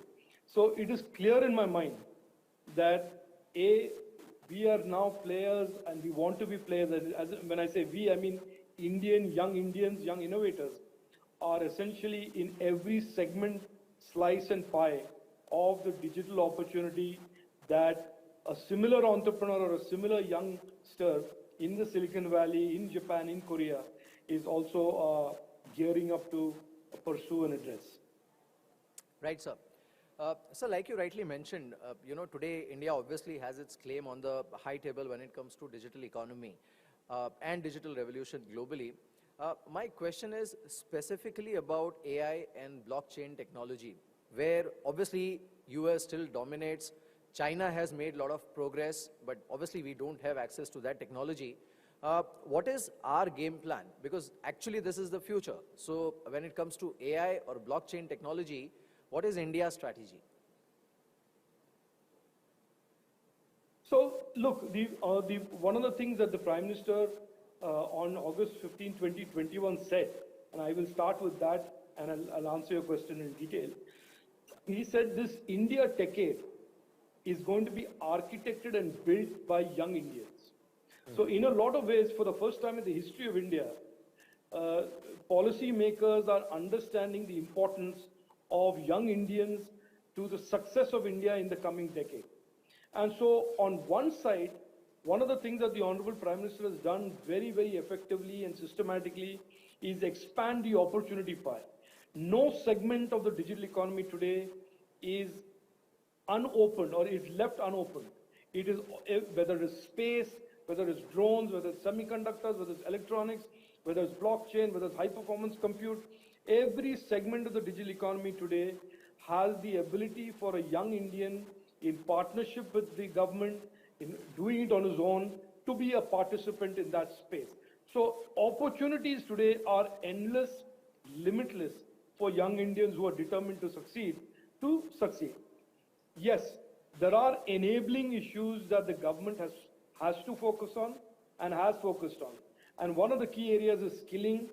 And you know there are two very important pillars of that. One is the national education policy with the very, very flexible framework of a national credit framework, academic banking of credits, allowing students to weave their way through the educational system as they determine something, as they find something that is to their liking, to their passion, and on top of it overlaying this very, very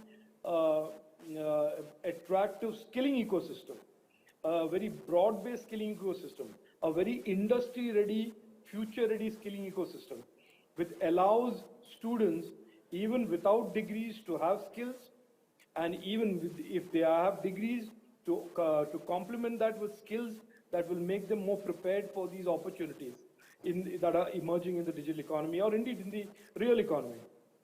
The Honorable Prime Minister repeatedly says, and it is a message that I have the privilege of repeating whenever I go to colleges and campuses, which is that education gives you knowledge, but skills gives you the ability, the real ability to pursue these vast numbers of opportunities that are emerging in this digitizing world post-COVID. So there is a comprehensive plan. There is a skilling ecosystem that is being built, that is being modernized and being made more industry ready, more future ready. We have 6,000 skills that are being delivered through a widespread skill network. We are now bringing the academic institutions into that network. I just launched it 3 days ago in Bengaluru. And that allows a student, even if he is doing a degree or she is doing a degree, to also do a skill program. And that skill could be a white-collar skill at the very high end, drones, AI, robotics, Industry 4.0, or it could be a typical blue-collar skill where there is a lot of demand, but with blue-collar skill with the digital skills that are required to succeed in the digital age. Right. Sir, it started during the pandemic as a China plus one strategy for a lot of corporate giants, or I would say MNCs, companies like Apple, who are trying to set up their plants in India.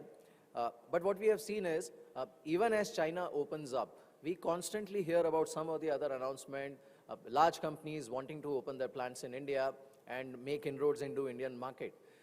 While we have seen some layoffs and some challenges, especially in startup world and valuations in developed markets. So to that extent, can we say that the Indian digital economy and startup ecosystem is delinked?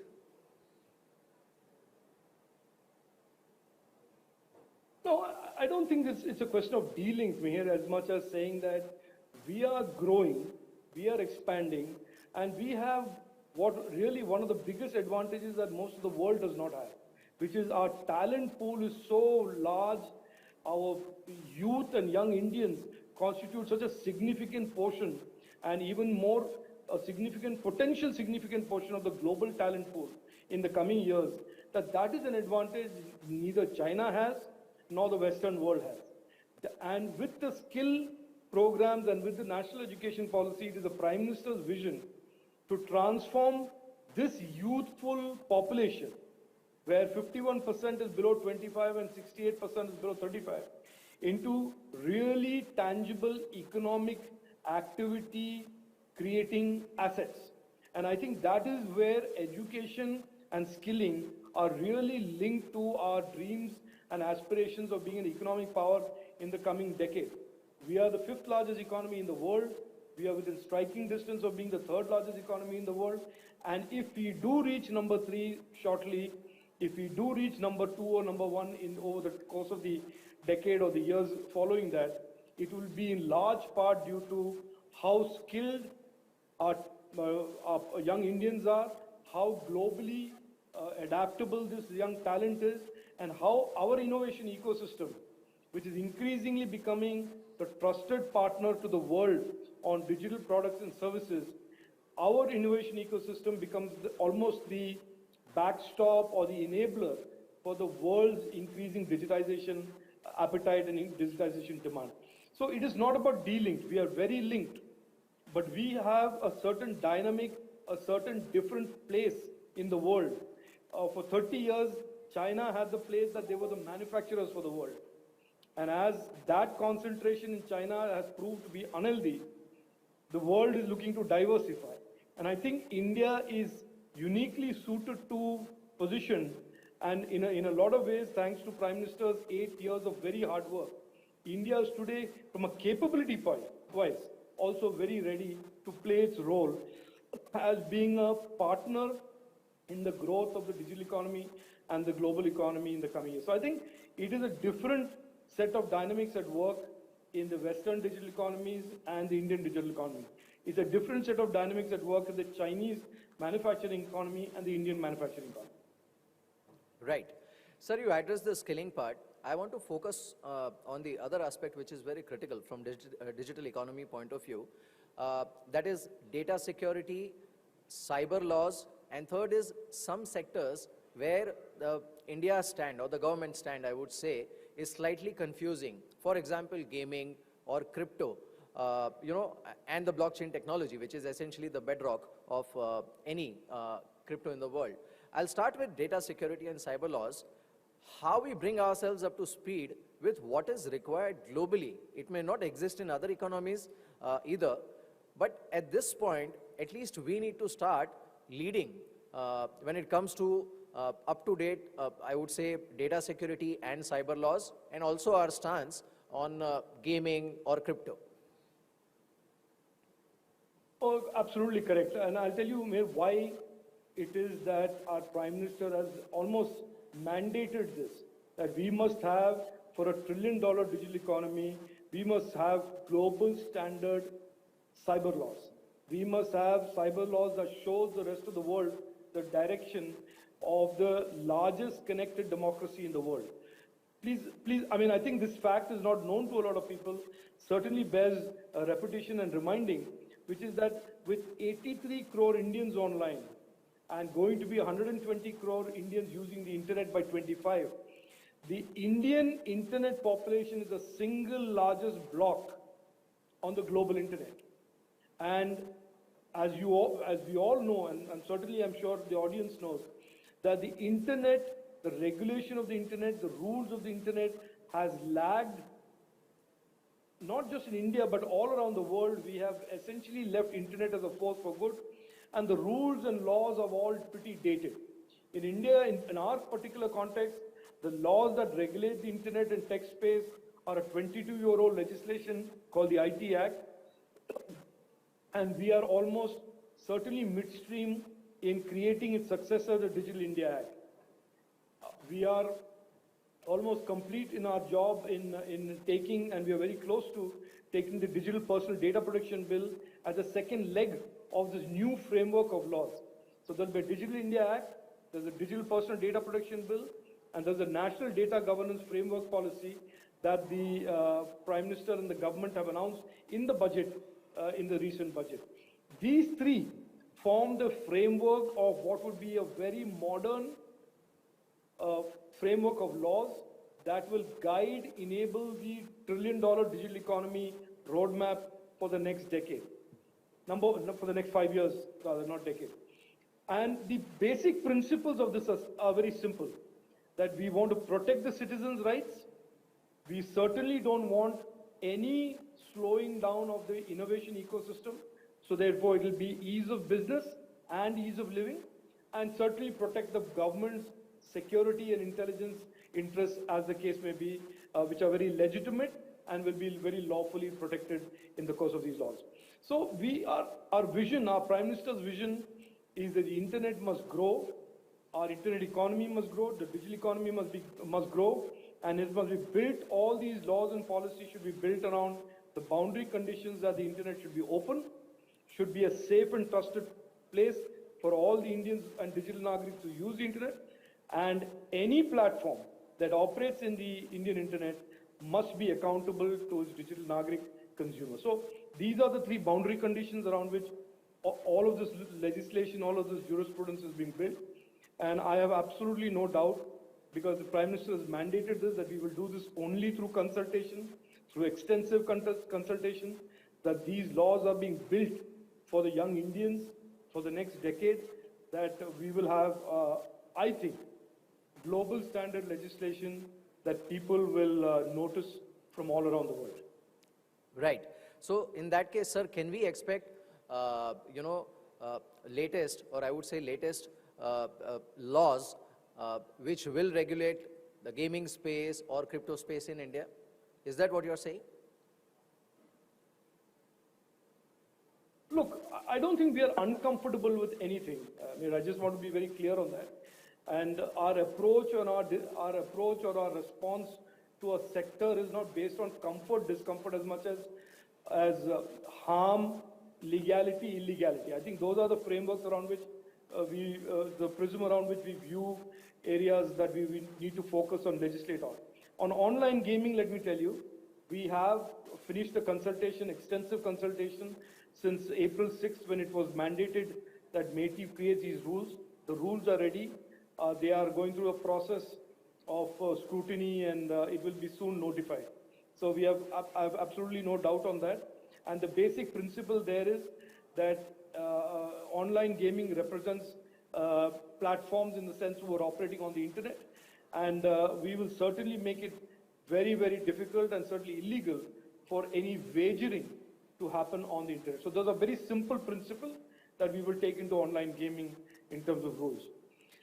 In terms of crypto and the blockchain, look, I have said this before, and the government of India is very clear in its stand on all things internet, including the future of the internet, which is Web3 and blockchain. We are certainly extremely supportive and extremely enabling of any innovation.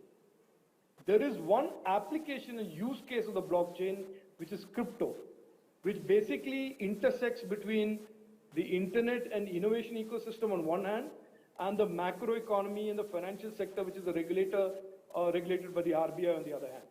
And look, this phenomenon is not a unique phenomenon. As more and more functionality and services get enabled online, there are going to be these many increasing examples of twin regulation. So there will be a sectoral regulator who has his or her view on what the regulations for that sector must be, and there will be the internet and tech regulator, which is MeitY. So we have no problems on anything to do with blockchain. We have said this, I have said this, but certainly it is RBI's case, and it's a very legit case, that crypto represents a macroeconomic risk. It represents many other types of risk, and as if that statement was not enough, FTX and many of these cases have only reaffirmed that crypto is not business as usual, and certainly crypto is not just innovation. So I think there is a need for that to be regulated. Countries around the world, central banks around the world are all trying to grapple with this problem. And I have said from certainly from February 2022, when I first spoke on the subject, that in India, crypto is not illegal. If you buy crypto through the legitimate channels of LRS, RBI approved dispensation on foreign exchange, it is your choice to lose money or make money, and do it in a legal manner. The government, especially our government, does not get into the business of where you should invest in and what you should not invest in. But we certainly have in a sense, obligation to explain to Indian citizens that you can't exchange rupees for cryptos if you don't go through the LRS route or you violate FEMA. So that is where it is today, and the RBI is very, very clear on this. They have done an excellent job about steering our economy through very, very rocky, difficult, stormy, turbulent global economic times. And I think we should respect their view on how they chart out the crypto course and the crypto runway and the crypto roadmap. And certainly they have said that the CBDC is a route that they want to take. And I have absolutely no problem with that at all. And I think it is certainly the best way to do this without creating any downside risk for our economy. Nobody, no government in the world today wants to build downside risk at a time when there is so much of turbulence and so much of uncertainty in the world. Certainly, just because it sounds like an innovative, fashionable thing to do, I don't think we should be rushing headlong into saying crypto is right and crypto is good. Right. So last question to you. You did mention about the uncertainty in the world, and we have seen that happening in startup ecosystem. India obviously is the third largest startup ecosystem in the world.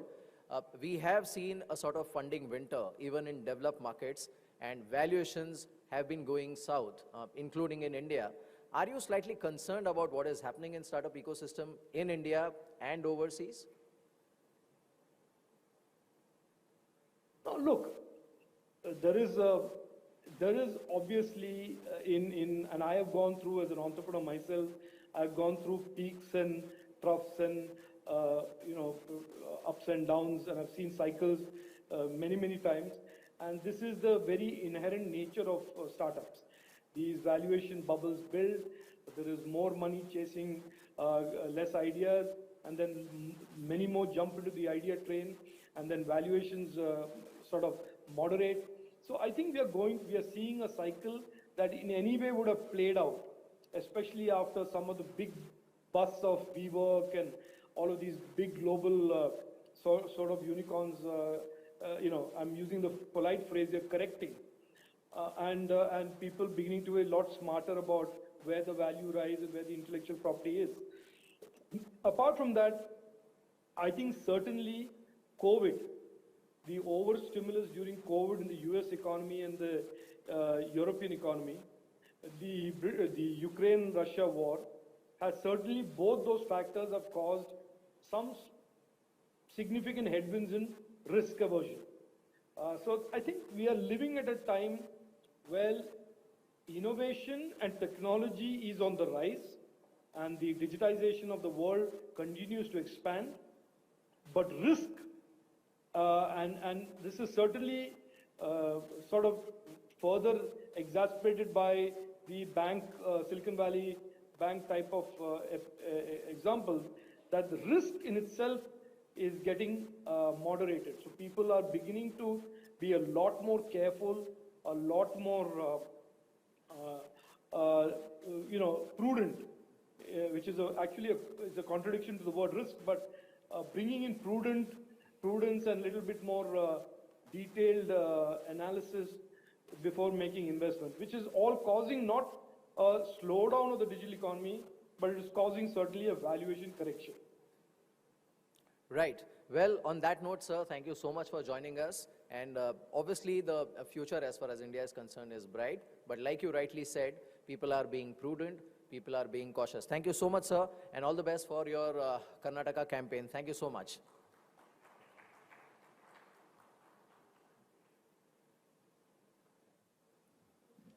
Thank you, Mr. Chandrasekhar, sir, and thank you, Mihir, for that. Ladies and gentlemen, well, without further ado, I'd like to invite back on stage humanist and futurist Gerd Leonhard to continue where he left off. Gerd, over to you. Let's have a round of applause, ladies and gentlemen, for Gerd. You know it's going to be a very interesting presentation. We did see a part of it. So back to you, Gerd. Namaste again, and Dhanyavad for waiting. So last week I was in Lanzarote here, filming for my next film. It's called The Better Future. And a drone fell on me. And this is what happened to my nose. So sorry about that. Now, the drone is a joke, but it did happen in Lanzarote. But anyway, so let's start here. Thanks for Callum for covering. He did a great job. I was joking, I should have Callum do my slides and I will do his slides. You know, that would have been an interesting angle. Anyway, so in this film, I talk about the good future. And a lot of that is about technology. It's the question basically, how do we use technology without it becoming too much? And a mentor of mine, Buckminster Fuller, a futurist, he once said, we are to be architects of the future, not its victims. We have to be architects of technology to make it come out well for us. That is so important because we've seen many examples where we didn't do that. It didn't come out well. So I'll talk about what that means for AI. Also why I think basically whether it's a good future or indeed a bad future has a lot to do with this kind of convergence of humans and machines as we're going into the future. And Callum talked about that in his talk. Right? I believe that we should not converge with technology. I think we should use technology as a powerful tool to become more human, and that we must control technology, not to overpower us. I think this is a really important point, and I'll speak more about that in the next coming minutes. First, we have 4 exponential changes in technology. Obviously, the information technology, big data, cloud computing, that is an old hat happening everywhere. The next one is energy and climate technology, which India is a little bit lacking on. I will talk more about that in a minute. And biotechnology, synthetic materials, nanotechnology, and finally, this has taken a leap now, AI technology. You take all of those 4 things together, that is the future of business, economics, everything, in a nutshell.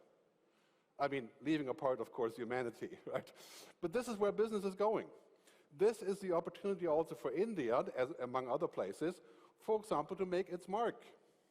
It's kind of late for India to become a leader in AI in the sense of Americans or Chinese, right? But India could be a leader in biotechnology, in climate technology. Many people have said the next 100 unicorns, billion-dollar companies, will all be in climate technology. Because that's a very big issue that we're struggling with, right? So if you take all these 4 together, that's kind of the roadmap for this future. Most important part, however, is this. How do we have that handshake between humans and machines? Who is actually in charge of this? What kind of rules should we have? Should we not allow certain things, like, for example, changing your body to be a cyborg so you can work faster? Longevity to be 150 years old? We're going to need this: balance, safety, security, ethics, control, and trust. And these are very murky issues. You know, they're very muddy, ephemeral. I always say trust isn't digital. We can't generate trust by having a digital tool, and we can't download happiness. Right? These are things that are human, very difficult. So most important is purpose. What is the sense of technology? What is it supposed to do? Why are we using it? Why are we not using it? Right? And that is the question that we must ask about AI. What is the purpose of artificial intelligence? Is it to make business faster, reduce the overhead, create new jobs, destroy old jobs? Right? That is the key question. So I believe that we have a future that could be amazing. It could be a kind of nirvana, a heaven, right? Or it could be hell, depending on what we decide, right? Heaven or hell. Here, I'll give you one argument for heaven. That would be, for example, self-sufficiency and productivity increases by offloading commodity jobs, by helping people to accelerate research. That's the good part of technology. For example, we can probably solve cancer in the next 2 decades using artificial intelligence and cloud biology.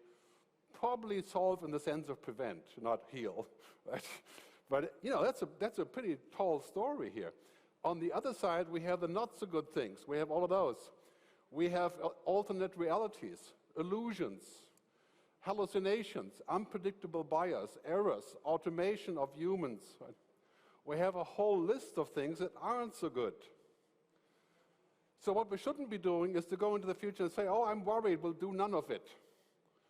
That option doesn't exist. Right? What we have to do is to say, we're going to try to get the benefits and limit the negative things, like we didn't do in oil and gas and coal. We just used it because it was there and it worked, and now we have the result. We're going to have to work very hard for 20 years so that your kids can live in a world that doesn't go towards 5 degrees global warming. 20 years because of the action that we didn't take. So if we compare this, let's start with a simple definition.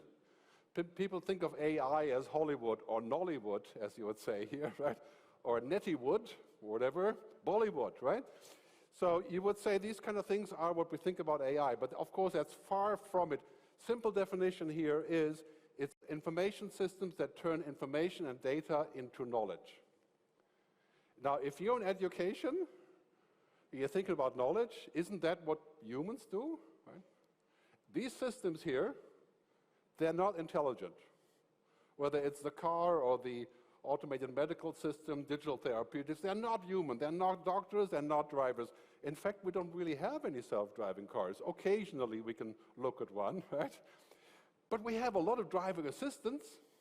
So here's the rule for your future. You should write this down, because a person, professional with an AI, will beat the person without the AI, but the AI will not beat the person. It's important to remember. A person without tools, without weapons, if you wish, right, will beat the person without. It's obvious, and it's been always like this. And right now, the toughest thing that's happening is that machine learning and deep learning is exploding, as we see now in ChatGPT. I'll show some examples. So I figured, rather than explaining what ChatGPT is, which I think you already know now, but it's a large language model that creates synthetic information. Synthetic, right? That means not organic. Synthetic means made-up stories, made-up videos, made-up images. That can be very enlightening and interesting, but nevertheless, they're not organic like from a human. Show you a short trailer here. GPT-4 is the latest AI system from OpenAI, the lab that created DALL-E and ChatGPT. GPT-4 is a breakthrough in problem-solving capabilities. For example, you can ask it how you would clean the inside of a tank filled with piranhas, and it'll give you something useful. It can also read, analyze, or generate up to 25,000 words of text. It can write code in all major programming languages. And Well, you get the point. You know, a tank full of piranhas is a very first world problem, but nevertheless, it's a good example. Right? So it can do a lot of things that we used to do. It can make a website, it can write code, it can translate. I'll show more examples of that. It's powerful, and I use it all the time. What it isn't is anywhere close to sentient or human or aware. And I show you why that is. Basically, the way I look at it is like this. This, to me, is ChatGPT. The generative pre-trained transformer is a machine that goes out and looks for logical conclusions to a question. Is looking at a very large repertoire of words and sentences. Here's the best illustration from this guy on YouTube, Marquise Brownlee, right? He says, what does a quick brown fox do? Look for plausible answers, and boom, the big brown fox jumps over the lazy dog. That's the answer. Right? It's an autocomplete. That's really what it is. It's a language model. It doesn't know what a fox is. It doesn't know why the fox is smarter than the dog, any of these things. It just finds an answer. And when we look at this, you know, some people have joked that ChatGPT and AI is kind of like a parrot, right? A fancy parrot. It can just make answers like a parrot, but it's still a parrot. Occasionally speaks nonsense, but it's not a cutie bird. So, nevertheless, I figured I should try it. Okay, so before I came here, I asked ChatGPT about what I should say. You know, this is what lazy futurists do, right? And I asked it about India. It's hard to read. What's so great about Digital India Initiative? And he gave me a couple interesting bullets. They're very hard to read here. But improved connectivity, enhanced public services, you know, the regular story. Then I asked it again about how AI could help India. That was really interesting. It came up with healthcare to improve diagnostics, agriculture, education, which I don't believe, but infrastructure. The best part was this. I asked ChatGPT whether I am the good guy to speak to you. Right? And it said yes, which I was happy about. I guess that's why I like ChatGPT. And then I asked it, what should I look like in India? And it said, you should look like this. Right? Not like a bloody German, just kidding, but more like Elon Musk. Right? So it gave me this, and that was very interesting using an AI. And then I do translation. Sometimes I have this tool that is easily translatable into 15 languages when I write emails. So next time you write to me in Hindi, I can respond, and I can, you know, the tool can do that. That's pretty funny, and it's a good gadget. Right? Good evening, ladies and gentlemen. I'm Aiden, and I'm thrilled to be here with you tonight. Let me share a little about myself and an important message. I was created by an individual who, realizing the potential of AI, used Mid-Journey to bring me to life. So this is a clip of a guy who had the text made up by an AI, the video made by an AI, the whole composition was made by an AI, a video about himself. And the voice is also AI. Right? So if you're really lazy, that's your future. Right? So if you're looking to get married, you send your proposal like this, you know, something like that. But what I really like about AI that I use is a thing called pseudo-write.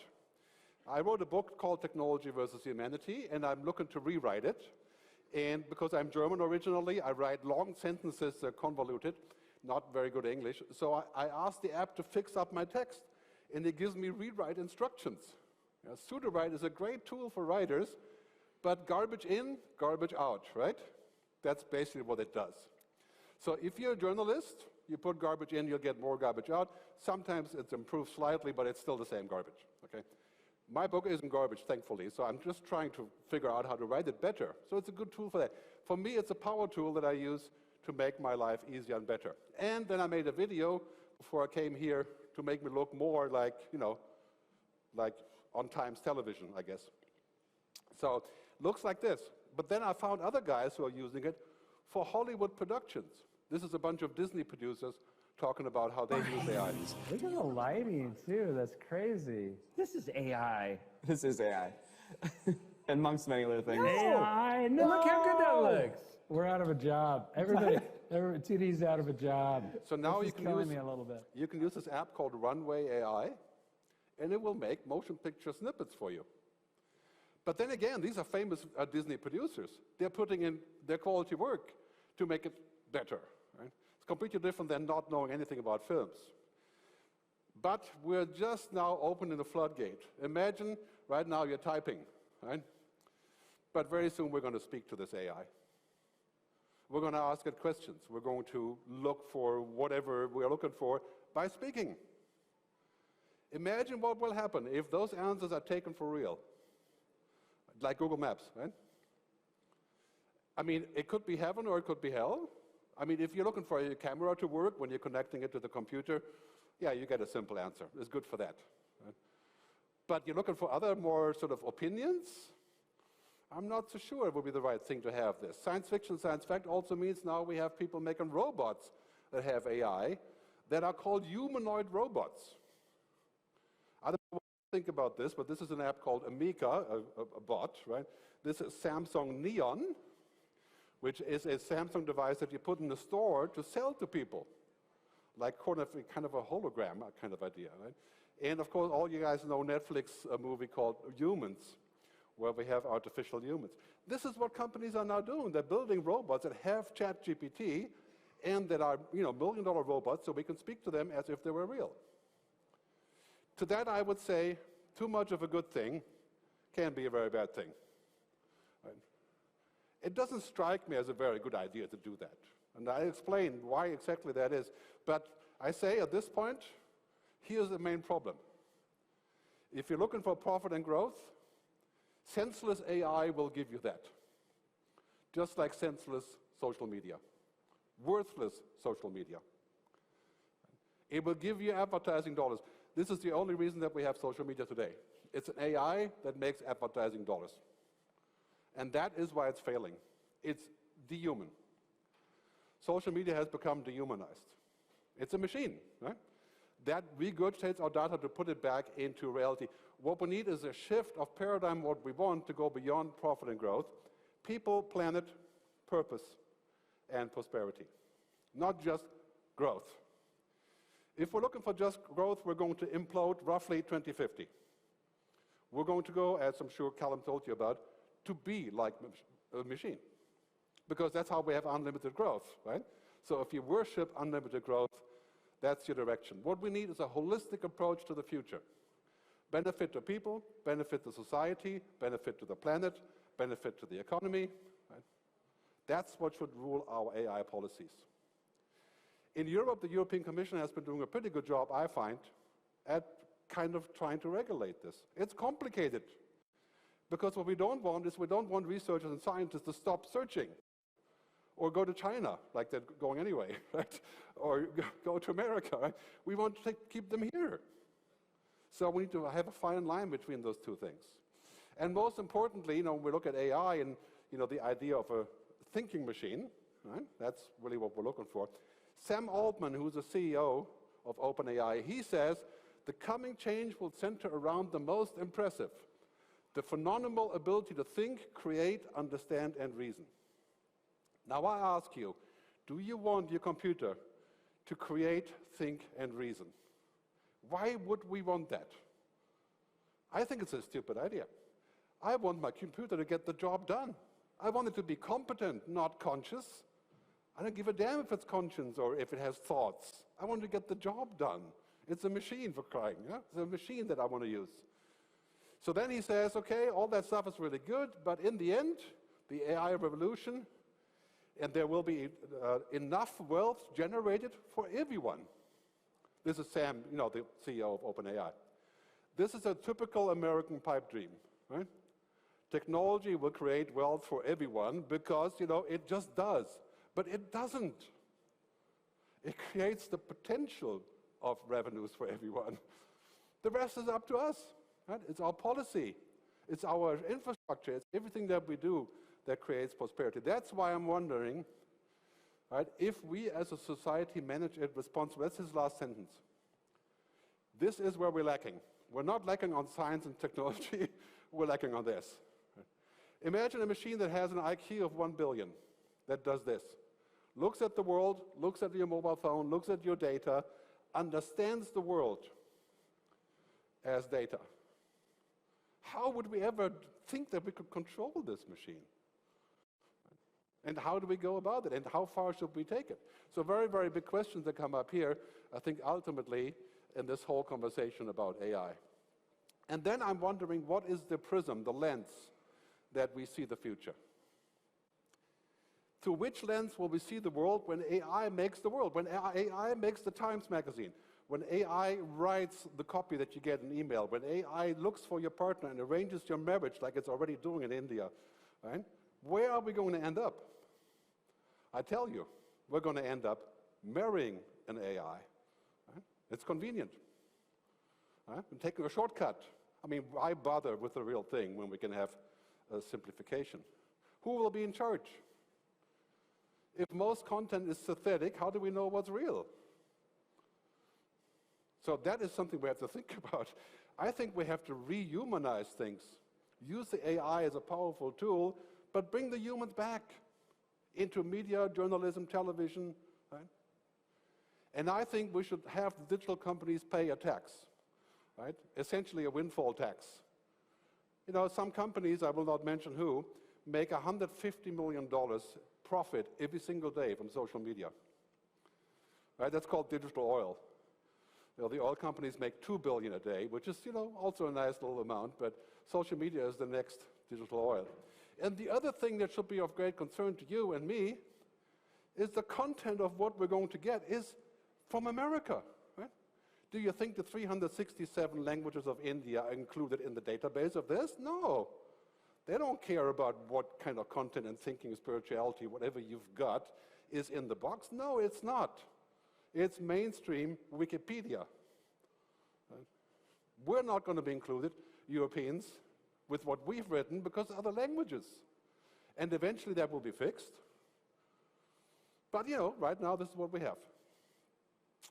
So here's the thing, right? When we look at machines, it's very clear that machines see the world minus 90%. Right? Because they only see the data. How do you see the world? You have eyes, you have ears, you have feelings, you have emotions. You're complete. Machines are not. Why would we ask a machine for an advice that's view of the real world is 90% off? Right? I mean, that strikes me as potentially difficult. Algorithms know the logic of everything, but the feeling of nothing. What matters to us, humans, right? We're still human in this room for now. Right? Engagement, experience, relationships. That's it. Does the AI know any of this? It can analyze it, simulate it, but knowing, understanding, not really. This is what we are, right? We are called all sensing. That's what we do every single day. I meet you in the hallway. It takes me 20 milliseconds to figure out if you're potential enemy, partner, you know, interesting. 20 milliseconds.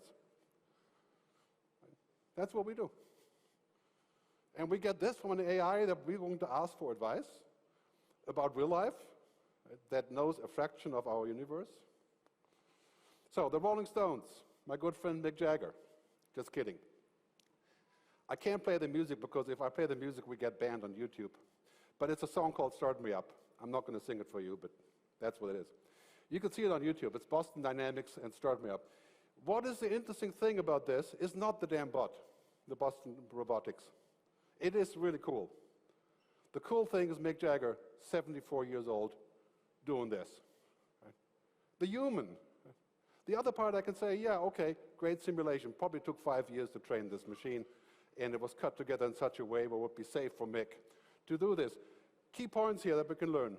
Learning is not just downloading information. These machines are downloading information. We don't do that. At least we shouldn't. Right?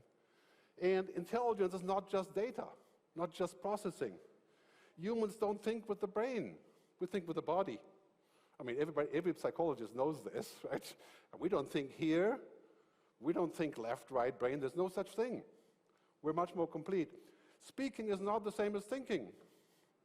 It's far away. Like language is a bad model for reality. It's just a little piece of reality. Humans aren't binary. Real life transcends data. Most important, logic alone is not enough. If we're going to rely on logic to solve our problems, we're in deep trouble. You know what would happen if we ask an AI to fix the climate problem? Right?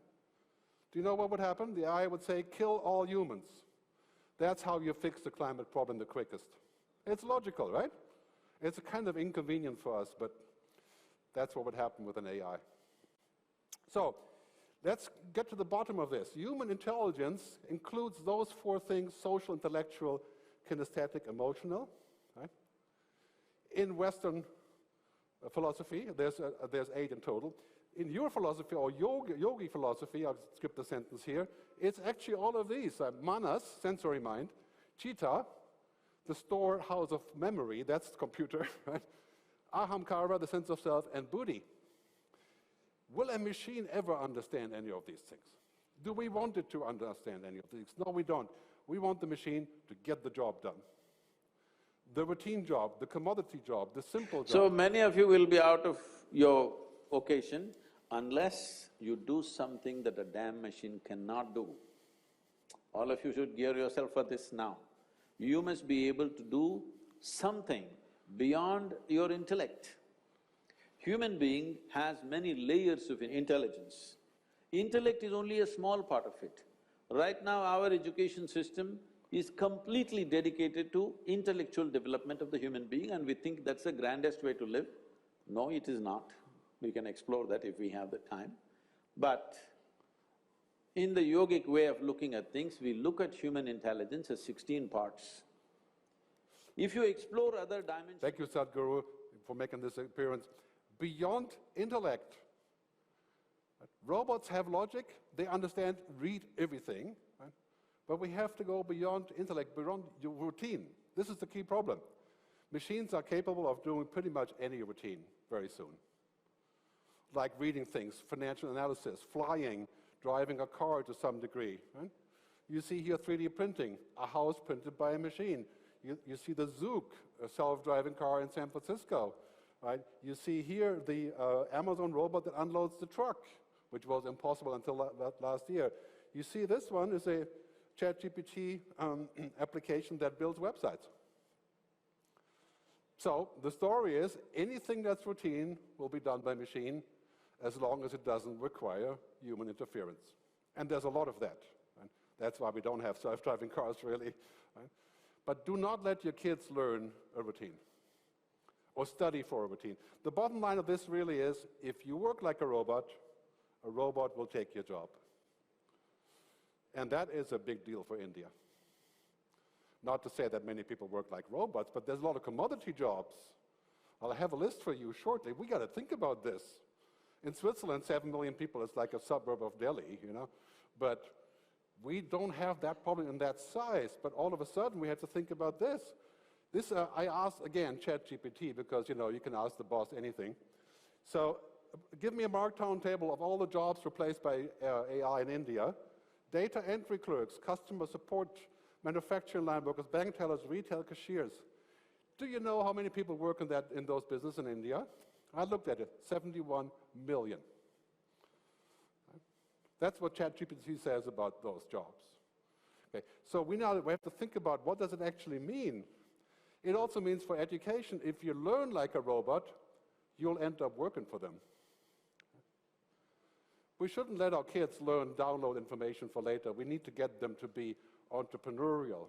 So this pyramid of work that I've used many times, and it's really been proven very nice to work for most of us, is we have to think about moving up this Maslow pyramid. Because the lower part is computing power. That's machine turf. ChatGPT. Basic knowledge, data, information. We have to move up that pyramid to what I call the human-only turf. That is so important for national policy on education.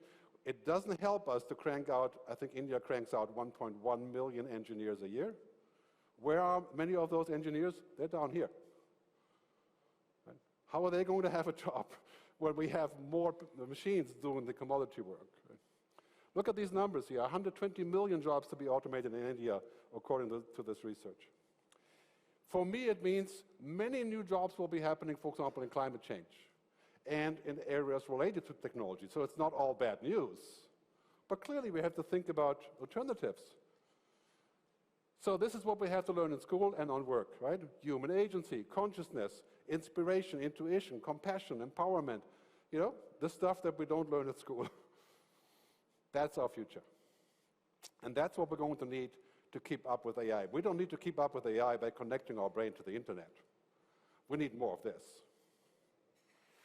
I have to come to a conclusion, so I'm going to start here and say, basically what's happening is that technology as we know it doesn't have ethics. Well, it's a machine, right? It's an algorithm. So we couldn't expect it to have that. But we can't expect technology to understand what we want, our values, our needs, our experiences, our spiritual beliefs, all these things. Computers don't care about that. They don't know what it means. And ethics is really the definition of knowing what you have the right or the power to do and what is the right thing to do. And that is the key question. So once we get to general intelligence, will these machines understand or respect that, what we want as humans? That is the key question, and that is, of course, the key realization why I think we're going to have a kind of moratorium on general intelligence. Why India and China and Russia and America and Europe have to collaborate to figure out what to do about intelligent machines. That's why many countries I have advised them to start and build a Humanity Future Council. I used to call it the Digital Ethics Council, but it's kind of convoluted. This is better. Right? A council of the wise people who says, you know, that we should be thinking about that. So India may become a digital leader in terms of using the internet. Right? But the next step is to lead this. It's not enough to just have more technology. Now, more connectivity doesn't just save the day because you can now connect. You know, that's just the very first step. So when we look at the future, many people are worried. I don't know about your kids, but in Europe, it's 72% of kids between 20 and 40 are worried about the future. Their future is going to be worse than what they have today. My own kids are saying that. I try to help them, but you know, it's hard. And part of that, research shows 53% of people think that social media is a net negative to society. Nevertheless, of course, we are using it. Now, what we shouldn't be doing is we should not AI become a net negative to society. How will AI become a net positive to society? That's the question. Not how can we stop using it, there's really no such thing. Here's the question for India. A future-fit India will use the incredible power of all of these technologies to create collective, holistic benefit for all citizens. Not just for the military, not for the stock market, not for venture capitalists, but for everybody. And that is a tough mission. We got to think about what that means. It doesn't just mean connecting people to the internet. Right? It goes a lot further than that. It also means attracting people back to India to build those ecosystems. Right? All the bright people of India, you know, Satya Nadella, right? He's from India as far as I know. And of course, all the other chiefs in Silicon Valley, many are then from India. So basically what's happening is here we have to figure out how can we stop this bad progression, right? Magic technology, manic users, toxic society. Again, that's the principle of social media, basically. Right? Creating poison. So what we have to think about, how can we avoid this for AI? And as a digital leader, I think India must look beyond the short-term business gains. What would actually be a good policy to power the functions of this society using artificial intelligence? That is the key question. That's also the key question to revenues, of course, and the future. And I would propose this. Okay? We should all take a technocratic oath, like the doctor, a Hippocratic oath. And this oath says, I hereby pledge to place humanity over technology in every instance. I think when we do that, easier said than done, right? I get to that choice all the time when I have to go and think about what clients I will speak for. Right? Make that choice over technology. I think if we had technology companies making that choice, we would probably have a different reality now as far as ChatGPT is concerned, right? In terms of what it's doing and which way it's going. So I'll wrap up with a final message from my book and my film. Right? We should embrace technology, but not become technology. When you become technology, you become a commodity. And who wants to be a commodity? I wish you all the best, and I'll see you in the future. Thank you. Thank you. Thank you so much for that, Gerd. You know, Aisha, I think after this, you and I need to go talk to Gerd and Kalim because they have a session with MK Anand, and I don't want either of them to suggest like AI anchor MC apps to him, you know. So I think we'll do that later. Anyway, let's move on. If it's MK, I'm sure he'll keep that under control. All right, let's move on here. Now, ladies and gentlemen, you know, with the defense sector equipping itself with the latest innovative advancements in technology, it is important to showcase some of these key adaptations that are working towards indigenously fortifying India's defenses. Oh yeah, absolutely. In fact, as part of our special showcase of mission innovation, India's Crusaders, let me now invite on stage the founder of Absolute Composites, Raghavendra Reddy. He's the man behind India's first full indigenous personal air mobility vehicle to display to us this futuristic technology. May we please have him on stage? Oh, yeah. Let's have a round of applause, ladies and gentlemen. Yeah. Should I go? Should I go? You know, these might, he'll be talking us through this, but who knows, these might be the future of how we travel. Imagine coming to work in one of these jet suits rather than your car. Yeah. Ladies and gentlemen, you could have a digital avatar, I'm sure he could come in a jet suit. Then be working from home then maybe, I don't know. Anyway, ladies and gentlemen, let's put our hands together for Mr. Raghavendra Reddy. Can we have you on stage, sir?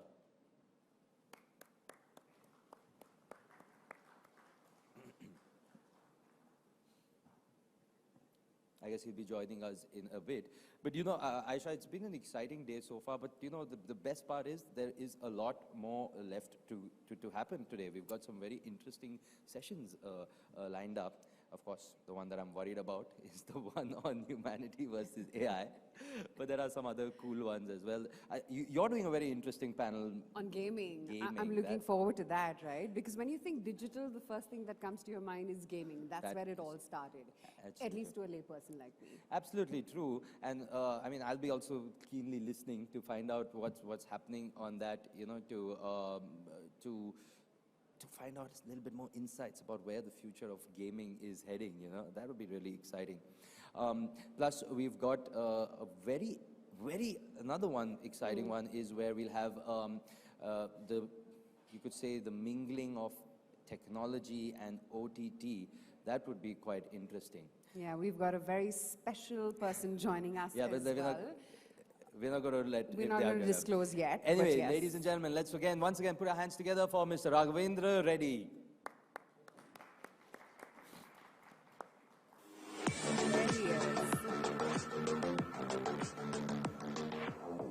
My name is Raghavendra Reddy. I'm the founder and director at Absolute Composites Private Limited.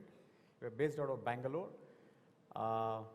Absolute is a materials and an engineering company which specializes in the design and manufacturing of unmanned aerial vehicles, and in that we specialize in high-speed UAVs.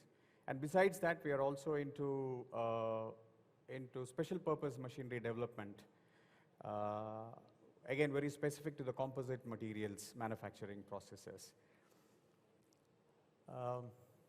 It's a very famous phrase by Leonardo da Vinci, who talks about, it's a lengthy statement, but what it says is flying is erective.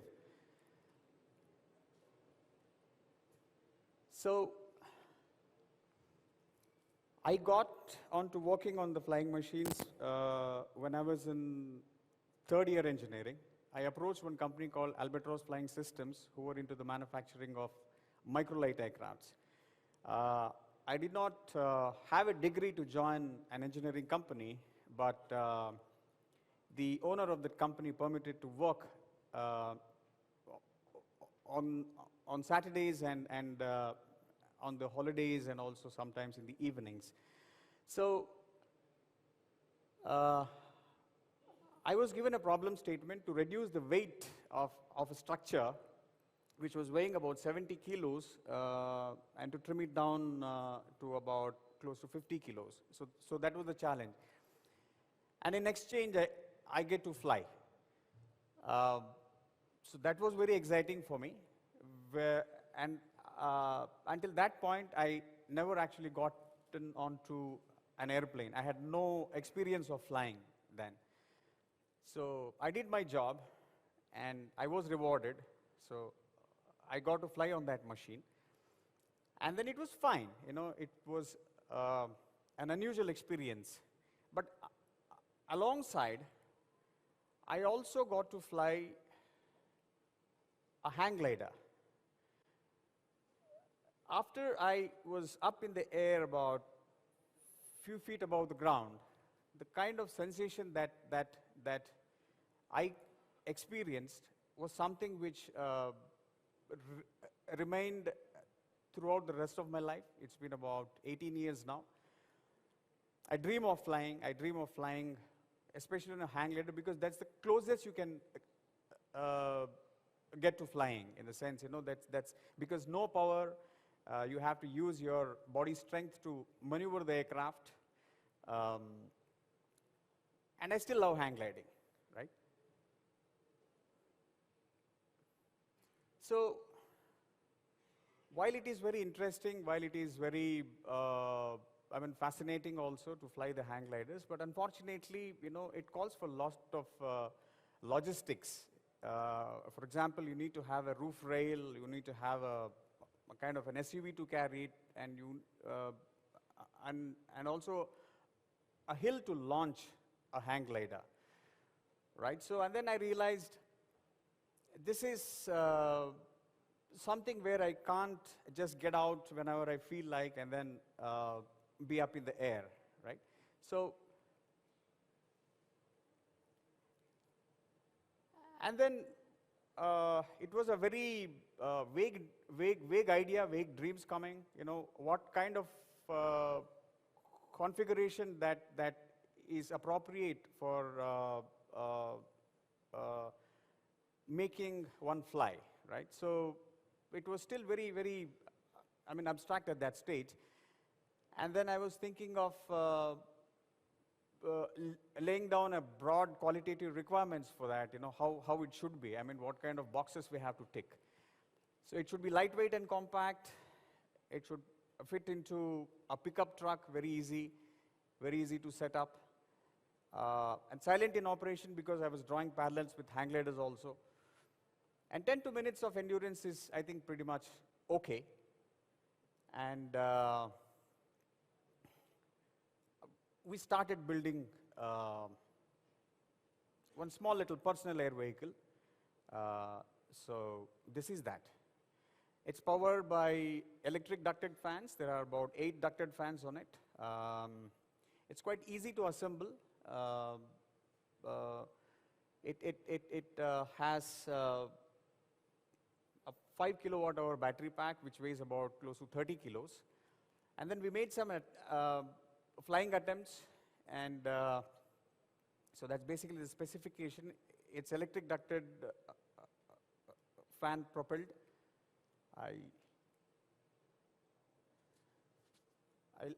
I lost the display.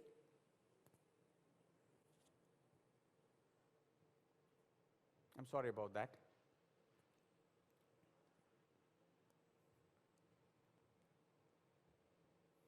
Yeah, it's back. Thank you. Thank you. 8 EDFs and yeah, we just got about 55 seconds of endurance on it with a 30 kilo battery and a pilot weighing about 70 kilos. All of weight of the whole system, including the pilot, was about 130 kilos. So that's a unmanned attempt.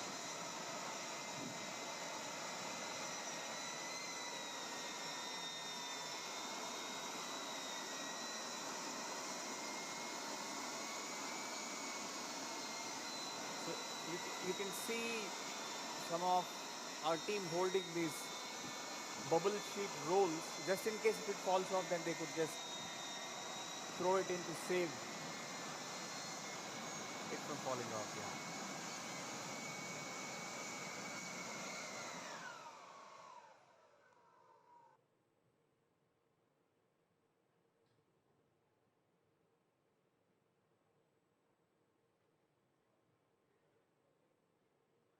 right.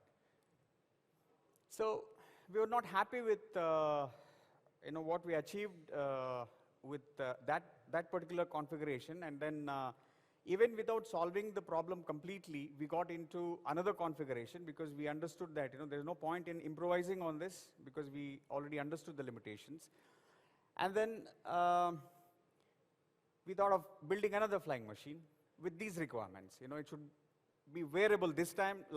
So last time it was a kind of a strap-on system, but this time it is wearable where we could carry it like a backpack. Lightweight and compact, and to fit on a car boot, not on an SUV though. Again, easy to set up. Noise we had to trade off because we understood that electric propulsion has got limitations, so the flights of that kind are not going to come that silent. So even engines are okay. So the target endurance can be somewhere in between about 10 to 15 minutes, and easy to fly again, easy to set up. So, and then we started dreaming of the jet suits, right? Okay, what kind of configuration, there are so many examples from the comic movies and Iron Man movies, Superman movies, so on and so forth. So we started studying about what kind of developments have already happened across the world, and then this was the first successful suit that was built by Bell Aircraft Corporation in the US. It was powered by hydrogen peroxide, and the company is Bell Aircraft, and based on that they made a chair. I mean, pretty much the same kind of technology, but you don't have to carry.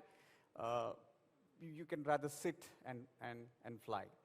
And then an improvised version of that. Why? Because this was giving an endurance of about 60 seconds. And to increase the endurance, they used turbojet engines, which was ATF fueled.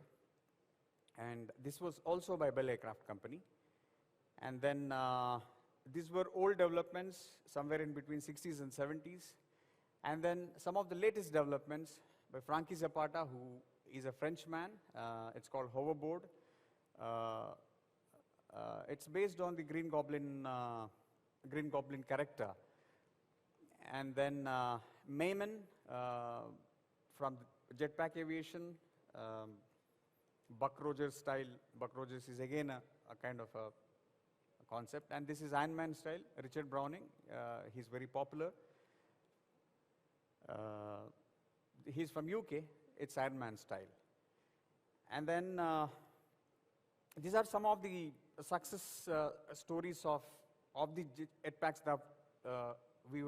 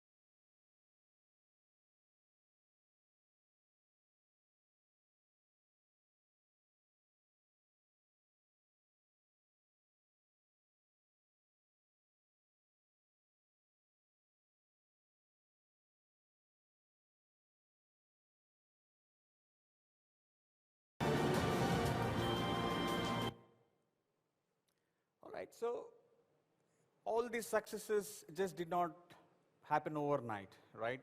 They had to fail, they had to try, retry, and then get it right. So one short clipping of their failures as well. It can be as stupid as this.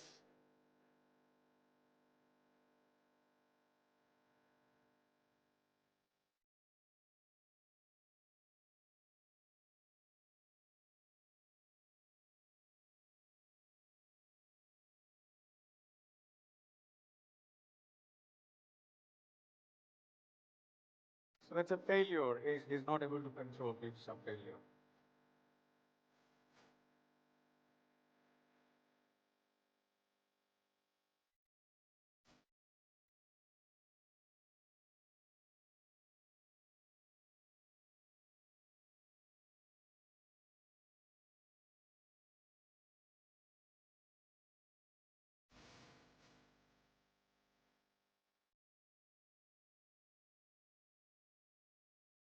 So that's our suit. So that was prototype 1. But we had safety.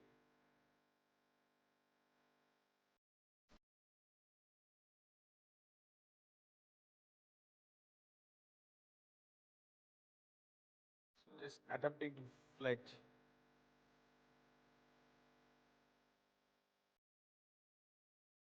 All right.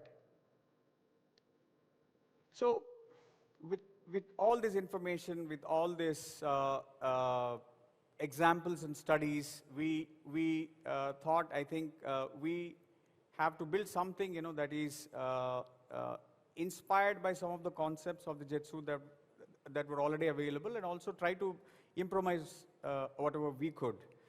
So the problems to be solved to come up with a practical suit were starting the engines in vertical position, because we had by then decided that we'll go with turbojet engines. These turbojet engines wouldn't start in the vertical position, because on the backpack, they have to be placed in vertical position, right? So we had to do conversions for that. So we had to start in vertical position and making engines run on diesel. Why? Because jet A1 is very explosive. Even if there is an arc, it would catch fire, and it's almost impossible to put it off.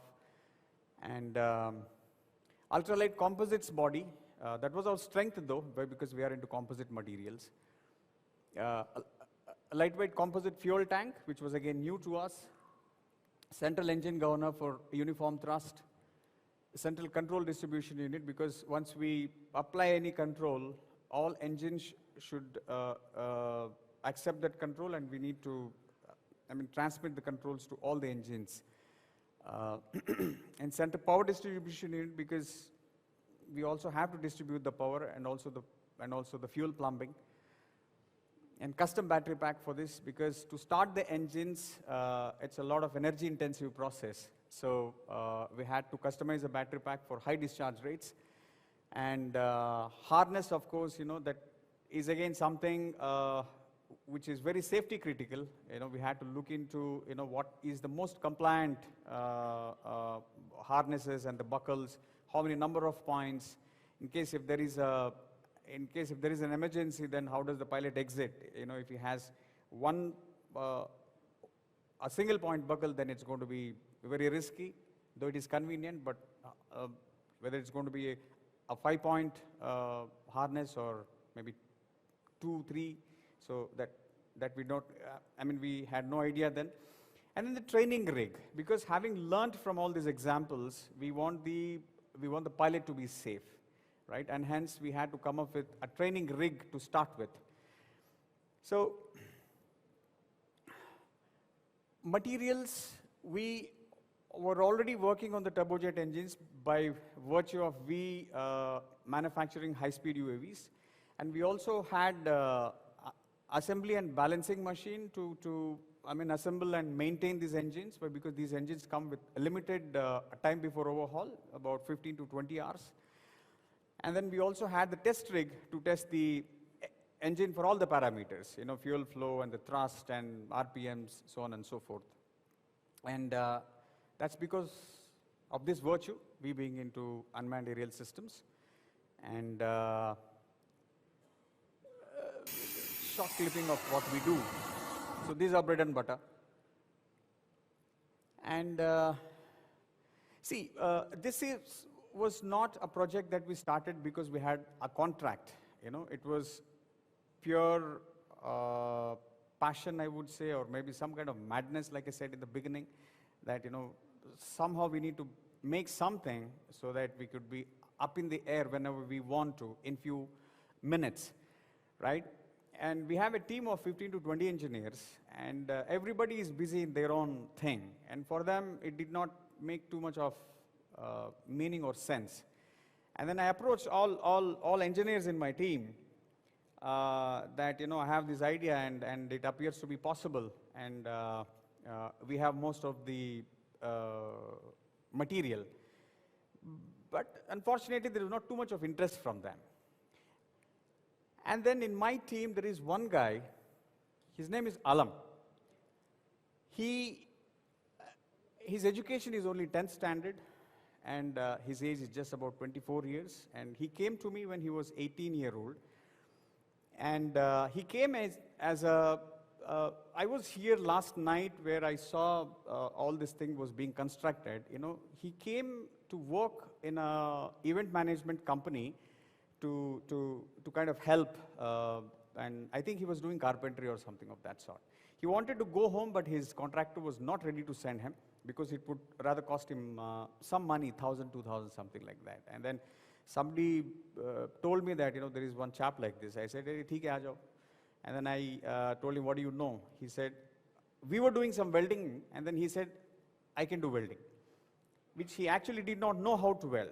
But I offered him to weld, and then I could see that he was improving in every attempt he was making, he was improving. So, and then I said, okay, tum aa jao. And so that's how we joined, and then he is now able to challenge any of the engineers in our team.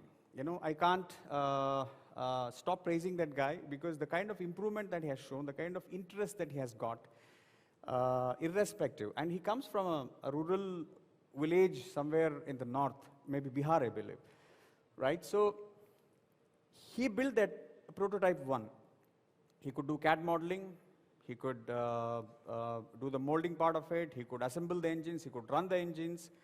And then I wanted him to fly first, and then he made some attempts on it. But he again got too busy into building the prototype 2.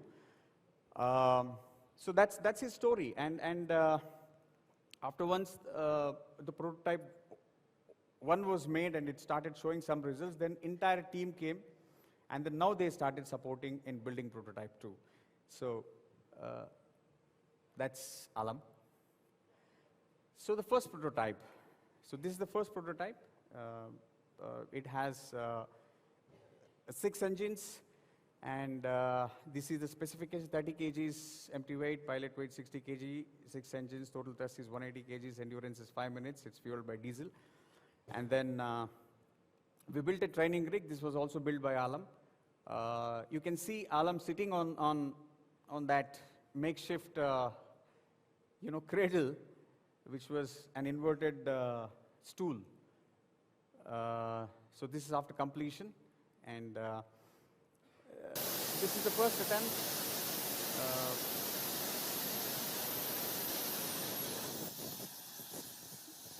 So these were all the failures.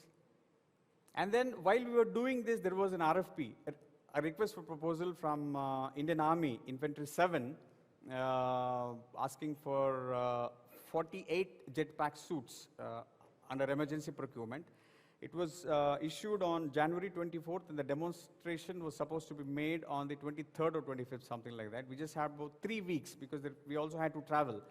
So we came up with prototype 2 to suit the requirements of that particular RFP.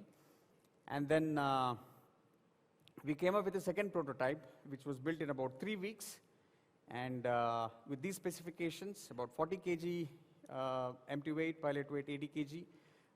We increased one more engine to meet the requirements, and total thrust about 230 kg, and endurance about 8 minutes. Altitude 3,000 meter because that was the requirement. And then here is a short clipping of how we built the jet suit.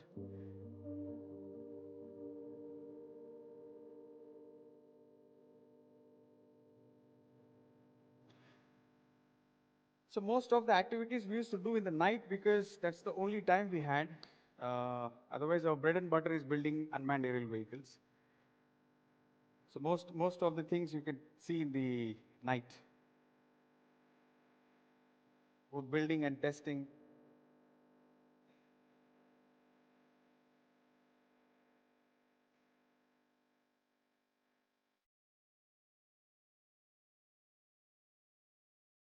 So prototype 1 and 2. This prototype 2. So the control unit.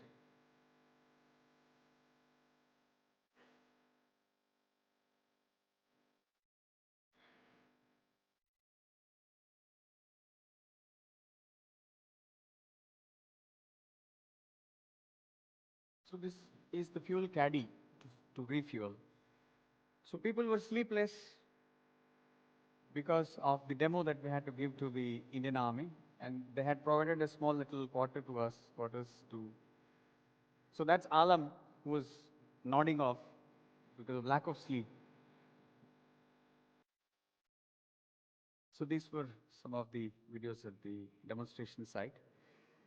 And we were given a Medal of Excellence by the Army Airborne Training School for attempts. Thank you very much. Thank you very much.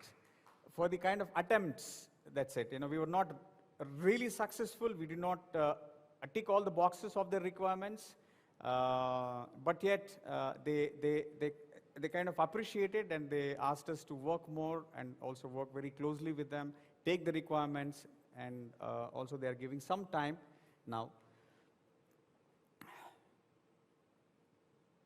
So this is another short clipping where we got some success.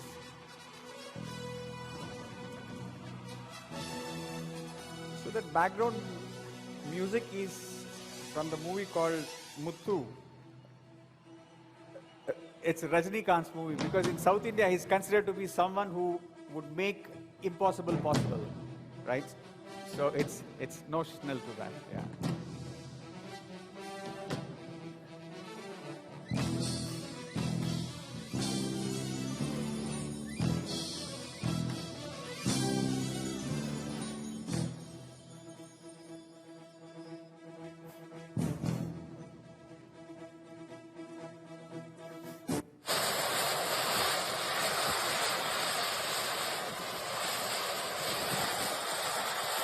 So that's the sound of the engine, but actually a deafening noise, I must say. The noise is so loud. Organizers asked us to demonstrate here, but I said indoors impossible. You know, let's not. Thank you.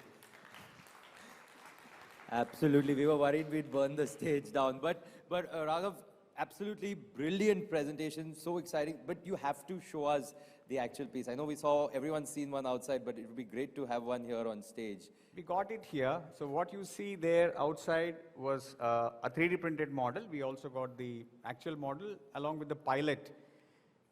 Jay must be standing somewhere there. Yes. Jay, Jay, if we could have you on stage. Ladies and gentlemen, round of applause. This is Jay. He's the actual pilot. He's the pilot. Jay Who's not Bahakar. going to fly. Yeah. So Jay joined us as a flight test engineer for testing the UAVs. And then we were all malnutritioned, right? Entire engineering team was quite malnutritioned. And then we found him to be quite healthy. So, and then we asked him to volunteer. He was more than happy. He's a very shy guy, but very strong in what he believes. Like how he looks, he's quite strong, I must say, yeah. So thanks, Jay, for volunteering indeed. He's not getting extra money for taking all the risk in his life, yeah. I mean, it's pure volunteering, yeah. Thank you so much, Jeff. All respect. That's really great to push forward this. Raghav, we would have loved to know more, and like you said, we would have loved to see the demo of the suit also. But we are absolutely running out of time. Sure. So thank you so much. You have another slide? I just wanted to conclude saying that, you know, what's the future for us? Yes, absolutely. So we have system limitations where it demands great physical strength, dexterity, and agility, very high load on the shoulder. You know, not everybody can fly that, and cannot walk long distances with the jet suit because it's quite heavy. and both hands fully occupied. So pilot says that I can't even scratch my nose. So, I mean, what's the point? I need something else which is more comfortable to me so that I can you know, do something at least, right? My hand should be free. And this is very unstable, less endurance and range, fully manual, lot of control load on the pilot and less utility, I would say. Let me be honest about it. So now what's next for us? Advanced all-in design for hands-off control for flying and less training and less skill dependent. Electronic stability in the sense, you know, I'm talking about autopilots for this. You know, we already are into building autopilots, so we would be introducing autopilot onto this. And autonomous flight controls, it could be optionally piloted. In case if the pilot is not available, some material need to be transported from place A to place B, or maybe even somebody is injured, then that should be possible because of autonomy. And exoskeleton support, if somebody wants to wear, we'll be giving a lower exo support in the next versions. And uncompromised safety and reliability, and compliance with airworthiness and the regulators. We aspire of building a national air display team to participate in some of the international competitions and also some of the shows. And we'll have a training academy. We are formulating the courses for this, and a dedicated development center for, as of now, it's only a part-time small activity for us. But with the kind of interest that we are seeing, I think this deserves a dedicated facility now. Yeah.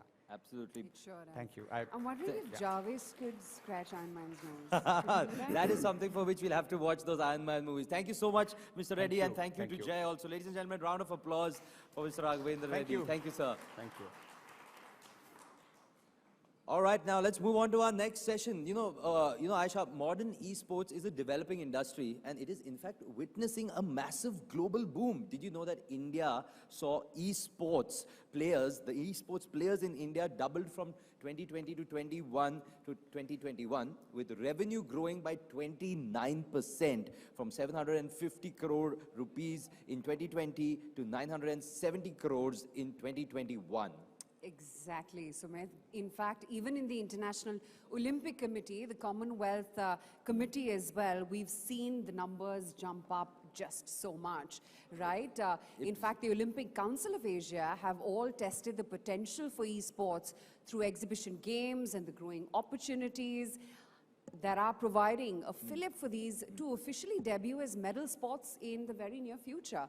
In fact, India officially recognized esports as a part of multi-sports events under the Ministry of Youth Affairs and Sports umbrella in December 2022, much to the rejoicing of gamers and developers across the country.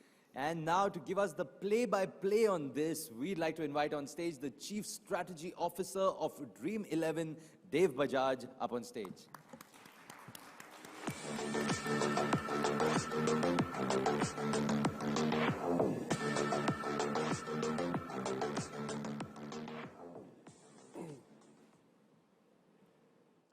Thank you very much, guys. Really appreciate it. I wish I could have flown over here in a jet propulsion machine and excited people. But the topic here is very interesting, which is what Dream Sports, Dream 11, and Dream Capital, which is the group that I head, are doing to enable the Indian sports and gaming ecosystem. A little bit about myself. I'm the Chief Strategy Officer for Dream Sports. I've done a few things in my life. I've built a business in India and sold it to a strategic. I was a venture capital investor. We happened to invest in a company at an early stage which was doing something in fantasy sports. That company, while I was at Kalari Capital, ended up being Dream 11. And I joined Dream 11, Dream Sports 3 years ago to start this group. And our vision was really to invest in the next generation of entrepreneurs who would help us build a sports and gaming ecosystem on the back of what Dream 11 was doing. So diving straight in, I won't bore you with too many facts.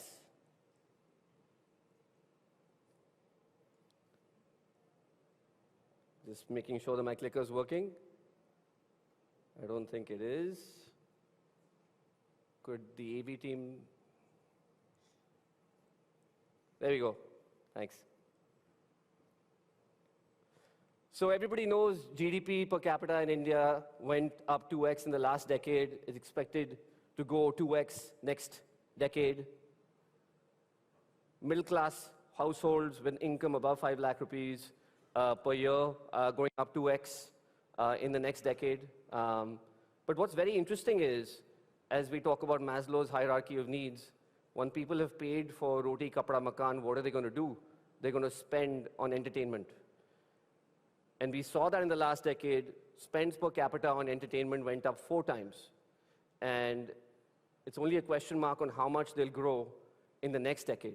That's a very exciting time for a sports and gaming ecosystem, when users, consumers are looking to spend on things beyond basic needs. And we're already seeing this in the data. So what does that mean for gaming? Again, I won't throw many facts at you, but our estimates at Dream Capital tell us that the $3 billion market that it is in gaming, with 500 million gamers, by 2030 will be a $20 billion market in India alone. That's when India will kind of become an important, relevant industry in the global grand scheme of things. This 20 billion is just extrapolation, and the number of gamers is only growing from 500 million to 800 million. The reason for why this is growing is because Indian users are now starting to spend money on gaming, right? They're spending money on Dream 11, they're spending money on Battle Royale formats, and we see that increasing. But the 20 billion is an extrapolation, like I said. This could be 30, 40, 50 billion if we have more gaming unicorns coming out of the country, and that's what Dream Capital is trying to do, is trying to set up, encourage entrepreneurs to build large businesses in this space. Sports market, right? At our core, Dream Sports is a sports business. We have to talk about the intersection of sports and gaming. We expect the sports market to go from 24 billion to 100 billion in the next 5 years. That is twice as fast the growth rate in India versus any other market, any other sports market in the world. Very exciting times. 440 million digital viewers. Number of Indians playing sports will grow by 3 times in the next 5 years. Startling. It has huge impact on what kind of industries will come out in sports and gaming in the next few years. Moving on to what Dream Capital is doing, right? Because that's what I'm here to talk about. We have 11 portfolio companies, including Dream 11. So it's just a coincidence. We've deployed almost $200 million in the market. That's a large amount of capital to put into an industry that's coming up. And I wanted to show you what these companies look like. I'll come back to this slide. I won't spend too much time on it.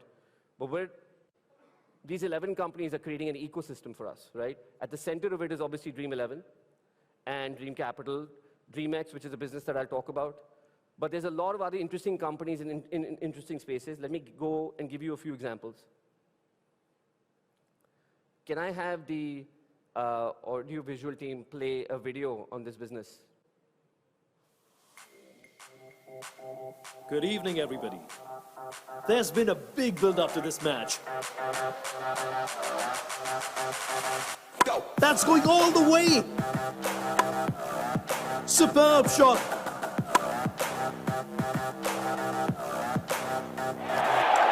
Reacted well there. Good catch. That's out of the middle of the bat. Oh, nice catch.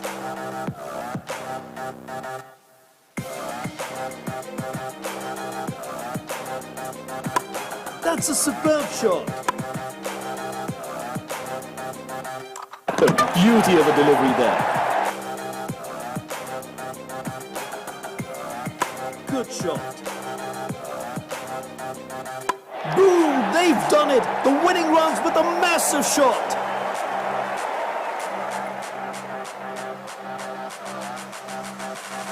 Go!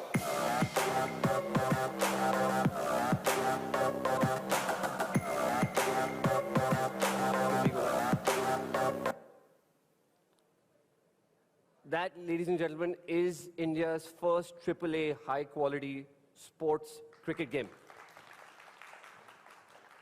3 years ago, we invested in an entrepreneur by the name of Rohit Gupta. We encouraged him to build this studio with us. He's got an amazing team. Credit to him and his team for building this game. It comes out in the next couple of months. If you want to pre-register, it's on dreamgamestudios.in.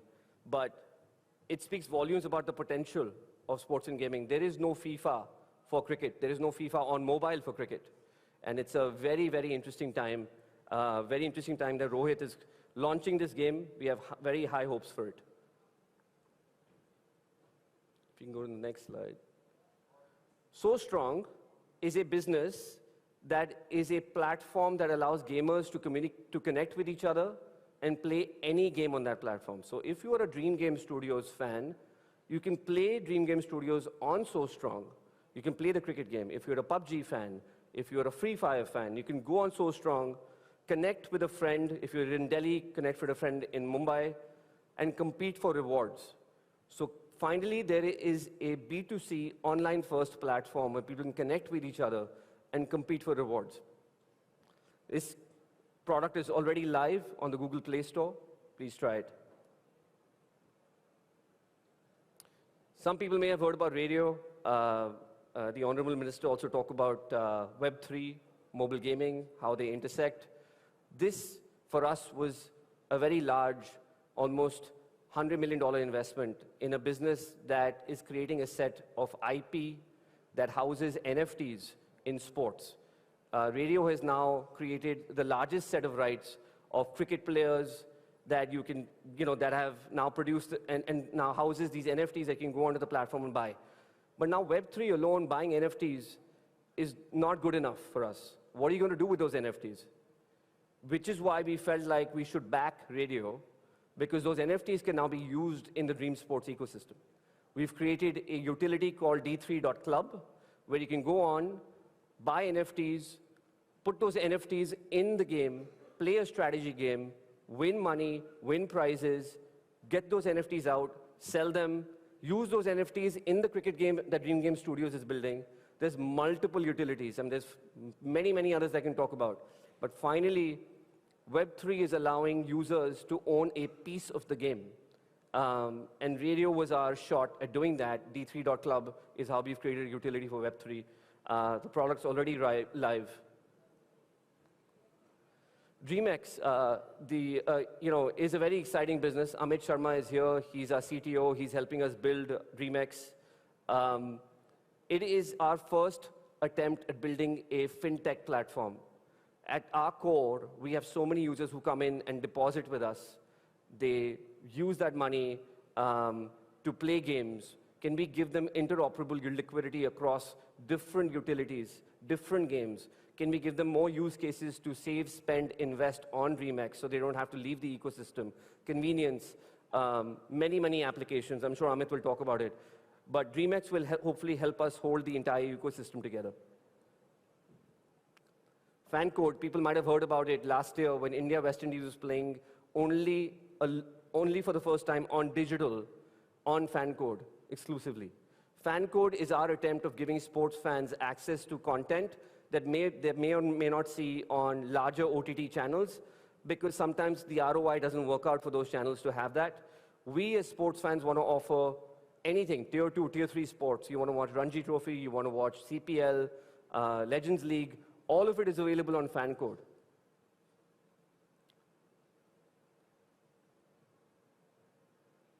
Coming back to our ecosystem, maybe we can start connecting the dots now, right? The same slide that I talked about last time.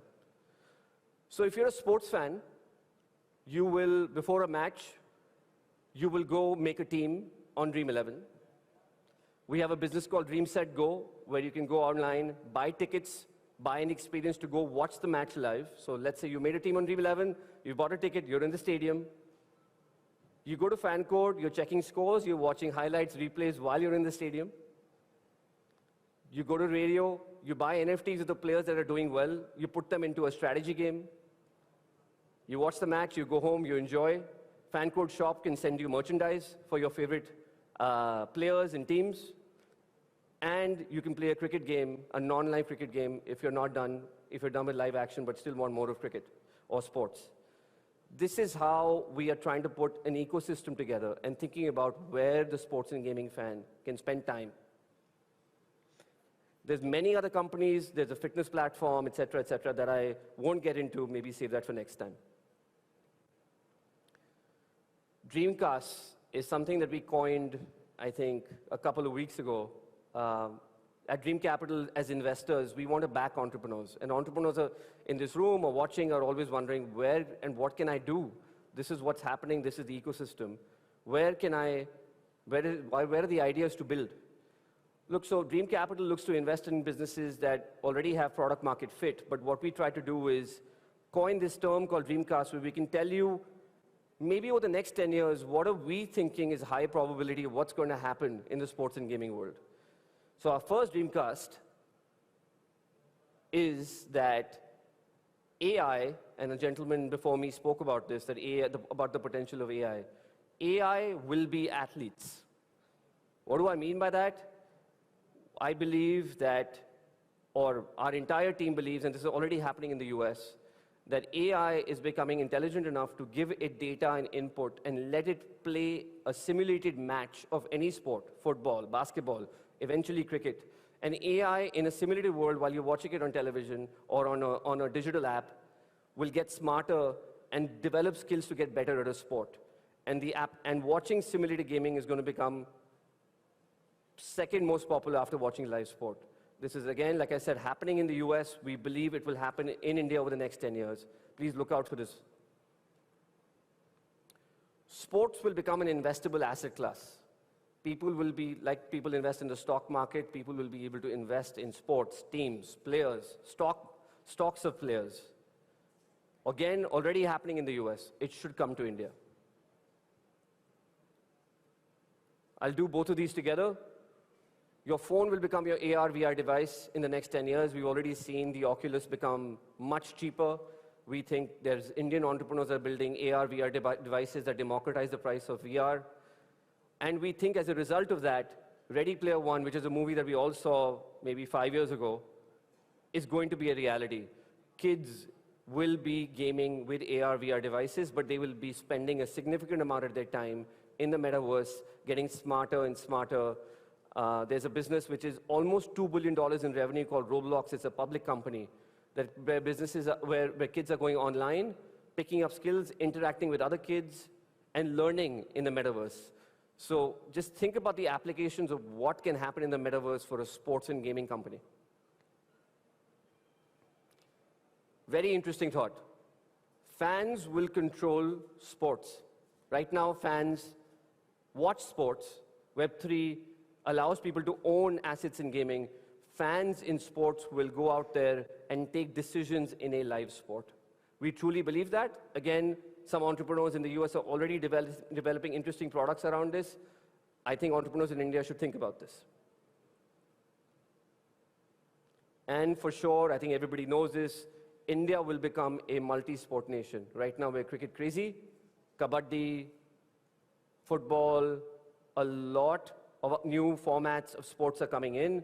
I think in the next decade, you'll truly see, a level playing field where there'll be other sports and more entrepreneurship, more innovation, more sports commerce, more merchandise.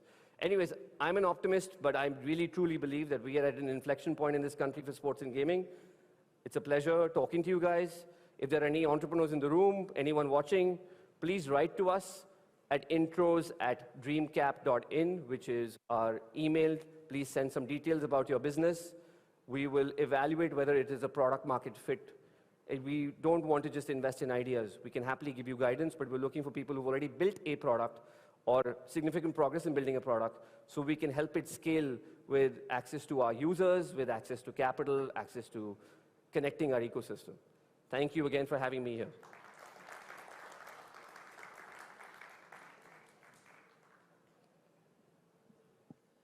Thank you, Mr. Bajaj, for that and for sharing your expertise in the field with us. Ladies and gentlemen, as of 2022, India has emerged as the largest online gaming market with over 50 crore gamers and more than 900 companies active in the country. Additionally, emerging technologies like AR, VR, AI, next-generation consoles, and newer business models like gaming as a service are creating growth avenues right from programming and development to even newer roles of gaming journalism and web analysis. Mr. Bajaj did touch upon some of these points in his speech just now. Now, as users gear up for the next generation of gaming, developers are continuing to create innovative solutions that unlock new creative possibilities. Now, our next panel, which is on digital gaming, the future is here, will give us an insight into all of this and more.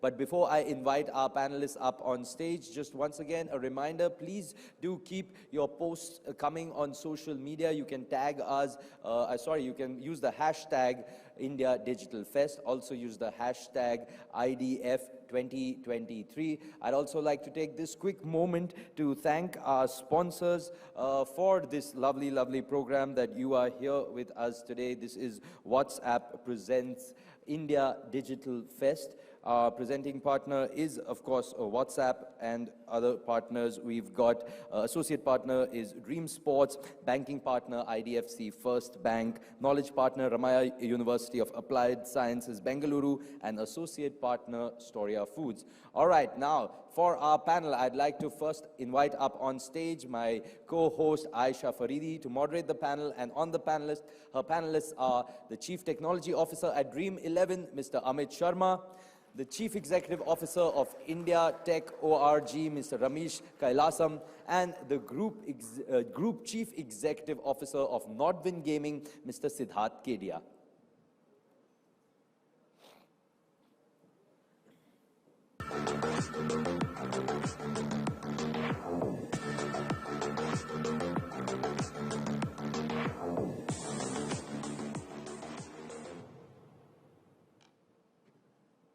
Thank you so much, all of you, for taking the time out. I'd request all of you to please pick up your mics. Ramesh. Yeah. So we're here to talk about gaming as an industry, and they've, of course, had a very fascinating presentation, which really throws open your mind to just what the future and potential of gaming could be in the next decade, as we're calling it.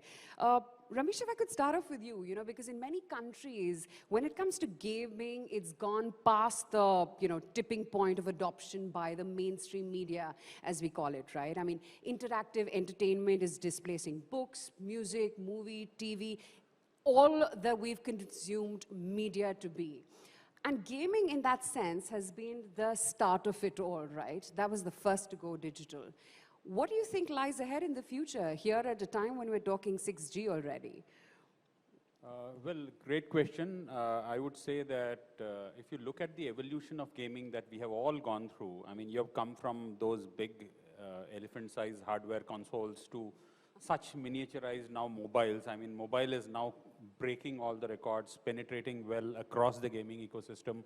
Also because it has democratized access to anybody and everybody, thanks to internet connectivity. And as you rightly pointed out, with more and more bandwidth and broadband coming in, whether it's 5G, 4G, 5G, or even 6G, the content penetration has now become more seamless and easier.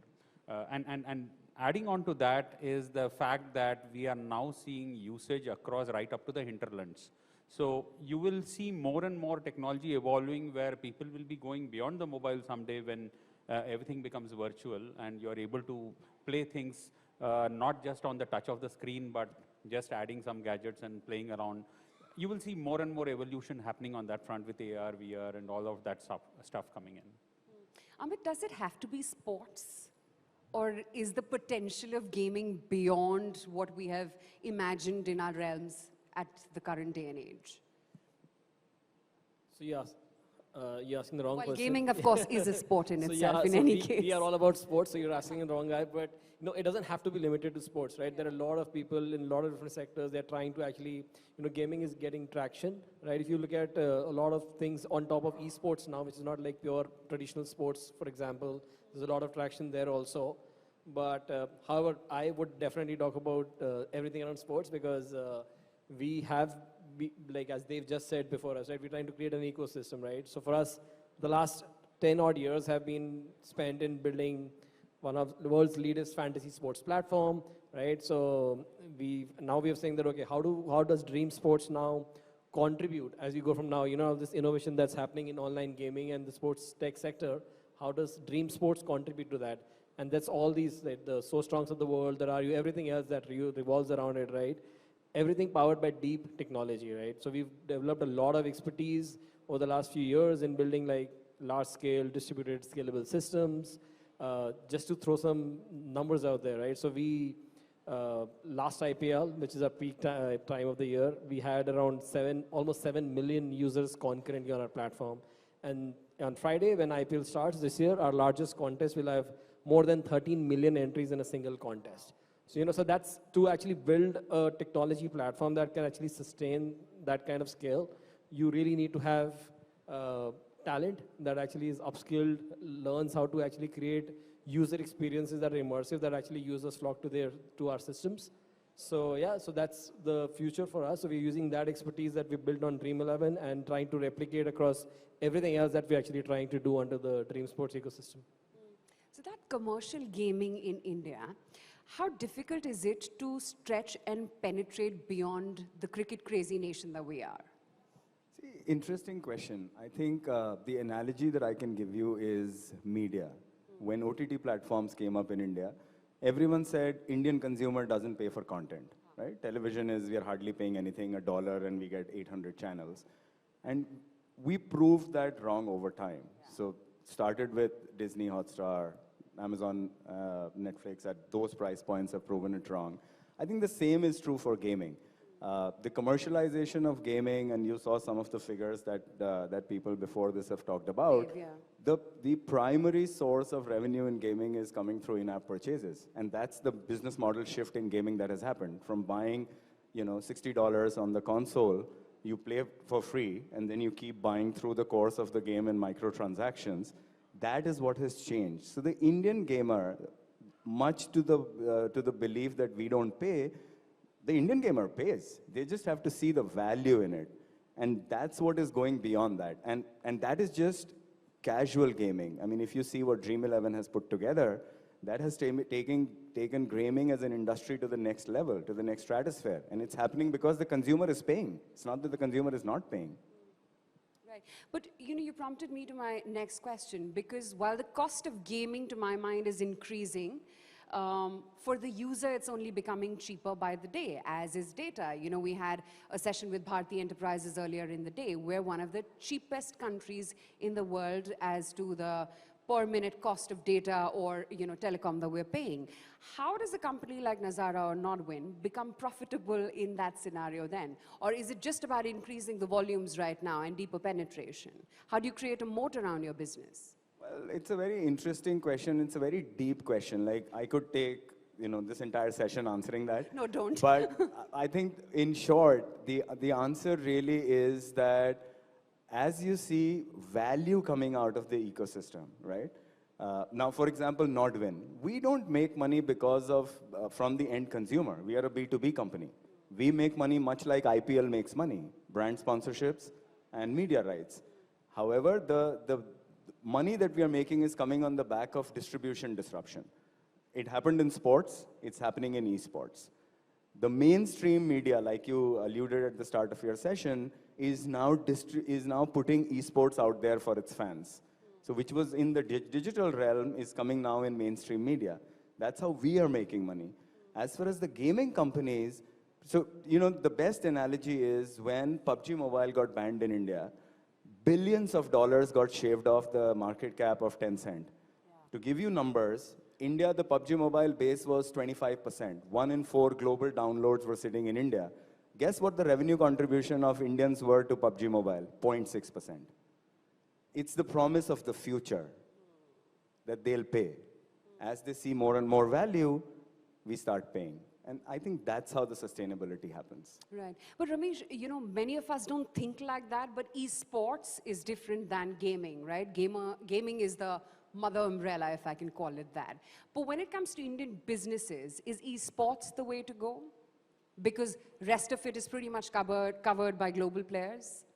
Well, I would say that you have opportunity wide open. I mean, I wouldn't say that Indians should restrict from esports. I mean, esports is another area where Indians should get into. But I think it's important for the ecosystem and people to understand that there are various kind of pillars within the larger gaming ecosystem, and esports is one amongst them. You, of course, have fantasy, which Dream11 has been pushing a lot. And then you've got the casual game layer, which also has multiple layers to it. For example, in the casual games, you have those games which are mobbed from real-world games, which are recognized by federations in terms of rules. You've got games which are not federation recognized. You've got games which are there only in the virtual world. You can't play them in real world. And then, of course, you've got games like Rummy, Poker, and so on. So it's a pretty huge and large variety of games that exist within these broad categories. And I would say that India should be actually looking at the entire spectrum and not restrict to one. And each of them have grown in their own phenomenal manner. You've got so many companies and startups which have come in the casual gaming space. You've got plenty of them coming in the fantasy space and so on. And if you, to your point, we are currently consuming those e-sport games which have been built by overseas players. But it's a matter of time we will have Indian companies coming with large sports which are accepted globally. So, in fact, if you look at the AVGC and the initiatives which the government is pushing, it has to trigger, I mean, we are, I keep telling this, we, in the startup ecosystem, we are a producing economy and a consuming one. And therefore, you have a large consumer base available here to validate and actually absorb this if they are built with better quality and so on, which we are capable of. So my take would be that India should look at all the streams, India should work towards all of it, and enable that ecosystem that will create livelihoods and a $1 trillion economy that is being expected from this space. So if you look at livelihoods, again, it was already mentioned, but you have plenty of careers now developing about this new age economy that includes even coaches who are training people on how to play games. And part of it is in the gig economy. And then you've got people who are actually, I mean, journalists covering it are building a career of their own. Lawyers who are covering it are creating the legal ecosystem on their own. You've got coders, you've got developers, and more importantly, you've got the gig part, which is giving the surround support for it. So phenomenal, I would say, emergence of livelihoods that can come from this, plus quality content can take us to the next level. But along with that also come policy hurdles, right? We've seen that play out in China in the last 3 years. Is that a hindrance at all, or do you think in India it's too much of a nascent stage where it's at currently? Well, I would say that India has evolved in a mature stage in many of the gaming ecosystem. There are some which are still evolving, and the government of India is now working, as we heard the Honorable Minister for State for IT mention about it, that there will be a gaming regulation that is coming in, which I hope will be statesman-like, and I hope the finance ministry will also absorb that statesman-like approach and not tax the industry, which we are hopeful of in a positive way that things will fall in place. But I think one of the things that is critical and one thing which has moved fast in the last 6 months is the fact that the government has also recognized the need for regulating legitimate players who are working in this sector, which is quite natural across sectors. I wanted to talk to you because you're the tech guy, right? Ramesh was just talking about the infrastructure that esports and gaming brings with it. Tell me, what are the hindrances and opportunities that you see? Because, I mean, you've had global experience yourself, right? How do you imply all of that to India? And is India the talent and the consumer market that can absorb it all? See, what you need to give users will get engaged with you when you give them a great user experience.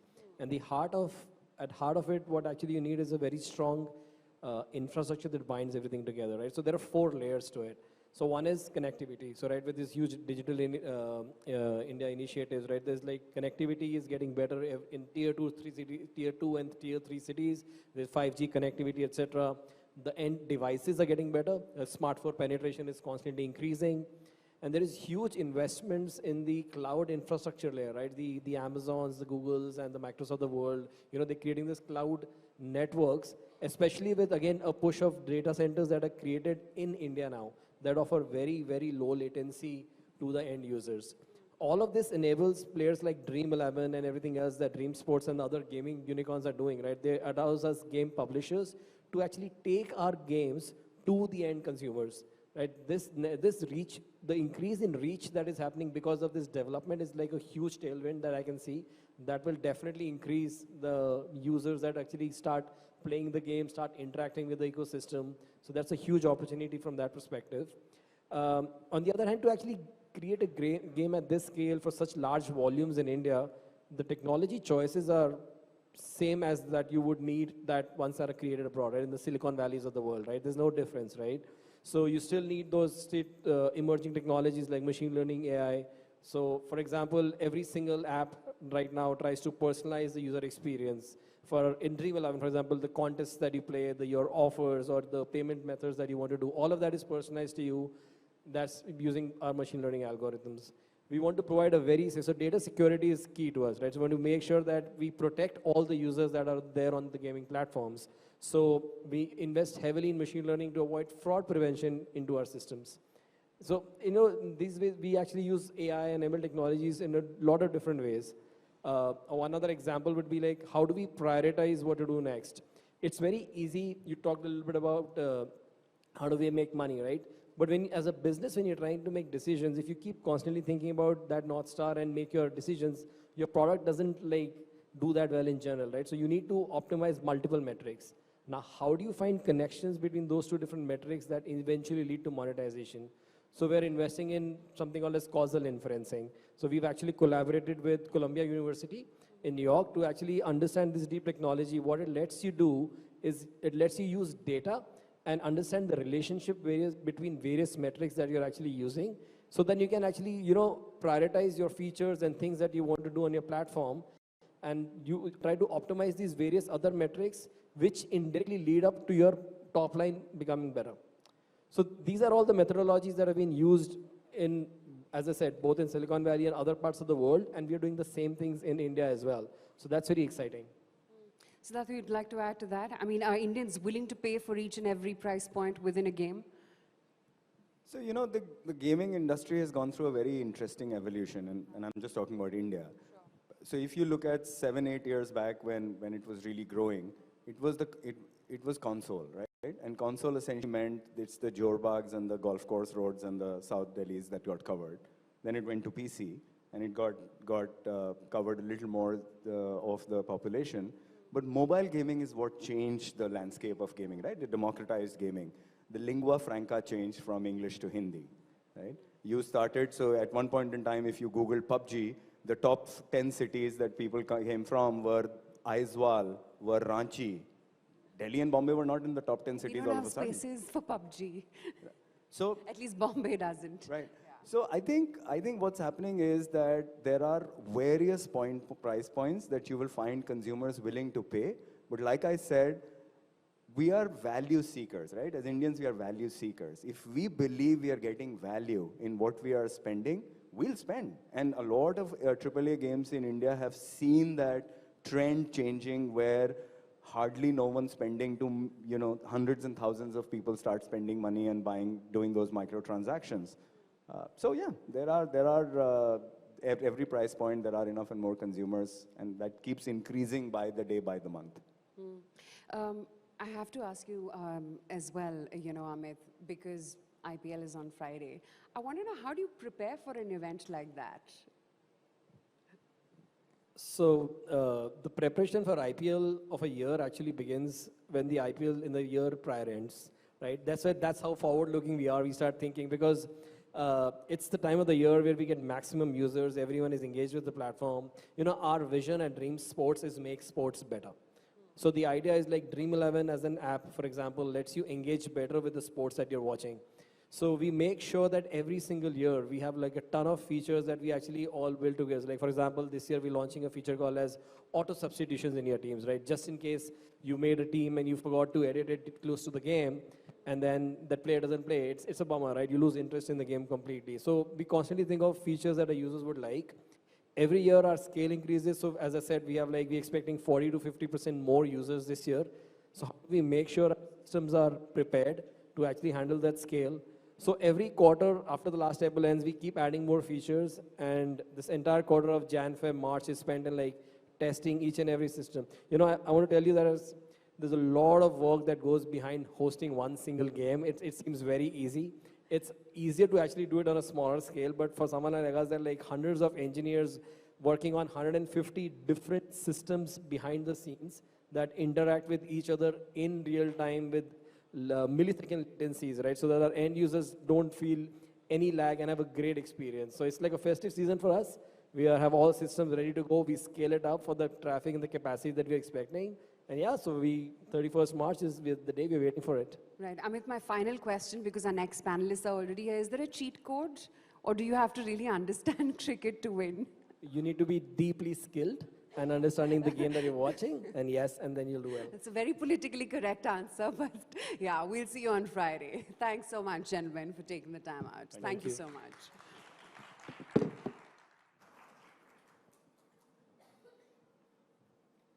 Thank you, gentlemen, for that, and thank you, Aisha, for giving us a better insight into the gaming world. All right, ladies and gentlemen, now, Stephen Hawking famously proclaimed in 2014 that the development of full artificial intelligence could spell the end of the human race. Wait, there's no need to panic, don't worry. Machines are not taking off on their own. We're nowhere close to that stage yet, if at all, I mean. But there is some concern, there is some genuine concern about, what AI, ML, and automation together can achieve, and if it could be used for the bad instead of the good. Yes, I know I'm sounding a bit pessimistic, but let's look at the other side of the coin. Everything I've heard about AI is fascinating. We've heard so much today, from medicine to music, from commerce to cricket. AI has the power to predict and analyze human behavior to achieve the impossible. But I don't know which side of the coin, which side of the fence you are, but I have an easy way to solve this, because our next session comprises a panel of speakers who are evangelists and soothsayers when it comes to examining the impact of AI on humanity. So to settle the humanity versus AI question, ladies and gentlemen, please welcome on stage our panel, which has the futurist and humanist Gerd Leonhard, author and futurist Callum Chase. We also have senior advisor at Niti Aayog, Ms. Anna Roy. And to moderate this session, I'd like to invite back on stage the MD and CEO of Times Network, M.K. Anand.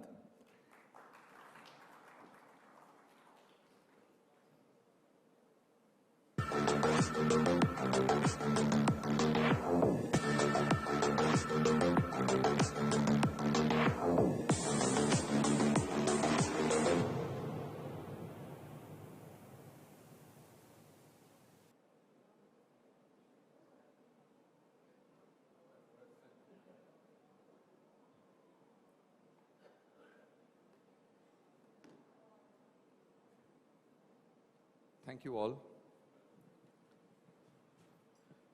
It's 7 o'clock and this is one of the long part of the whole India Digital Fest. When we were sitting and designing content, I was pretty keen that we spend a lot more time than we usually do on this one subject of artificial intelligence and policy and future of artificial intelligence.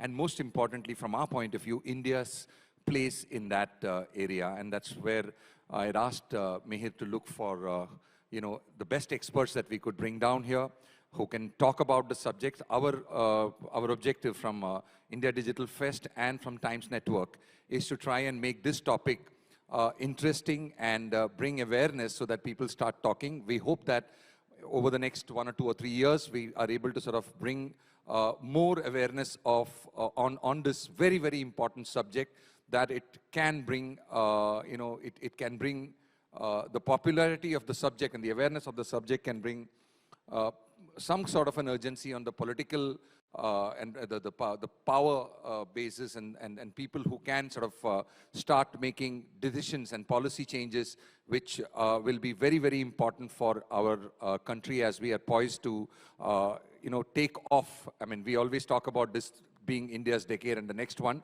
but there's also a period of great challenge because artificial intelligence has the potential to put us right out there, up there, or it could also be, can play spoilsport and sort of derail some of the trajectory that India is trying to, pave for itself as we go forward. The two speakers here are, well known because, they have already spoken to you and they have very, very strong points of view.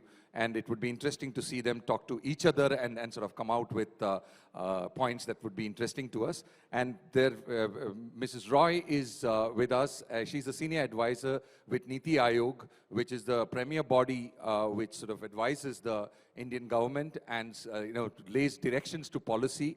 And I think as much as Times Network would be a very good platform or an agent to make popular opinion, Niti Aayog is extremely well poised to make the same kind of points of view within the annals, within the corridors of power, where this kind of a subject needs to be heard more.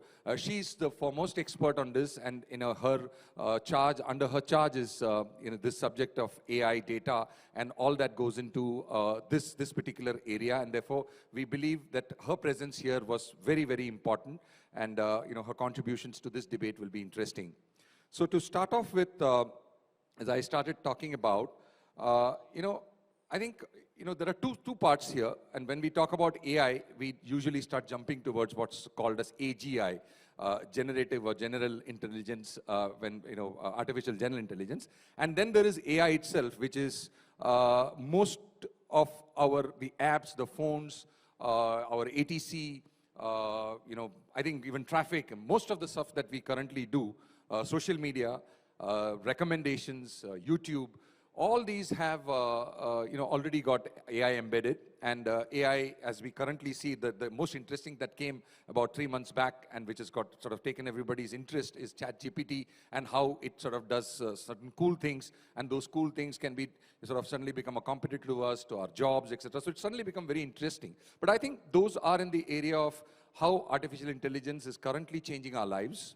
The other is, what is the end game of artificial intelligence if it goes unchecked and gets to a point where it becomes independent and starts thinking for itself and starts correcting itself and becomes super intelligent, and then what happens? And that's what we saw in Callum's presentation, and to some extent towards the end in Gerd's presentation as to how to do, what to do, and what not to do in that area.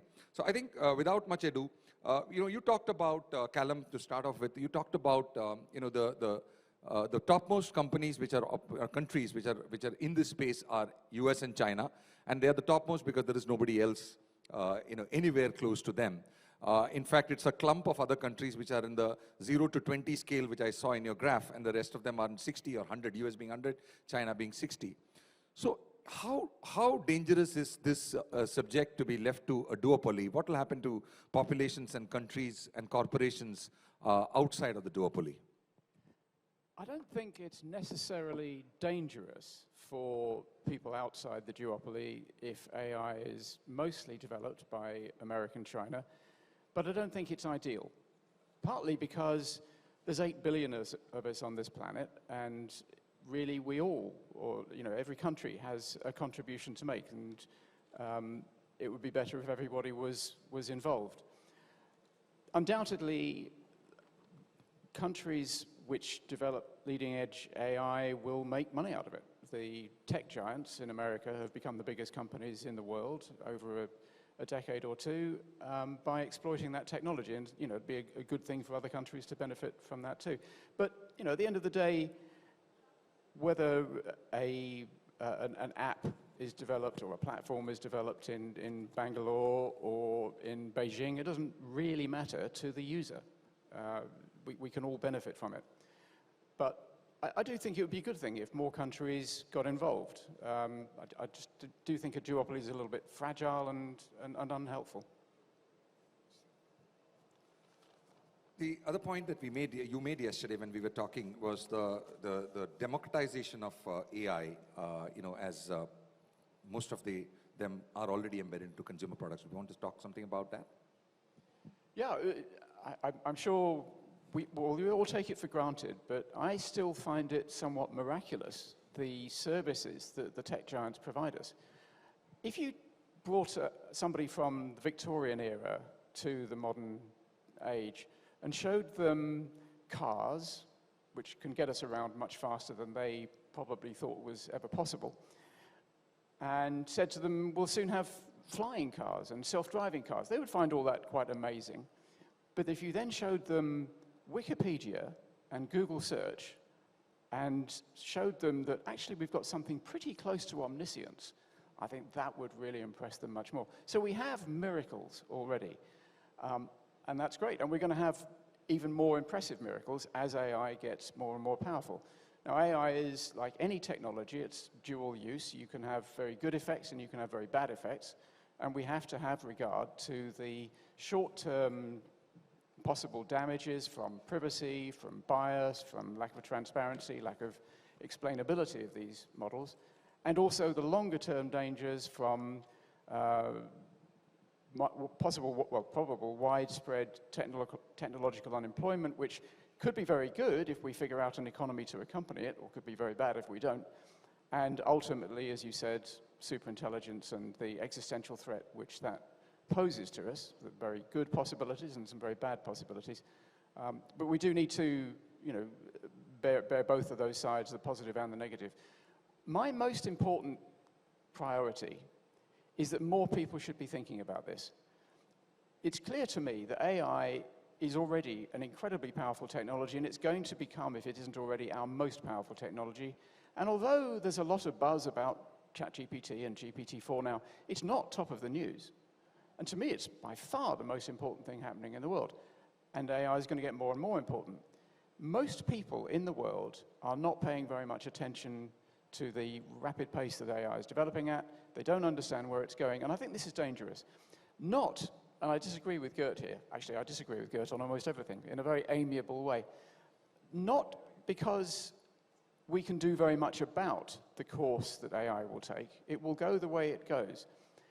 But because the great danger is that we panic. If self-driving cars become very common, and everybody suddenly wakes up and thinks, wow, I'm going to lose my job. If that happens very quickly with no preparation, no acclimatization, that can lead to a panic, and that is very dangerous. So my main priority is to get more and more people realizing where this exponential journey is taking us so that we have as little panic as possible. Thank you. So, Gerd, now let us come to your views on what this holds. I mean, and I think we can move to the singularity, superintelligence part of the conversation that we were having. And you, in your session that you took earlier, were talking about, that computers, the AI or AGI is not going to be based in feelings and emotions and a lot of other intelligence that human beings use, and it's only going to be the intellectual or the logical part of it, and therefore it may not be the right thing to allow it to go to a certain place. It should be used as a machine and an assistant. How do you think we are poised? Because in his session, he talked about red button, and he also said that it looks like people are not going to take their fingers off it, which means that red button is going to be pressed. And you said we have to not press it. How do we really get there? Okay. Your talk was very, very persuasive, extremely convincing, but I was, after that thinking, how logical and how real is that it's going to be even possible to control it? Okay. Well, first, I think that there's three topics that we need to examine and collaborate on a global level. First is climate change and energy. Yeah, we can't solve that in one country. This is something we have to do together. The second one is intelligent machines that are beyond the fancy software, what I call IA, right? Intelligent assistants. That's not per se dangerous. That's just a job factor, and it changes society. But a machine with an IQ of 1 billion, in the sense of logic, that is much more dangerous. So when we talk about this AI discussion on a global level, we need to think about IA, everyday thing, AI, which is better than that, and then general intelligence, which is a system that's a lot like a human, and also has a lot more capacity. That is the part where we're probably going to need a moratorium of a sort, because that is extremely powerful and has lots of military applications. Okay. The third thing we have to collaborate on is genetic engineering of everything, but also of humans, which is also, of course, based on AI. So to me, the climate change thing, we're doing that, we can solve it. That's my view. It's desperate, it's emergency, but we're going to solve it. Right? On the second part, we're nowhere close, and that is a big mistake. Because to me, I think Callum agrees on this, this is a much bigger topic in overall dimension, is what we're going to do with ourselves, how we're going to be humans in the future based on technology and based on genetic engineering. Right? So what makes me hopeful, however, is that we have in the past proven that we actually do collaborate as humans when we have a good reason. Nuclear, we had 2 bombs, we collaborated. Right? Financial crisis, COVID. So I do think that we're at the point where we're seeing with ChatGPT what the power of this could be if it became more intelligent. Right? And that will give us reason. I think we should not feel disempowered to actually do something about controlling it or convening something that will make us get the benefit without getting the advantage. And the problem that I'm seeing primarily also in India, but also worldwide, is the business of replacing humans with machines is a huge business, right? And it creates trillions of dollars. And the business of essentially creating machines that can be like humans is probably the biggest business per se. And it's a huge temptation. And we should resist the temptation to just go ahead and make money and then deal with the damage later. That may not be survivable. So I think this is the moment to think about how much do we like just growth, or how much do we like something larger than growth? So I think, Callum, before we go to Anna, do you really think that this control is possible? And second is, you talked about the difference, similarity between human, chimpanzee, and super intelligence and human. How much control do we have, and what would be the real consequence? And do you really think it's going to be sort of possible to stop it? And touch upon transhumanism, as you said yesterday. Short answer, no. I don't think we can control superintelligence. I don't think we can create it in a way that it's aligned before it becomes superintelligence and then remains aligned with our values and interests forever afterwards. I don't think that's possible. And I don't think we can control it after it exists. How can you control an entity which is 1,000,000 times smarter than you? I just think it's impossible. Now, there are very smart people. There's about 300 very smart people in 4 existential risk organizations around the world working on exactly that problem. And most of them are a lot smarter than me. And I wish them Godspeed, and maybe they will come up with a solution. But to me, it just looks impossible. It's like an ant trying to control a human being. I just don't think it's possible. So, sadly not. And then you asked about transhumanism. Shall I? Yeah. Yep, okay. So the area where Gert and I most like to disagree friendlily with each other is over transhumanism. Transhumanism is the idea that humans should be allowed to augment ourselves cognitively and physically as far as the technology will go. So if we can make ourselves immune from aging and immune from death because we're immune from aging, that would be a good thing. Death is a bad thing, so stopping death would be a good thing. Stopping having diseases, making ourselves stronger, smarter, wiser, able to jump over tall buildings. I think all this is a good thing, and that's why I'm a transhumanist. Gert thinks that there's a certain distance you can go down that road, and then we have to stop because we cease to be human at that point. And the nub of it is, I think, this.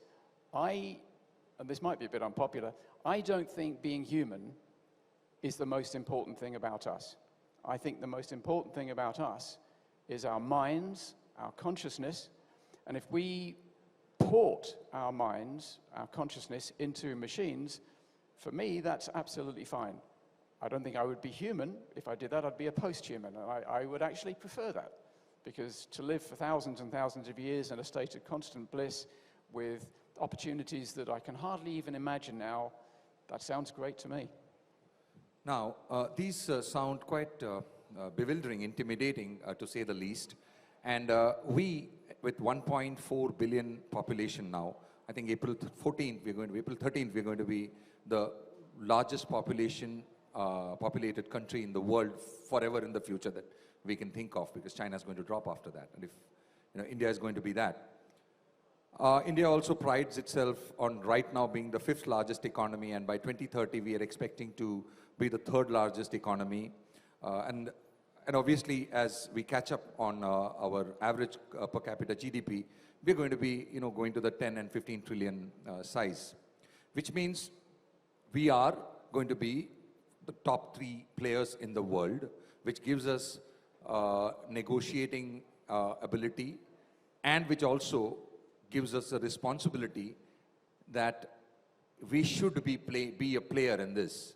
Now, what is the Indian government in this space? Where is it the Indian government with reference to, supporting research, etc. on AI? One. Second is taking a cue from what Gerd said, and if we were to sort of, mobilize humanity to come up with a cooperative act like the nuclear moratorium and referendum, etc. that we had, isn't it a very, very important opportunity that India has right now to be able to sort of be that leader and probably sort of look at other countries, which are obviously smaller than India from a collective bargaining point of view, and become the leader to, start putting these limits out there? Just a brief comment, and then I think we should go on, yeah? So, the key question, in my view, is not, when we look at the future, not about what is possible. The answer of that is pretty much anything is possible. Right? Can you upload your brain to the internet? You can kind of do that today if you have, but in 10 years, probably. Right? The question is not what we can do, but what we want. Who do we want to be? Right? And this is the key question for India, in my view. The question is, what does India want to be as a country, as a people, what is the nature of what you want, rather than saying this is what America or China wants, right? And the question isn't just one of wanting revenues and growth and profit and jobs, and that is a trivial question, right? The question is ultimately of the purpose, the destination, beyond all of those things, right? So that's why I say digital India, and that's all nice and fine, but you can't define a country by a tool. You define a country by culture, by people, by the purpose, right? You can't say, well, Germany is, Mercedes-Benz or great cars or whatever. That's just not the future. I think to be fit for the future, we have to decide on what we want and what does it mean and what we're going to do as a result of that, right? And that has a lot to do with what we do with technology and how we guide it. And if we do that, then ultimately it means sitting down at the table with Europe, China, US, and Africa, sooner or later, to hammer out what the rules are. That, in my view, not having rules would be the worst case.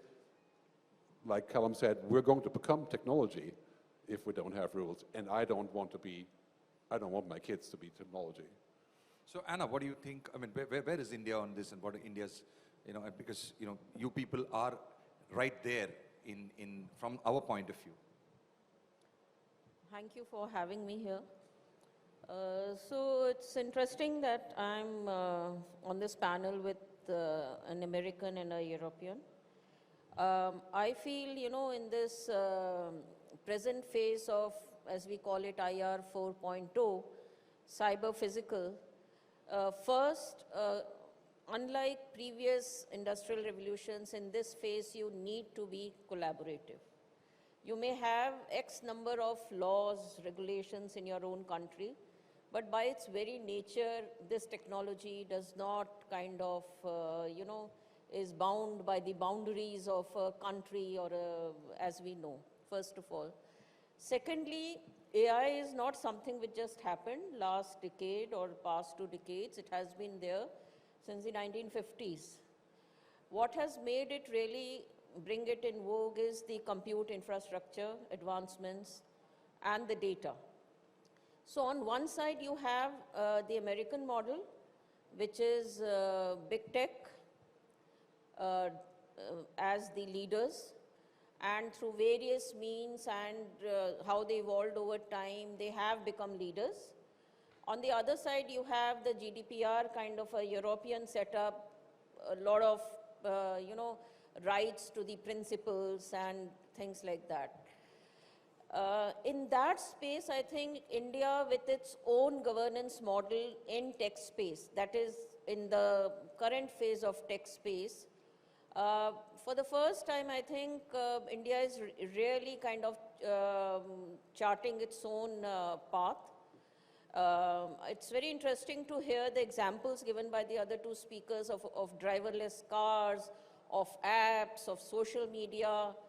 But when we speak about AI, and as the National Strategy on AI, which Niti Aayog had released in 2018, for us, AI is what it can do to our healthcare, what it can do to our education, what it can do to our agriculture. And when we say what it can do to urbanization and transportation, it is not about driverless cars, it's about managing resources better. So with that, India has kind of proposed this new governance model of public digital infrastructure, which is also part of the 8 priorities listed by India in its G20 presidency. And here we have really kind of, allowed 1,000 flowers to bloom kind of a thing. We have an architecture of consent-based data sharing. We have demonstrated how we can make sense out of aggregation of data, of standardizing data, sharing data, whether it is logistics sector, health sector, education, or agriculture, where these are still evolving. In payments, we are now exporting it. We are going to other countries.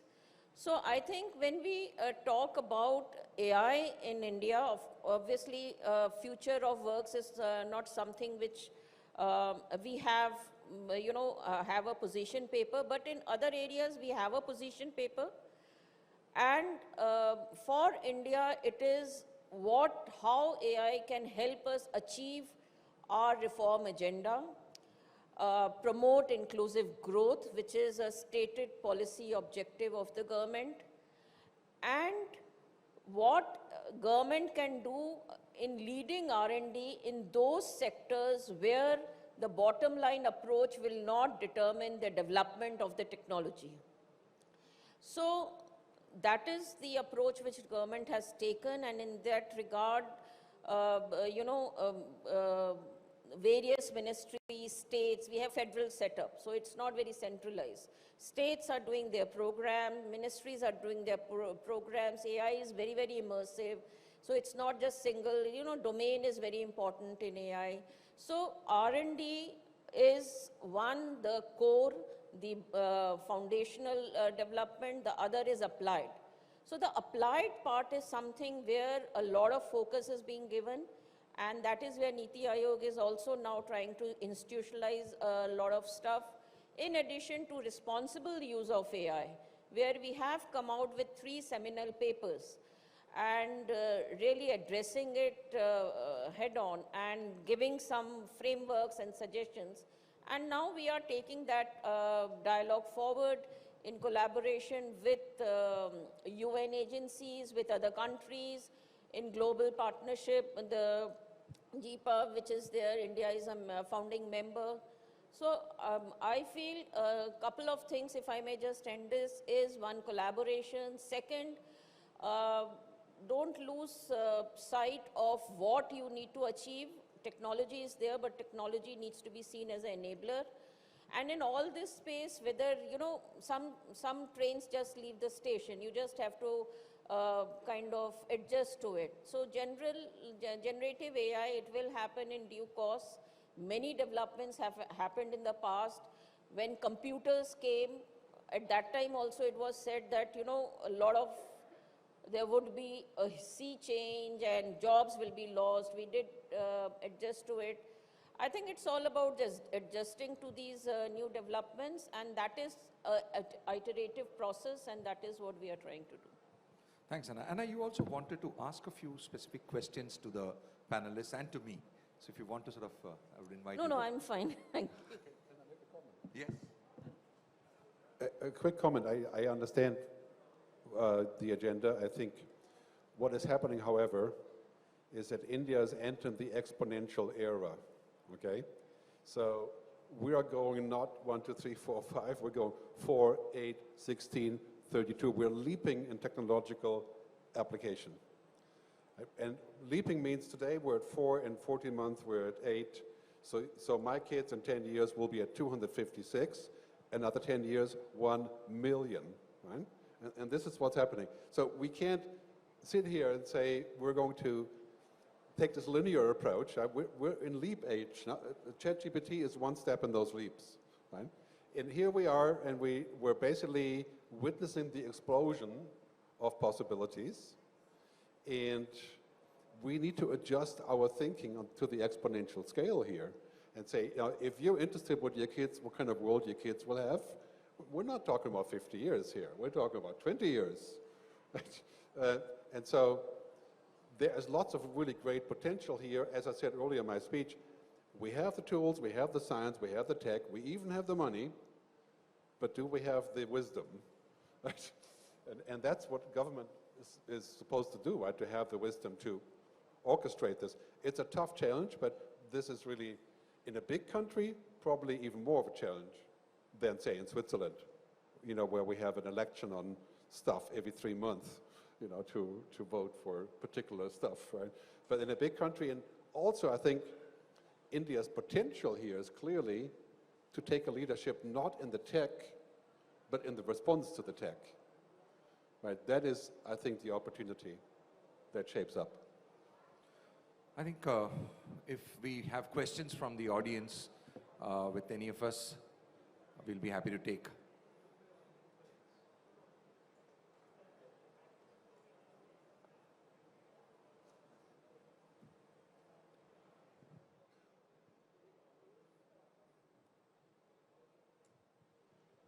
We've horrified everybody into silence. Shall I make a comment while we're waiting for a question to arise? I'm rather appalled to find that Gert and I agree about something, which is the fact that we're on this exponential growth pattern and very few people are really paying attention to it. I think that is the point where all this starts from. I don't think we're going to get to a point where we can all agree what should be done and what shouldn't be done. I mean, there's 8 billion of us. We have so many different opinions. Why should we think we're all going to come to a democratic agreement globally, for instance, that it should be possible to live for 100 years, but it shouldn't be possible to live for 200 years, or it should be possible for 200, but not for 300. I think we're going to have to accept that different people will want different outcomes, and we should try and be a bit tolerant of that. When it comes to transhumanism, for instance, if Gert wants to remain human and doesn't want to have a lifespan multiplied by hundreds and doesn't want to lose the ability to create new humans in the traditional way, which is the definition of human, if he wants to stay human like that, I have no problem with him doing that. I would have a problem with him saying that I can't have a much longer lifespan and live in, say, a virtual world and become post-human. I don't think I should be stopped from doing that.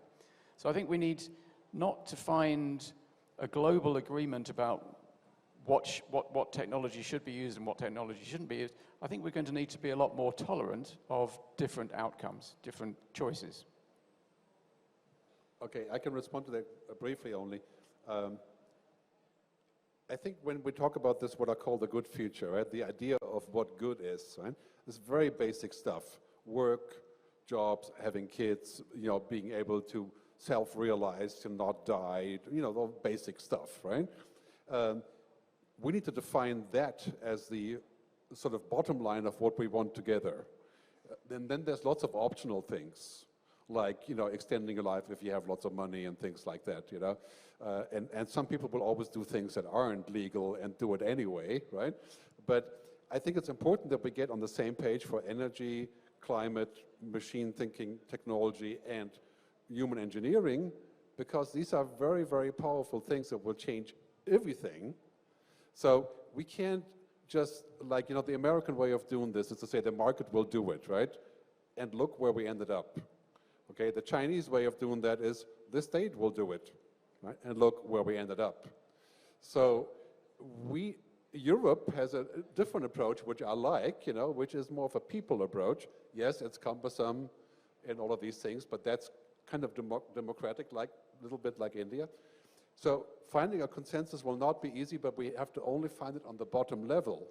And I tend to say that we will probably agree on a lot of bottom levels if they are wide enough. I mean, this is what you do in the democracy, right? You don't define every single piece of, whatever you can be or want to be. You define the bottom line. And I would say that if we're going to be at a place to where we say that we have to become one with the machine so that we keep existing, that is not a bottom line that most people will agree on. I don't have that feeling about India or about Europe. So that's just what I think is implausible. And also, I have a lot more belief in humanity that we can actually get together and figure this out. History has proven, in fact, when the pressure is big enough, we take action. Right? And that pressure is building like crazy. I was saying about what you said earlier, right? In the next couple of years, there's going to be a huge pressure cooker on these topics here and everywhere else also. And we have to get to a place to where we can openly discuss possibilities. And we're going to need a moratorium on how exactly we will have intelligent machines as a prosperous thing and how we will not have them, just like nuclear power. I just hope that we get to a point where the pressure is not, lethal, but good, enough to sort of make us all take the action. And I think with that, if there is a question coming up. Oh, there are questions. Okay. Yeah.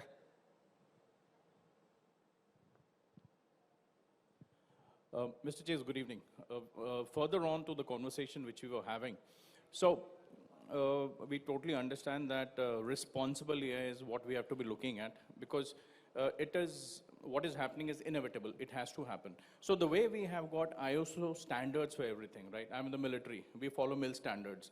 And why we follow that is so that there is standardization, we understand each other well, and there are no surprises. So I would like to hear your comments on what you feel of some kind of standards, maybe ISO standards for artificial intelligence. Well, in terms of bringing products to the market, then standards will be necessary so that products are interoperable. I mean, a great example is the metaverse. If and when we get it, it's been touted for a long time, and it was supposed to come in 2016, and then it was supposed to come last year, and it'll probably be supposed to come again in 5 years' time. Eventually it will arrive.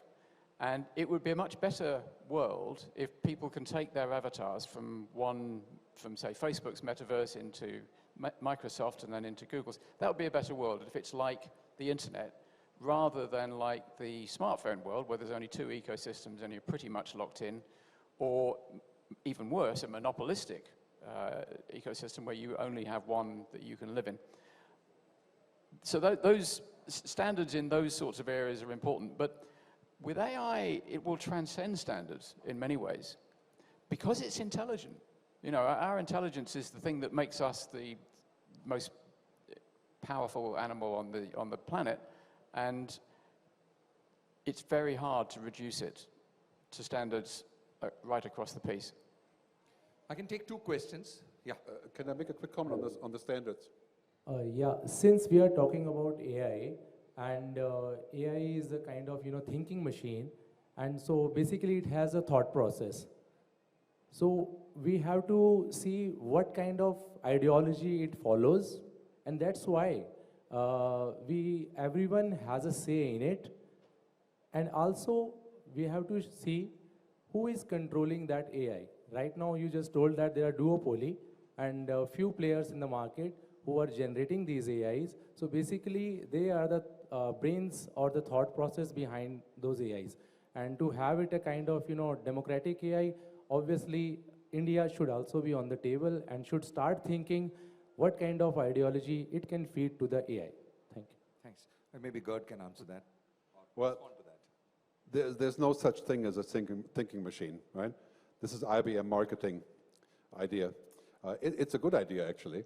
But there's no such thing as a thinking machine. Because when you think about how we think, right, we don't agree on a lot of definitions how all that works, but machines think in their own way, so we shouldn't use the word thinking, right? Like machines are intelligent, smart, whatever they are, but they're not like us, right? And it's important to realize the difference, right? These are not thinking machines like we think of thinking, right? They have their own way, they're binary, right? Zeros and ones. Right? Very important to realize the difference. That's why they're so powerful, and that's also why they're good for us. In an ideal world, we could use them to do the heavy lifting, and then we do the thinking. One more thing on what was said earlier on the standards. I have proposed many times also to the European Commission to put together a system that shows how human your content is. So now that we have the possibility to create content that's not human, I think we should have a little meter that says, 10% human, 50% human, 80% was made by humans, so that we know what is what. So when I'm reading your article, it's 100% human, I'd be happy to pay more, right?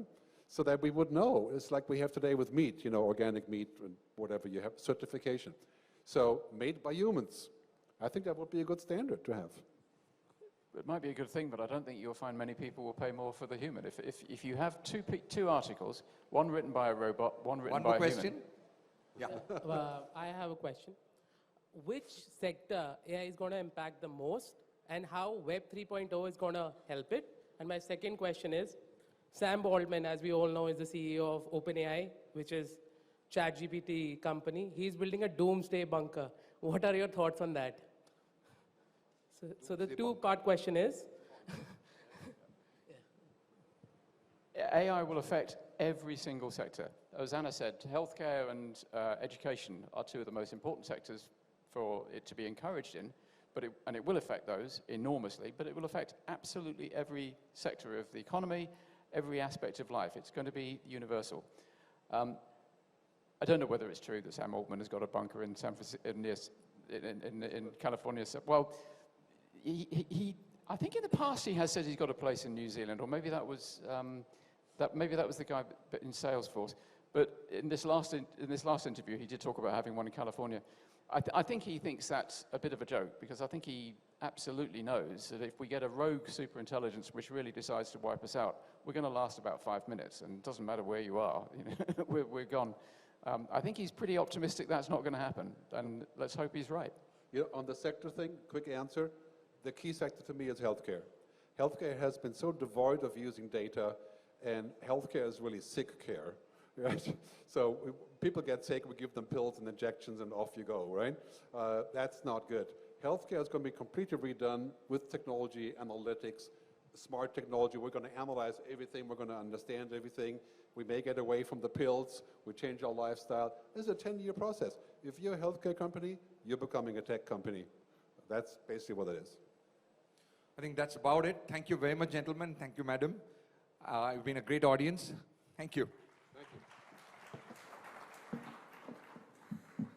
Thank you, ma'am. Thank you, gentlemen. Thank you, MK, for that lovely discussion. All right, let's move on now to our next session. Ladies and gentlemen, in an emerging economy like India, increased penetration of smartphones has transformed behavioral patterns of businesses and consumers, and such that, WhatsApp as a platform has evolved into a tool that is empowering many small businesses. In fact, its conversational approach to business is enabling business owners to improve customer engagement and facilitate greater conversations. Now, WhatsApp, in partnership with Times Network, has announced Let's Talk Growth. It's a new campaign that focuses on conversations that matter and provides a platform to discuss how businesses can utilize messaging to complement their existing strategy and drive engagement, as well as, most importantly, as well as customer satisfaction. But before we commence with the next session, here's a quick look at what the Let's Talk Growth campaign encompasses. Let's take a look.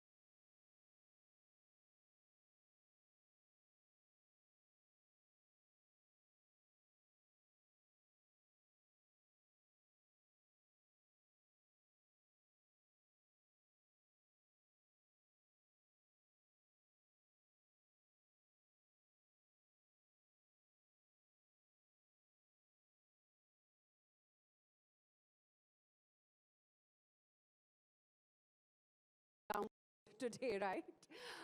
Just,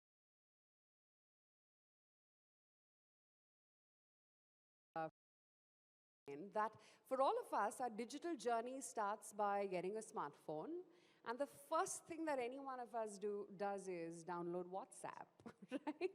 It's actually as simple as just saying hi on your WhatsApp first.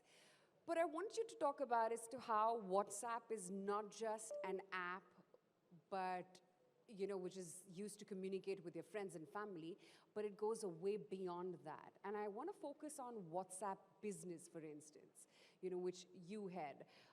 What is WhatsApp Business? No, thanks, Aisha. Firstly, thanks for having me here. And you're right? WhatsApp probably is part of every Indian's life today. Everybody who has a smartphone is on WhatsApp.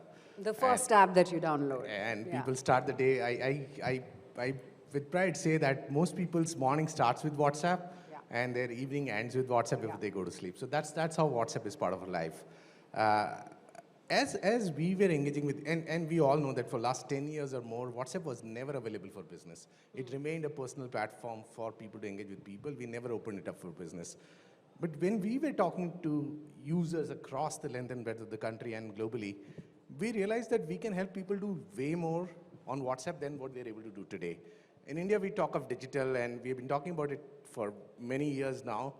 But the reality is that it's still not reached the length and breadth of the country. Very few people in India are able to use technology like websites or mobile apps. There's still tech fear. Those people are on WhatsApp. WhatsApp has really touched them.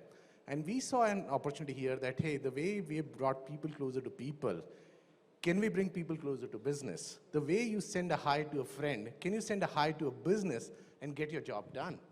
Whether you want to buy something, whether you want to raise a complaint, maybe you want to book a doctor's appointment, maybe you want to talk to a teacher in the school. Can we get those simple problems in everybody's life solved through just a simple hi on WhatsApp? And that's where this whole concept of WhatsApp Business emerged. And we have been on a journey over the last 4 years, and we have been evolving the platform to ensure that we can really impact people's life and help them do business and get things done with businesses. So that's WhatsApp Business for us. Up until now, Ravi, I guess WhatsApp Business is restricted to the bank that you bank with or the e-commerce websites that you shop on, right? They are the ones who have your data, and they're the ones who are WhatsApping you about their maybe latest sale or whatever schemes they have going, or news alerts sometimes. Yeah. But can it really get as simple? Callum was just talking about as to how AI is going to be most disruptive when it comes to healthcare.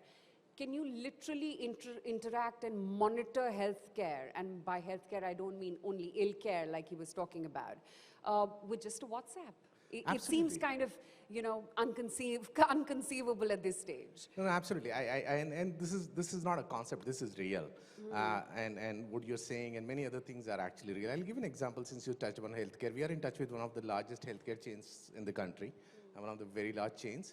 They have launched a diabetes patient care WhatsApp bot where every patient, and diabetes is something which is very sensitive, right? You need to have medication on time, otherwise it can be fatal And sometimes. we're the diabetes, population of India, maximum population of the world. You can really equate diabetes, heart patients, everything, right? And this hospital launched a service. Earlier it used to be a manual effort where people used to call a nurse, and nurse used to guide them if some vitals were not on track, or nurse used to collect on phone the vitals and give assurance to the patient that it's fine. Not every time the patient needs to come to the hospital.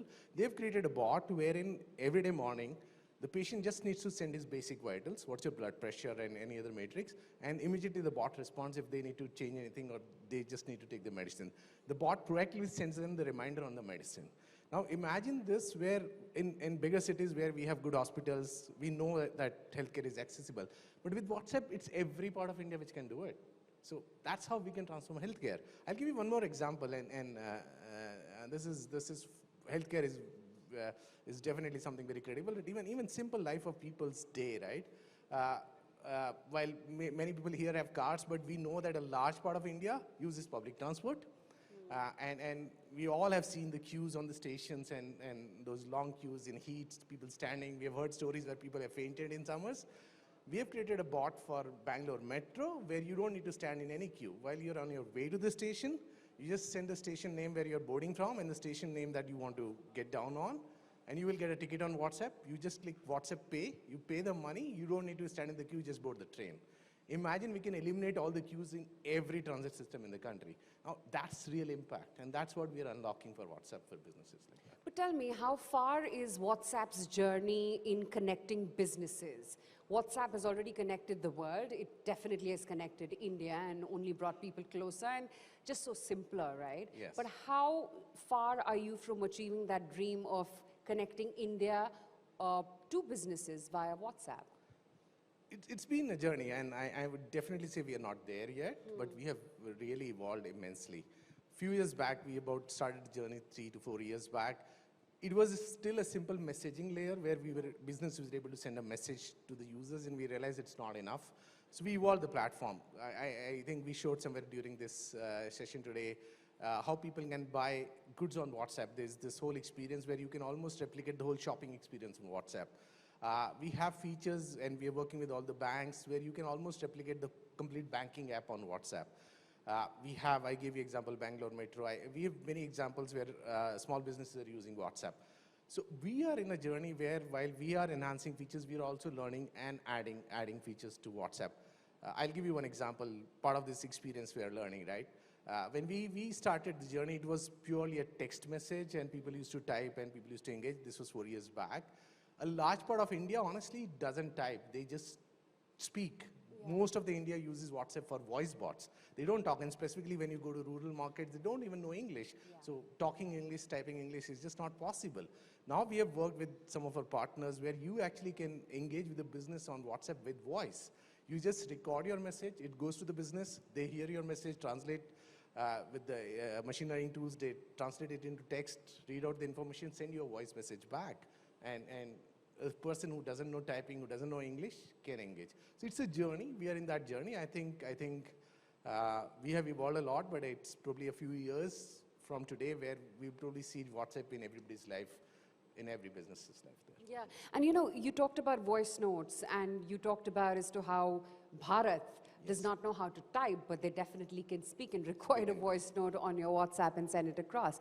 What I wanted to understand is when it comes to small businesses, this can really be a game changer and play a very, very critical role in connecting remote and rural India to the main cities. Are you already seeing that transition building up or happening?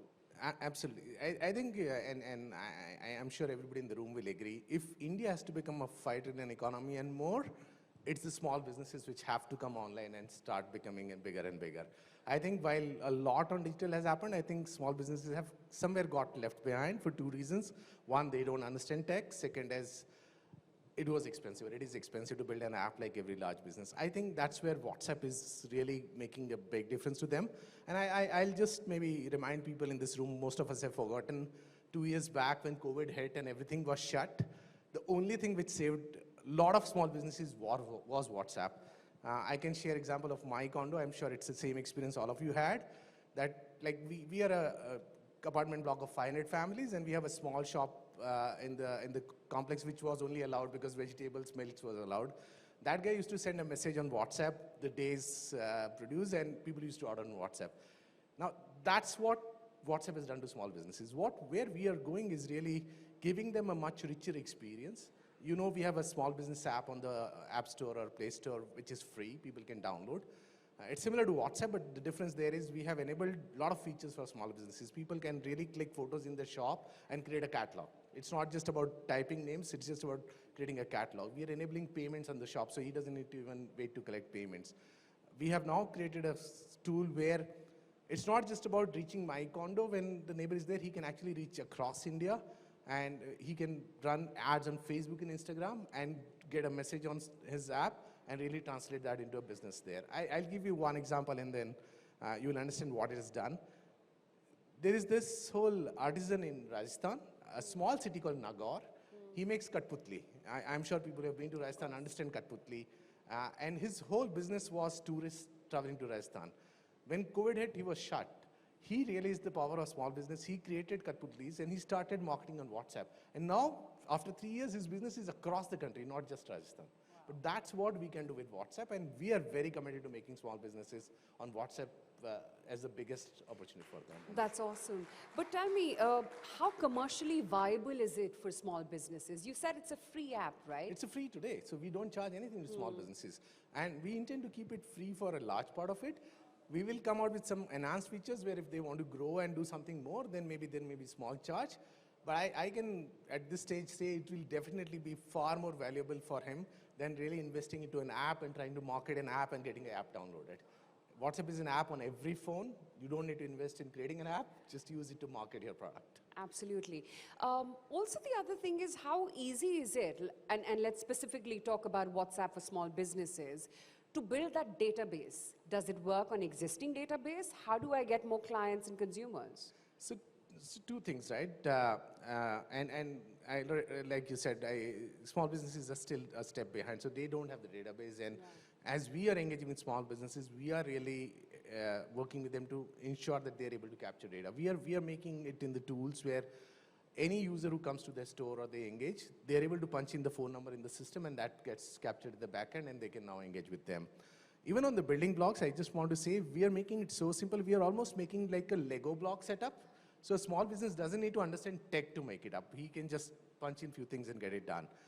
And for growth, where we are coming is, and we're working with a lot of organizations there, we are going to make it very simple that from that same app, or small business app, he'll be able to actually advertise on our platforms like Facebook and Instagram to the cohort and targets that he wants to target and get those messages there. So that small business app is going to be his digital life.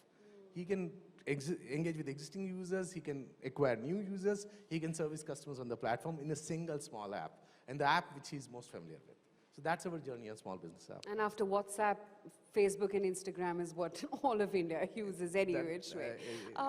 You know, the other thing I also wanted to understand is, much like small businesses, which are more product related, how does WhatsApp Business connect large businesses? Yeah. I mean, is it really as simple as downloading an app within your Play Store? So for large businesses, I think the journey is slightly different because they have a lot of other platforms, right? They have their mobile app, they have their websites. So WhatsApp can't be an isolated, separate island in itself. It won't work. For large businesses, WhatsApp is probably a bridge to their current digital platforms. And we have a platform called WhatsApp Business Platform, where we have enabled APIs, which will plug into the large businesses' technical backend infrastructure. Whether it's their CRM engine, their marketing engines, their analytics engine, these APIs can easily plug in, and they can Ravi, for the audience to understand this better, let's give an example. Okay. You don't have to name the brand, but... Sure. No, yeah. I'll definitely give this example. So I'll give you an example of one of the largest banks in the country. Sure. They invested a lot in building their banking app, and every large customer has invested in a banking app. And when I met their CEO, their biggest challenge was that, hey, my app is not getting used. Not even 10% of my customers are using my app. My costs are not going down. People still call my call center. People still walk into my branches. I said, but why are you investing in building an app? Just use WhatsApp. We have your users on WhatsApp. And the same experience that you have on your app, we can replicate on WhatsApp. And we have tools where people can replicate that same experience on WhatsApp. So that same banking experience that they have built on their app, now they have replicated on WhatsApp, and their users have started engaging on WhatsApp. I'll give you one small more example. I was yesterday with a very mid-sized e-commerce company. I wouldn't say the largest, but decent-sized e-commerce companies. And they have grown their revenue by 10% just by extending the journey on WhatsApp. It's a very different cohort they've targeted on WhatsApp. WhatsApp is, they wanted to go to Bharat, and their core app was servicing India, and they created a separate category on WhatsApp, and they are now expanding and growing the business on WhatsApp. So that's how large businesses are using it. And it's really as simple as that. I mean, what's simpler than sending a WhatsApp? WhatsApp. Right? Absolutely. But the other thing also, Ravi, is, I mean, how do large, or for that matter, small businesses go global via WhatsApp? Because my understanding is that large businesses would be working on a subscribed database, right? Yes. They're Yes. using with already existing consumers and customers. Yeah, no, so, and that's something that actually people are doing it. So as we all know, we have 2 billion people on WhatsApp. We are there in almost every country, at least all emerging markets, Latin America, Middle East, Southeast Asia, where WhatsApp is as prevalent as it's in India. We support the languages, we support all the local languages, so it's not like you really need to invest into doing something different. So the same bot or experience you build in India, you can easily extend it to any market that you want with the languages and support. Now the question is, I don't have database, so how do you target them? So that's where the whole family of apps, we call it, which is Instagram, Facebook, and WhatsApp come together. What people are doing and what businesses should do. If you're wanting to get into, let's say, a Middle East or African market, you create small advertisements on Facebook or Instagram in those properties with the targeted audience that you do. People will, when they click on that ad, it will land on your WhatsApp journey. And you can engage in their language. The bot can do all the analytics. People from those countries can place order. You can collect payment and ship the goods. And that's what both small businesses and large businesses are doing with us. So this whole family of apps concept where we're linking the 3 platforms is really helping people go global and really expand their business in markets which they have never been before with WhatsApp. And similarly, I'm guessing for startups, it must be a big boon as well, right? Because you don't have to invest in building an app, invest in designing your own website. All you have to do is WhatsApp. Absolutely. I can, without naming some of the, I can share that some of the unicorns that we know today of actually were born on WhatsApp. So some of the unicorns that people are very familiar with today, I can't name them, but actually were born on WhatsApp where they first started engaging on WhatsApp and they saw the market and they started building the app and now they are bigger. I can say one thing and I'm seeing this happening real today, but I think it will be way bigger. Startups will start their journey on WhatsApp. Today, the biggest, and this is not about startups that we know of, very tech-evolved startups, because when you talk of startups today, we are really talking of people who have technical backgrounds and they're creating a good technical product. But when I'm talking of startups, I'm talking of simple people sitting in this room, people, families, women sitting at home, women sitting at remote parts. Everybody has a brilliant idea, or some of them have really, you see the products, right? They make amazing achars, they make amazing cakes, but they're not able to leverage benefit of technology because one, they don't understand tech. Second, they don't have money to invest in tech. And if they invest in tech, where is the money to spend on marketing? With WhatsApp, you don't need to invest anything on tech. You just build your product and start marketing. I think we will probably make WhatsApp the primary surface for any startup to come on the platform and grow their business. And we are seeing a lot of entrepreneurs coming on WhatsApp and building that. Ravi, the other thing, with so much digitization happening, and I was talking to a banker as well before you, how safe is my data? I'm putting so much out there. They know what I want, what I spend on, what I eat, what I shop, what I buy, where I travel, all of it. I mean, I bet at WhatsApp that must be a key priority, right? Data protection. Yeah. No, and it's not just data; it's also user privacy. Yeah. And we have been very, very vocal and very, very upfront about that. Any conversation that happens on WhatsApp today, whether it's person to person or person to business, is 100% encrypted. WhatsApp Meta doesn't read that data, doesn't use that data, doesn't share that data. All the conversation, whether you do with a business or you do with an individual, is either between you or that other person, which is the business. So today, when you talk of data, the experience and the data storage and the usage is exactly similar on how you would do with their other platforms, whether it's their app or the website. That data is only sitting with the business that you are engaging with. Nobody else has access to that. So it's, in that sense, 100% secured. And we are ensuring that whole encryption and privacy is maintained as we are building this platform for businesses as well. I've said this before, I'll say this. For us, the user comes first, not the business. We are a user-first platform, so we'll always keep the user at the center, and we'll ensure that his privacy, his data, his needs come first before we enable for the businesses. So I can give you an assurance that your data is safe when you're engaging with businesses via WhatsApp. But Ravi, what are the hindrances? Because as simple as it may be to download WhatsApp and interact with businesses and existing consumers, or for that matter with family and friends, mobile penetration in India is nowhere close to other developed economies like US or China for that matter. Yeah. Because the sole criteria of WhatsApp to grow business all depends on mobile penetration. Yes. So Aisha, that's true, but I think India has probably one of the lowest data rates, and that's leading to the highest mobile penetration in the country. I think while you're right that mobile penetration in numbers is still not 100%, I would say if you talk of families, we are nearly there at 70–80% mobile penetration. So a mobile in the tier 2, tier 3, tier 4 towns is a home device, not an individual device as well.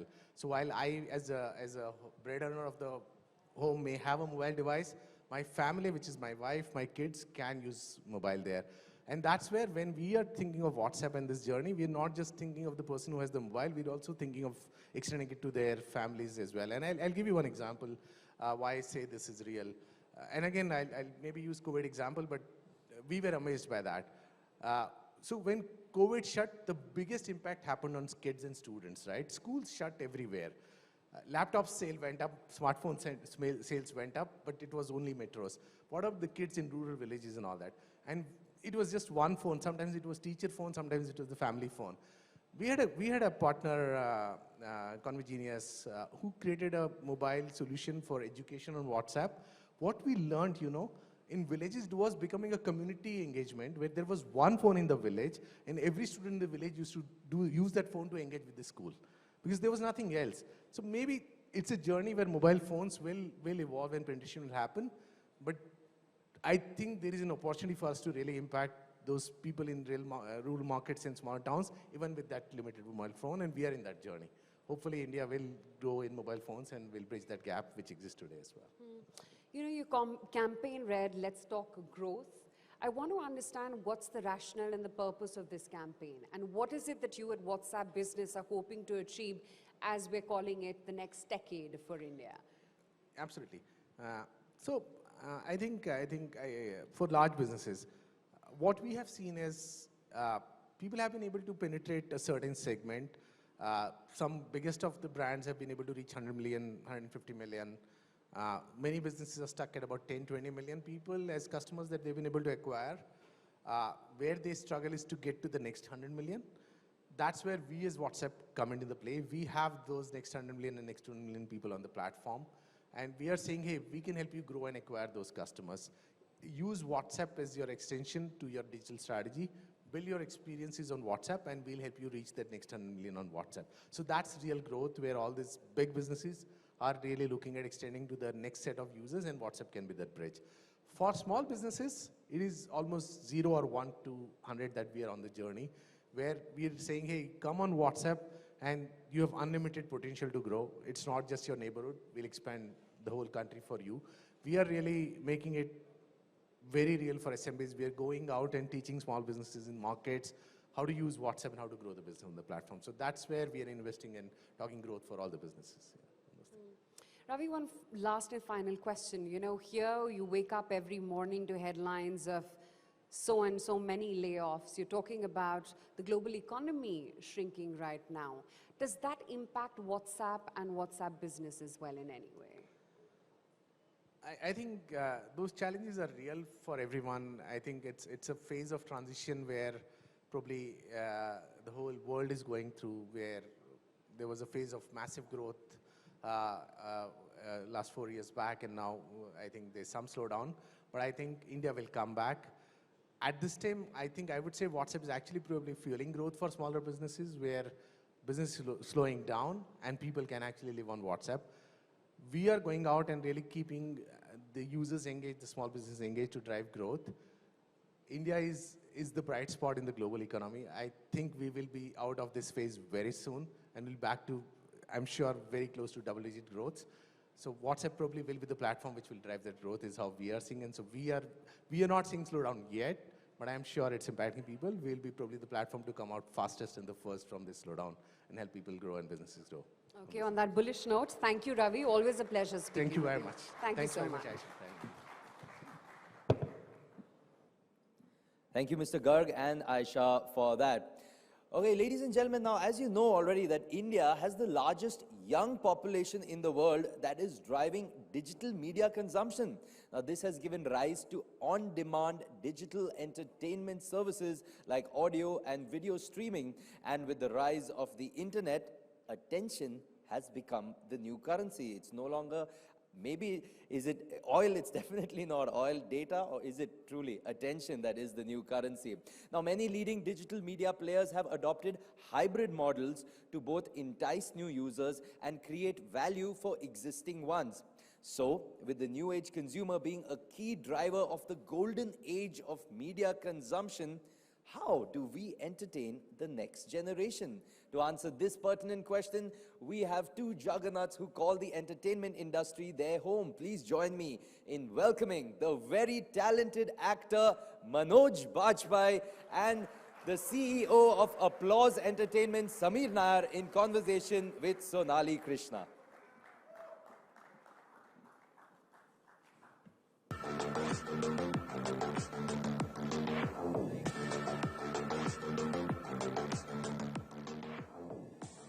Thank you, Sumit. Managing Director of Applause, Samir Nair, and of course, the man who needs no introduction, Manoj Bajpayee. Thank you so much. Hopefully, we're going to have an entertaining session after, of course, a day long of digital. In fact, AI is coming out of my ears. I'm sure it's coming out of yours too. Having said that, I'm going to start with you. Because of COVID, we've all gotten used to watching and streaming content, right? A lot of actors have gotten opportunities. आपको क्या लगता है कि इसकी वजह से have we progressed in terms of content making या regress हो गए? हिंदी में बोलूं या अंग्रेजी में बोलूं? आपकी भोजपुरी में भी बोल सकता हूं। अब भोजपुरी टफ होगा, भोजपुरी टफ होगा। नहीं, डिजिटल जो पूरा का पूरा रेवोल्यूशन हुआ है, इससे सिर्फ फायदा ही हुआ है, घाटा कुछ भी नहीं हुआ है, क्योंकि सिनेमा के पास में इतनी कैपेसिटी नहीं थी कि इतने सारे टैलेंट को कंज्यूम कर सके। सिनेमा के पास में और जिसके कारण सिनेमा ना सिर्फ टैलेंट को मौका नहीं दे पा रहा था, बल्कि जो 4 या 5 जो हर डिपार्टमेंट में टैलेंट्स थे, उन्हीं पे वो हमेशा जो है it used to fall back on, because वह एक फार्मूला सा बन गया था कि इसको ले लो, उसको लेके आओ, इसको लेके आओ तो फिल्म चल जाएगी. That used to be a very sure shot, very easy formula that the people were falling back on. What it has done that when the revolution happened in the digital area, similarly the revolution happened in our industry also. So in terms of content, in terms of talent, I mean Samir Nair, who is one of the most successful CEO of the company, of managing director of Applause, and who are making, I wouldn't even dare to say churning out, because they are coming out with such amazing content, amazing stories, and giving chances to so many talents in every department, not only actors. This was not possible. This was not possible before. This can never be possible if you just take it out, the digital revolution from this country or from this world. It will never be.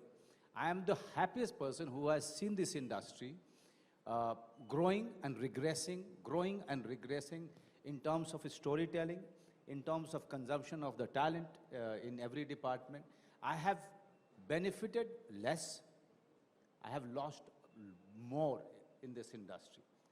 With the digital revolution, with the OTT coming into play, not only it has given me a chance to showcase my own ability, but at the same time, there were many talents, thousands of them, scattered all over Mumbai, living in faraway places in a very modest, chawl or modest one-room apartment. Today, they have a lifestyle. Today, Manoj Bajpayee date is very much possible, but their dates are not possible. So that's the outcome of digital revolution in this country. That's the outcome of internet, OTT revolution in this country. And this is where I thank not only my luck that I'm still working in this time, but I really thank God for giving us this time. I like your optimistic rose-tinted glasses, but No, you can't survive in this industry if you're not optimist. But as a journalist, I have to play devil's advocate, right? So glad that talent is being accepted from all corners. Kangana Ranaut talks about nepotism. Clearly, by your view and by what you've just said, nepotism abhi to hai hi nahi, kyunki sabko lifestyle aa gaya hai. People have moved from chawls to flats to maybe even bungalows in Bombay. But what is the impact the small screen or OTT is having on the big screen?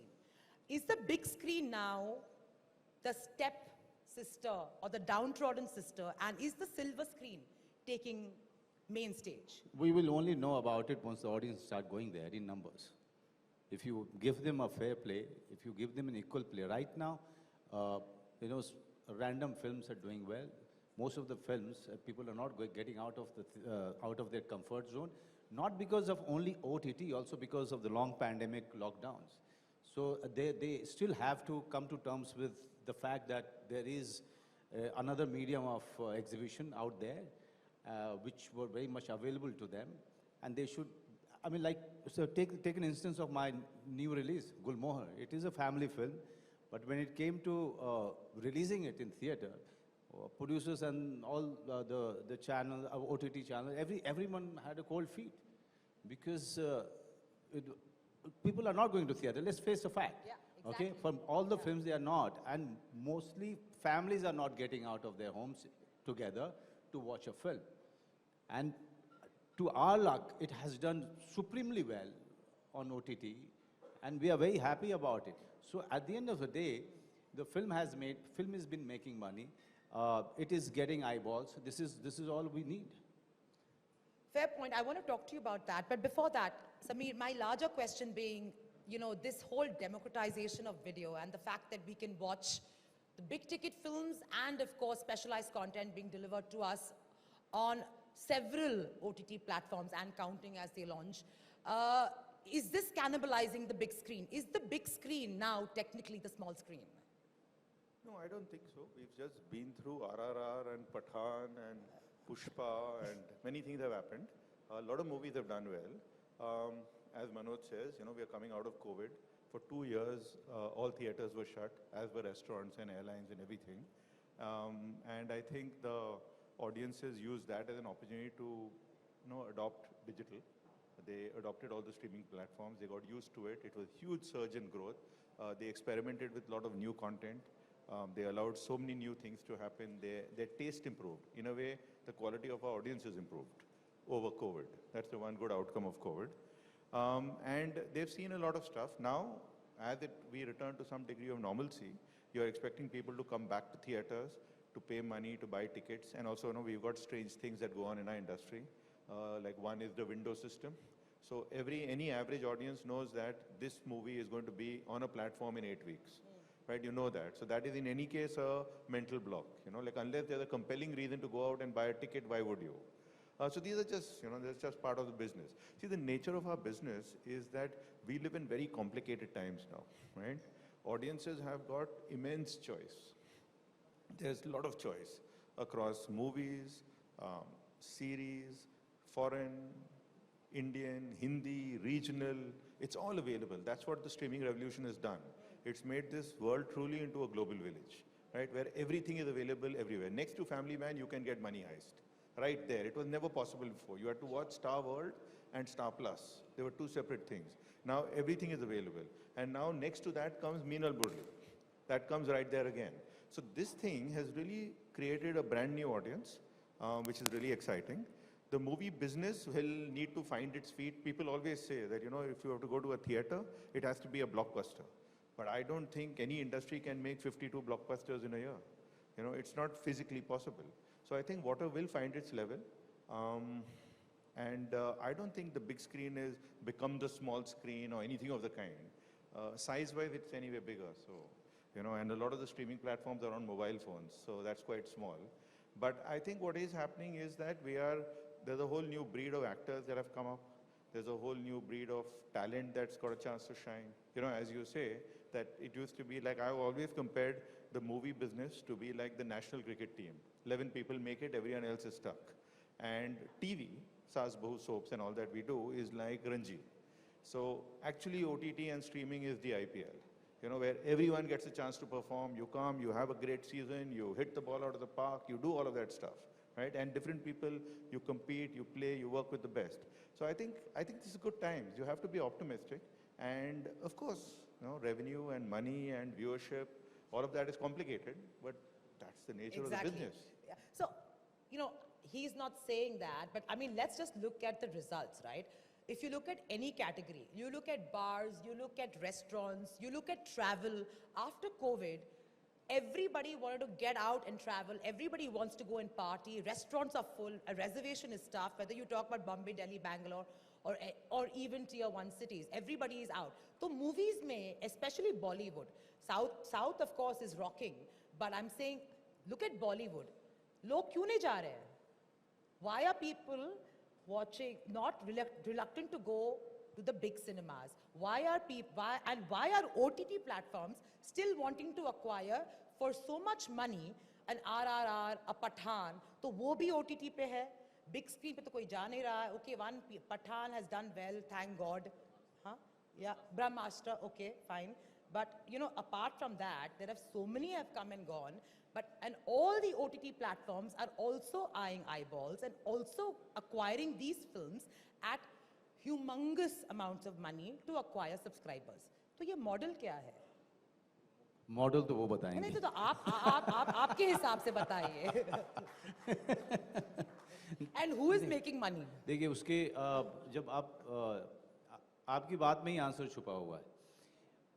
South के पूरा का पूरा distribution का पूरा, अगर आप distribution और exhibition का पूरा सिस्टम आप समझेंगे तो आपको पता चलेगा कि ये उनके लिए पॉसिबल था कि लोग बाहर निकल के फिल्मों तक जा पाएँ, बिकॉज उन्होंने मल्टीप्लेक्सेस को कभी आने नहीं दिया और सारे सिंगल थिएटर को उन्होंने प्रिजर्व करके रखा. उन्होंने उसके लिए लड़ाई की, हमेशा लड़ाई की. I think I am right, okay.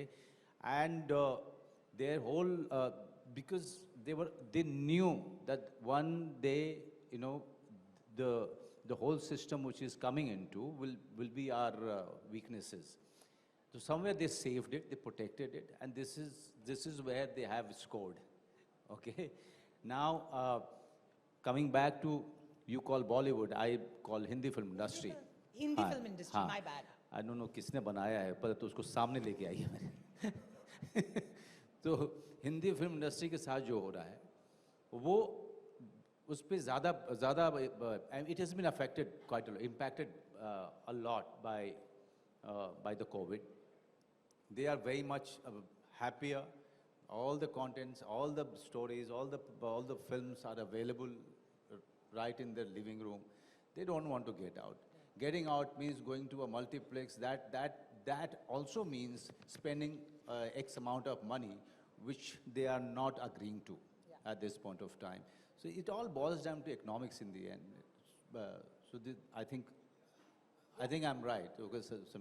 Is he right? Yeah, it is. I mean, see, finally, you know, like the media business or like any business is that it's linked to revenue, right? So you have a cost of content, you have a cost of distribution, and then you've got to attract audiences and make some money. Sure. It's pretty straightforward, actually.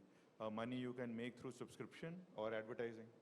Both ways you require audiences to be involved, engaged, and be sticky in order to make that money. There's a lot of competition, there's lots of options available. There's a price war in India. Everyone talks about India as this, you know, the great market of 1 billion people. Now, actually, it's 100 million people who can actually afford all these services. The rest of the market cannot afford these services. So you can keep growing exponentially, but the market need not. That's why when you say multiplexes, as you're saying, a trip to the visit to the multiplex with the family is 2,000 rupees. That's a lot of money, you know. It's not so it's complicated. In the meantime, it is a big market. There are audiences out there.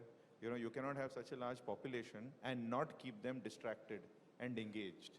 You know, and that's what we do best, right? Our business is the business of mass distraction. You know, that's what we do. So, you know, and we are doing that very well in different ways. And of course, the economics of this is it costs money to make content. The cost of that keeps rising. Sure. You're trying to grow the market. There is a land grab, right? Because different competitors are fighting for the same share of market. And, you know, you can call it destructive creation. Sameer, it's definitely advantage consumer, right? Definitely advantage me, right? But I have to bring upon this particular topic of content glut. Itna sara content hai, itna sara content hai. Discovery is very tough. There's good and there is bad content, right? I'm not sure whether this availability of you know, the fact that we have so many OTT platforms, of course, some, of course, subscription-based, some advertising-based. who are they catering to, or is it just like, it's a commonly used word, spray and pray? You know, what are we catering to? When you were doing Star, you were clear about your demographic. You were clear about the Saas Bahu serials catering to a certain TG of India, and your advertisers were also eyeing them. It was clear. When we come to the OTT business, yes, advantage talent for sure, but what type of films are we catering to, and which audience? Are we catering to India and Bharat, dono? Or are we are we clear about that? Because only then can we be clear about the economic model. I think we are completely clear about with each and every project that we get into. I mean, each and everyone whoever is in power or position in that project, they are very clear with their statistics, with their survey, with their target audience. They are very, very clear. They are more clear than Who's anybody. clear?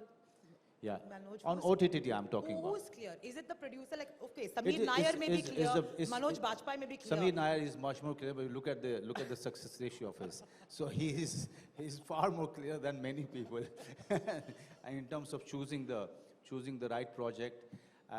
So no, coming is back Netflix, to Hotstar, Prime, everyone, MX Player, are they clear? Everyone is clear. Everyone is clear. This is, you know, we may agree with certain projects or we may disagree, but largely they are doing just well in deciding about their target audience with each project. I'll give an instance of, as I said, you know, with Gulmohar itself, we could not think of going to the theater. They exactly knew that the families are there at home. They are not getting out together to watch anything. So this is a family film, and we are taking it to them, to their living room. No, we are not asking them to get out of the comfort zone, come to the theater, buy tickets, buy popcorn, and watch our film. We could not take the risk. And eventually, few of us didn't agree with them, but eventually they were right. You know, so we have to, there has to be a balance of passion and realism. You know, if it is there, then definitely you are going to hit the target most of the time. At the same time, I'm just forgetting there was a point. So at the same time, we have to be very careful. Like me as an actor, Sameer, when I'm choosing there are five films right in front of me. Now and all 5 films are very good. Now I have to choose the right one. So and the right one is deciding, that decision is very crucial. But how are you deciding? Are you deciding because you have to decide whether you want to do good content or you want to do mass content? So आप कैसे decide करते हैं? No, I always went by good content. Mass content से मेरा कोई लेना देना आज तक नहीं रहा है. नहीं तो that is why, you know, OTT has been quite a boon for me, and I'm quite candid about it. So the clutter breaker, you know, the clutter breaking content is something which you have to look for. You may go wrong sometime, you may go right sometime, but when you go right, that is when you feel that, you know, in real sense you are successful. Before Family Man, there were many offers in front of me, where and I was in USA. Somehow I watched Narcos there. I watched many other series in USA, and I realized that, you know, this is what we cannot touch, but this is in abundance on OTT. That genre, that kind of storytelling. Here, if I have to make an entry into OTT, I have to go with something very new and unique. I didn't know what was that new and unique unless it comes to me, and it came to me. I was somewhere lucky and intelligent enough to really understand that this is exactly I want to do. This is clutter breaking, okay? And we got lucky with it, with Family Man. So this is that kind of a mind we have to apply when we are taking up any project as an actor, or as a managing director of a company like Applause, or as a director, or anyone. Sameer, what does it mean to entertain the next generation? You have entertained, Bharat. You've entertained, mass market. Now you're entertaining, nuanced audiences. So what does it mean to entertain the next generation? See, first of all, I have a problem with this word next generation, right? Because I don't think there is any next generation. What do you mean? We are living, it's called overlapping universes. We are living, we are like whatever 1.5 billion people here, and we are in the business of entertaining everyone, right? This next generation comes with this, arrives with that little, sort of definition, which somehow that is younger, cooler, smarter, something or the other. What is next gen is the technology, right? It's not the people. The people are the same, right? The audiences are the same. There are always younger audiences. There will always be fashion and fad. There will always be older audience. That's what they say, that till up to the time you get your first job, you're carefree. Then you get a job and you're still carefree. Then you get married, you're not so carefree. Then you have an EMI and you become that middle class audience, right? Yeah. And you grow from there. Yeah. So that's what happens in each generation. Fashions change. There used to be bell bottoms before, now there are slimmer pants, those kind of things.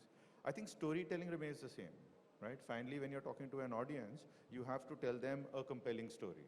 If you're telling them a compelling story, they are engaged with you. If you're not telling them a compelling story, they are not. And that has also been happening from the last 100 years, right?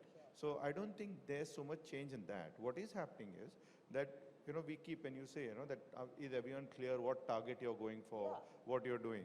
The thing what happens is that it is wrong to imagine this audience as a one-size-fits-all mass audience.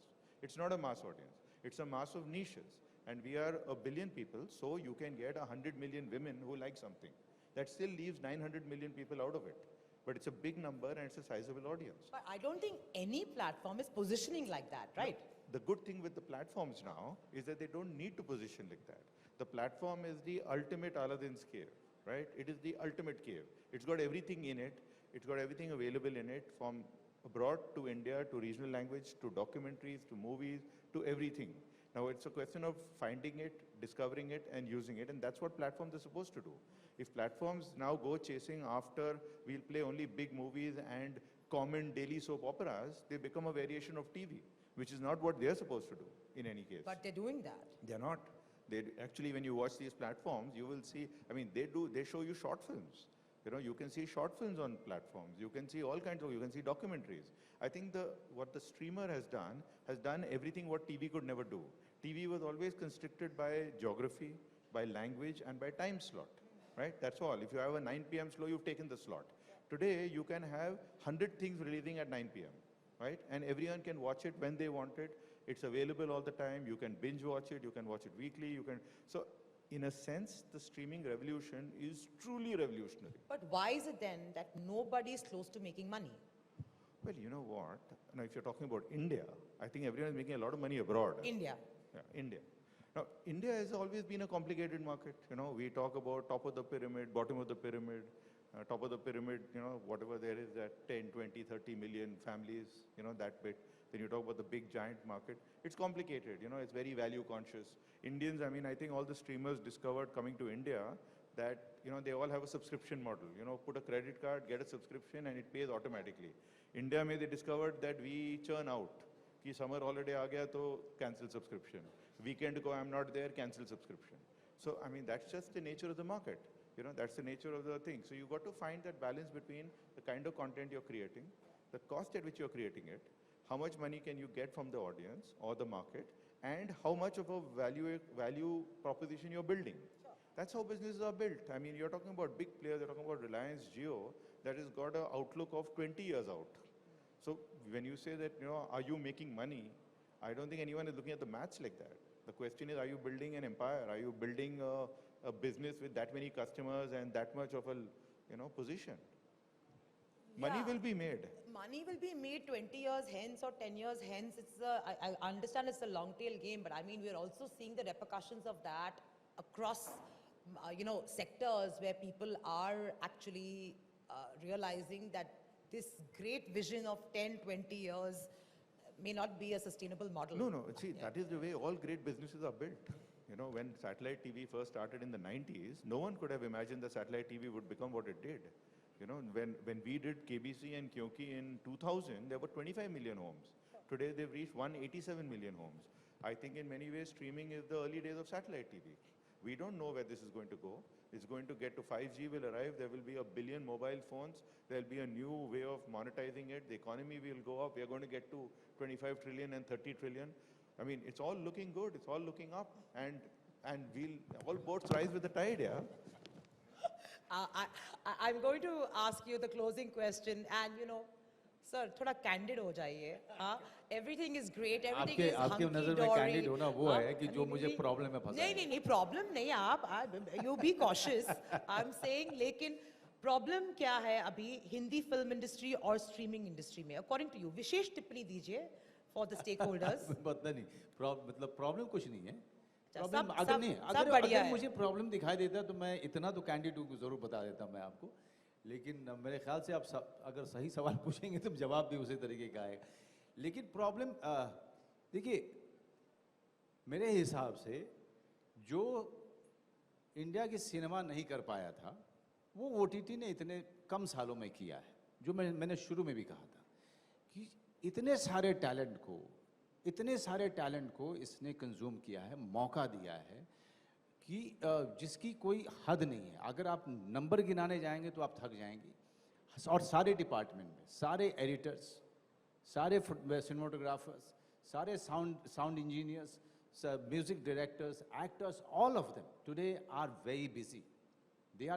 Casting directors are much more busy than any other time. There are new shop coming up now of casting directors, because whoever are there now, they are flooded with so many offers. So I see a great indication of coming time. But मेरी problem होती एक ही जगह पे है कि जो नया है उसको बहुत जल्दी काम मिल रहा है, उसको थोड़ा सीखना चाहिए था. But now he's getting work so easily and so immediately, so he's distracted. He's distracted from learning. So this is where my problem lies. थोड़ा hustle होना चाहिए. हाँ, मतलब हमारा तो मतलब ऐसा लगा कि मतलब हमने ही गलती कर दी हाँ करके. On that note, thank you so much, gentlemen. This has truly been a pleasure. Thank you for gracing us. Thank you, Sameer. Thank you for your time. Well, thank you, gentlemen, and Sonali, for that riveting discussion. Thank you so much. All right, let's move on now. Despite the macroeconomic scenarios across the world, India's digital ad spends are expected to reach $21 billion by FY28, according to a new report by Redseer Strategy Consultants. And with Indian users spending nearly 80% of their day on their smartphones, Aisha, I'm not going to ask you how long you spend, and you don't ask me, all right? Never. So digital platforms are witnessing superlative engagement rates, making it crucial for marketers to be present where their audiences are. A winning go-to-market strategy provides an action plan to reach target customers and better compete in the marketplace. So, Sumit, the question is, where are India's ad dollars going, right? So here to provide us with a panoramic outlook, please join us in welcoming our esteemed next panelists, the founder, chairman, and MD of Madison World and Madison Communications, Sam Balsara, the chief executive officer of IPG, Shashi Sinha, the Chief Marketing Officer at ITC, Shubhadeep Banerjee, the founder of Spring Market Capital, Arun Iyer, and President and CEO, Digital Times Network, Rohit Chadha. May we also invite on stage Senior Editor of Times Network, back on stage, Sonali Krishna. Ladies and gentlemen, let's have a round of applause for our panelists. We have Mr. Sam Balsara, Mr. Shashi Sinha, Mr. Shubhadeep Banerjee, Mr. Arun Iyer, Mr. Rohit Chadha, and Sonali Krishna.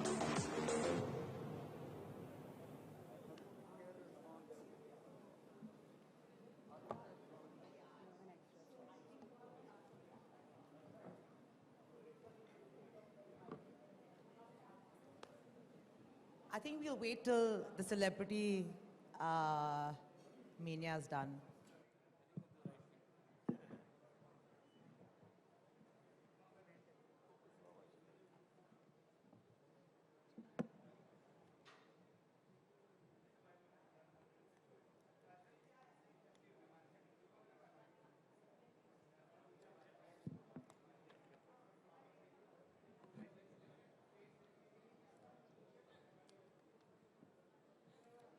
He's left.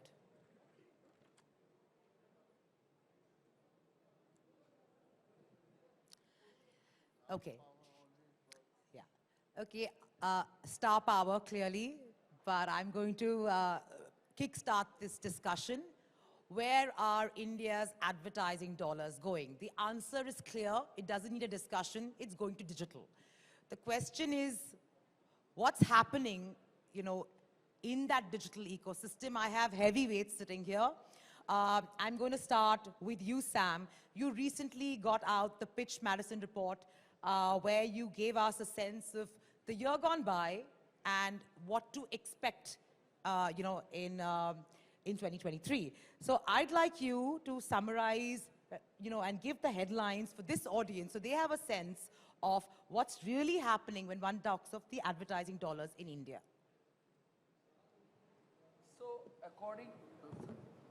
According to our estimates, last year was a good year for ADEX, despite everything that happened. We started the year with COVID, then unexpectedly the Ukraine war started. In spite of all that, in our estimate, ADEX grew by a massive 21%. Now, just for perspective, global ADEX in the same year grew by 8%.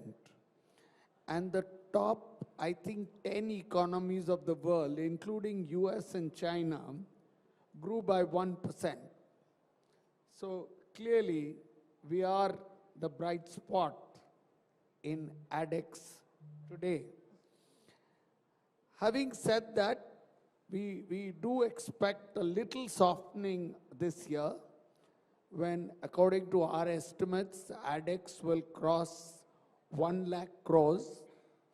I know there are some estimates put out by my friends which estimate ADEX to be much larger.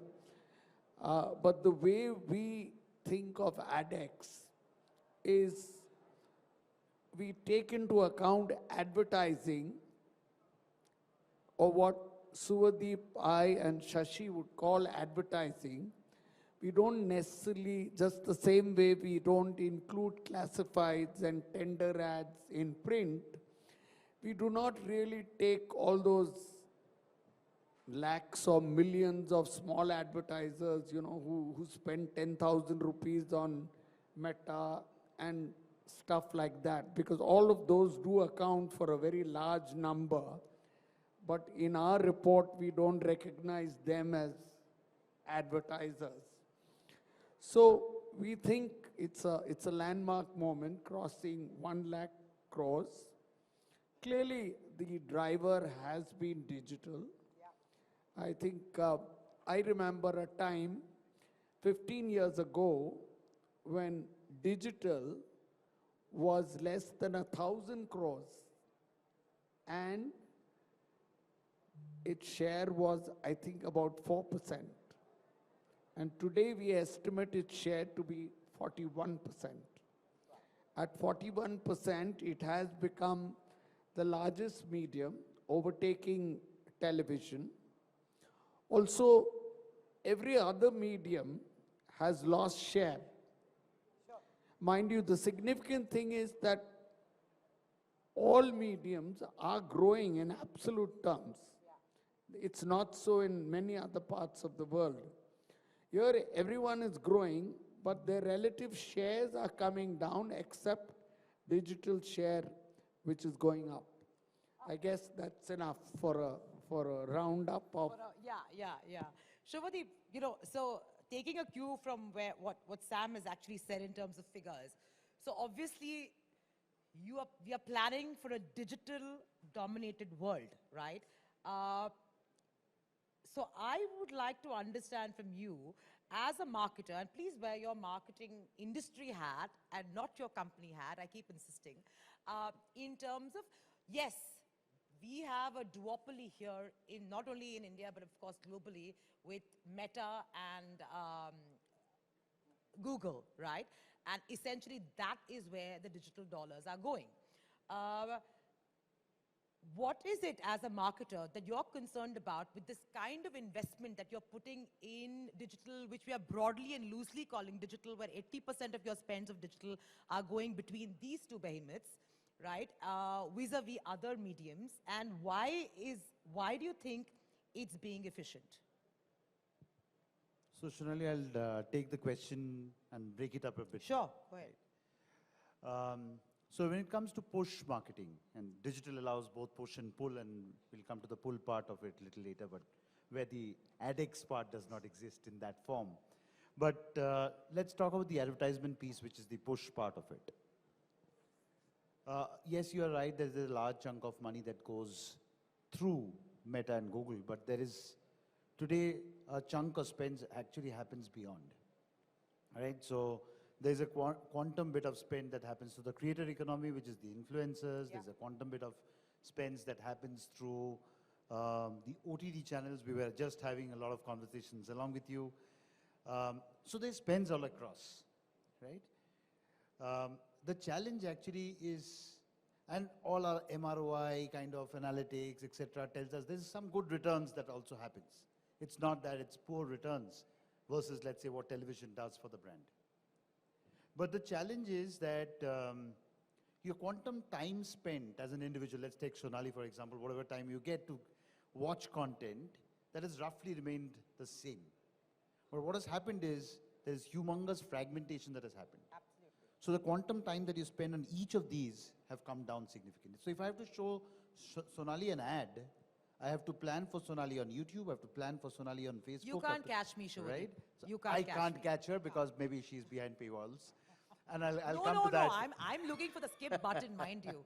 I am looking for that button all the time. So the problem, Sonali, is that when I try to catch one individual and that group of consumers, I plan individually for each of these platforms. I'm less efficient when I'm doing that.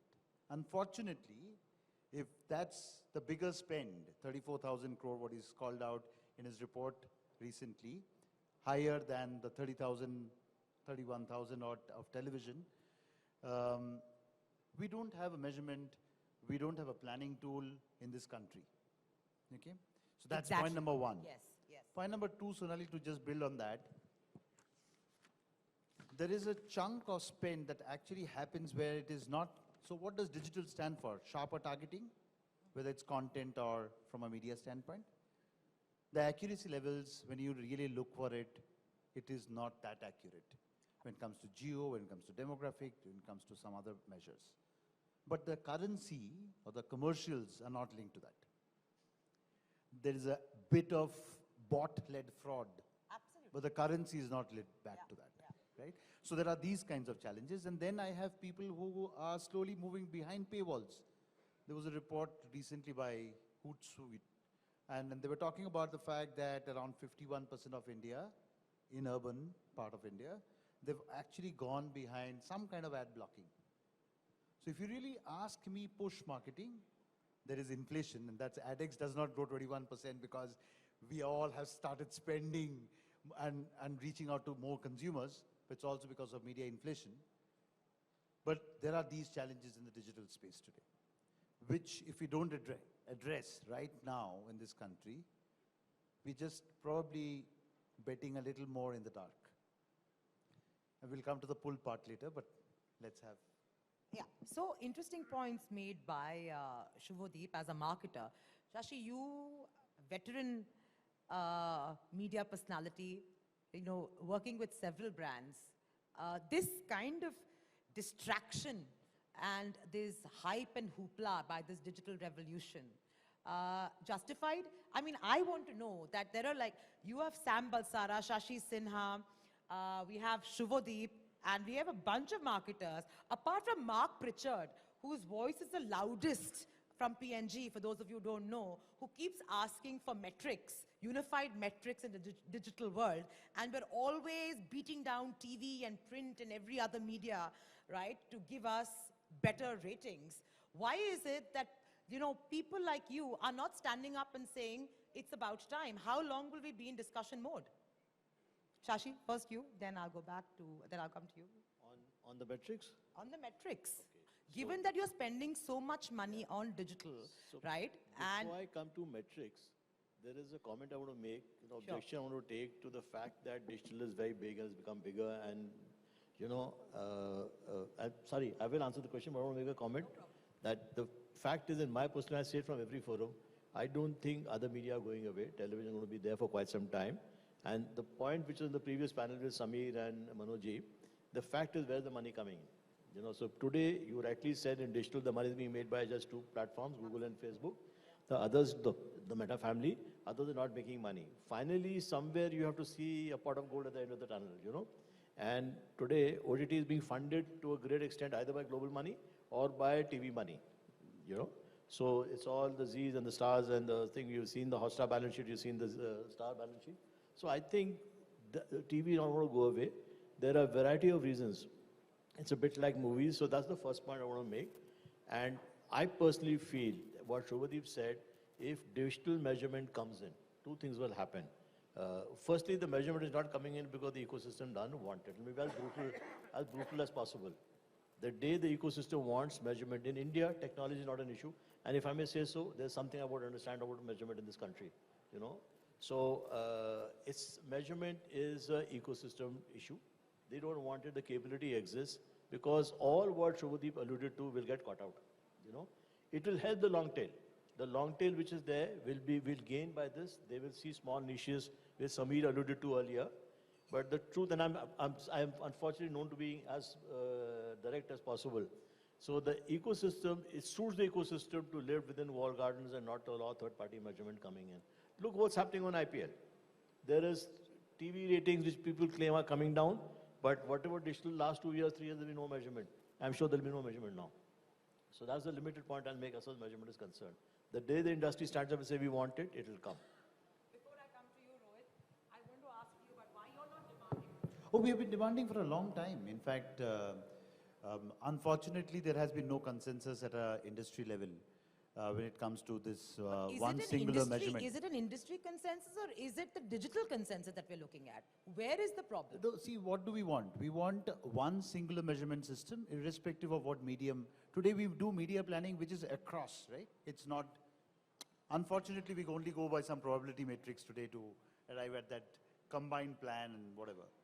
But we have been shouting loud for a long time. It's just not happening. Just not happening. It came to a closure, then there were some people, important people who pulled out. We're still waiting. Name and shame, please. I'd just like to jump in here. So while we've obviously talked about what digital doesn't give you, let's also talk about what digital does give you, what mainline does not, right? It does give you some bit of targeting. I absolutely agree that, you know, the targeting may not be as accurate as we want it to be, but at least the little measurement that it gives you in terms of how many people actually viewed the ad, how many clicked, how many came, how many transacted, that actually makes life much more simpler. And for marketers, for planners, etc., so that they actually know what is the ROI that they're getting, and hence you see the growth that you see on digital ad spends. Another nuance that one should actually also think about is we've heard a lot about how many new unicorns have come up in the country. Now, all of these unicorns that we are looking at are basically all tech companies, which are actually acquiring users on digital, and they want the users to transact on digital. So what better medium to spend money on than digital, because that's where the platform, the user already is. For me, if I were to show an ad on TV, for example, for a digital platform, then I'm doing branding. I'm trying to build brand recall. But if I want the user to transact, the probability that if I show the user the ad on TV versus that I show the ad on YouTube or on timesnownews.com, for example, is much higher that the user will actually transact there, because at least he can click, at least he can come to my platform. Of course. The hornet's nest, you know. So if you see, you're right, that from a performance and from the CRA point of view, bottom of the funnel. But top of the funnel, you can't go away from the conventional media, be it TV or print.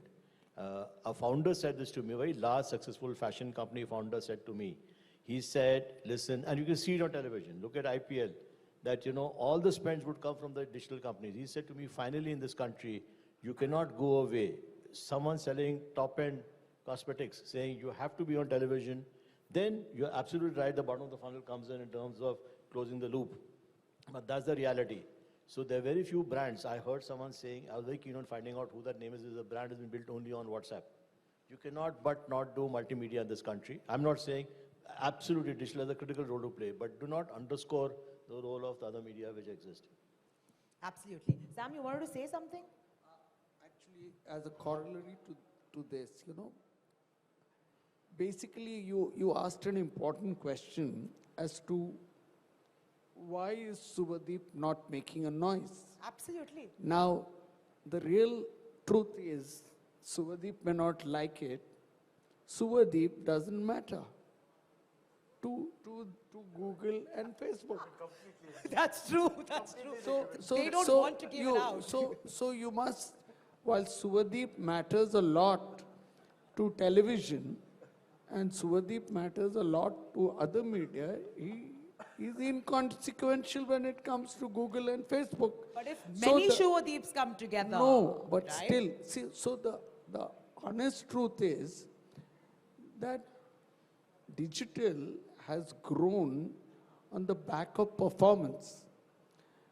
The need for this kind of viewership research comes only when you use digital for branding.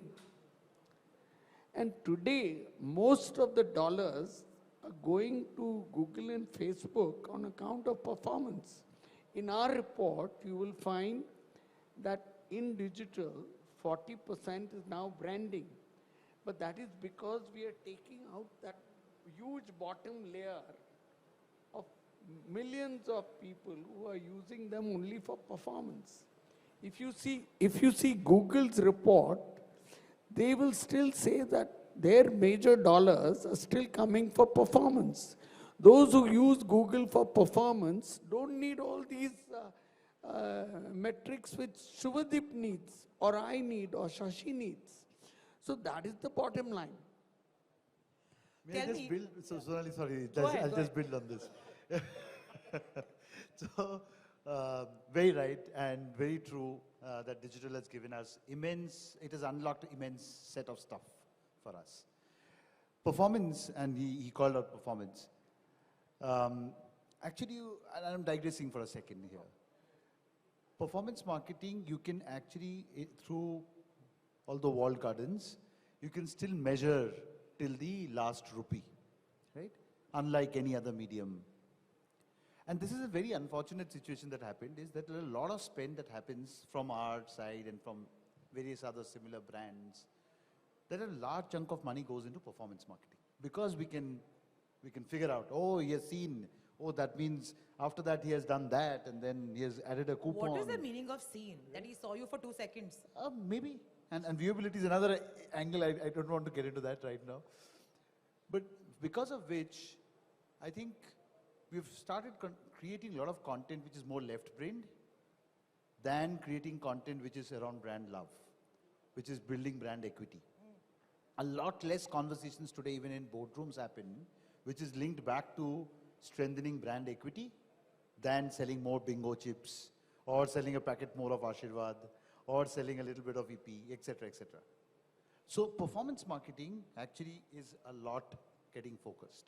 So there is us to balance life as well on that front. So I'm just saying that yes, digital has given us that avenue, but we cannot just forget. But let's talk about, publishers like you, right, who've got sizable chunk of visitors coming in, right? Given that there is such a big domination in the digital space, how are publishers like you trying to make their own dent? Because the digital ecosystem also needs to become bigger. So, I mean, I'll go back to one more point that earlier that you said, around Google and Facebook and the duopoly. Now, what we also don't realize is that Google at least is also an enabler. Publishers like us and multiple publishers, most publishers in the country, also use Google's platform, and Google enables us also in order to monetize our inventory better.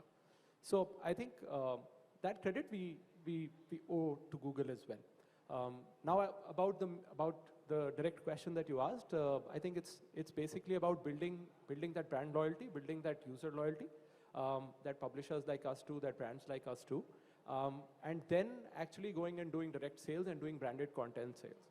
So, I mean, when we say that, you know, that while branding is obviously, mainline is most important for brand recall, etc. But I think with the creator economy, with the fact that, you know, that digital consumption of content has increased so much, branded content space is actually growing very, very strongly on digital as well.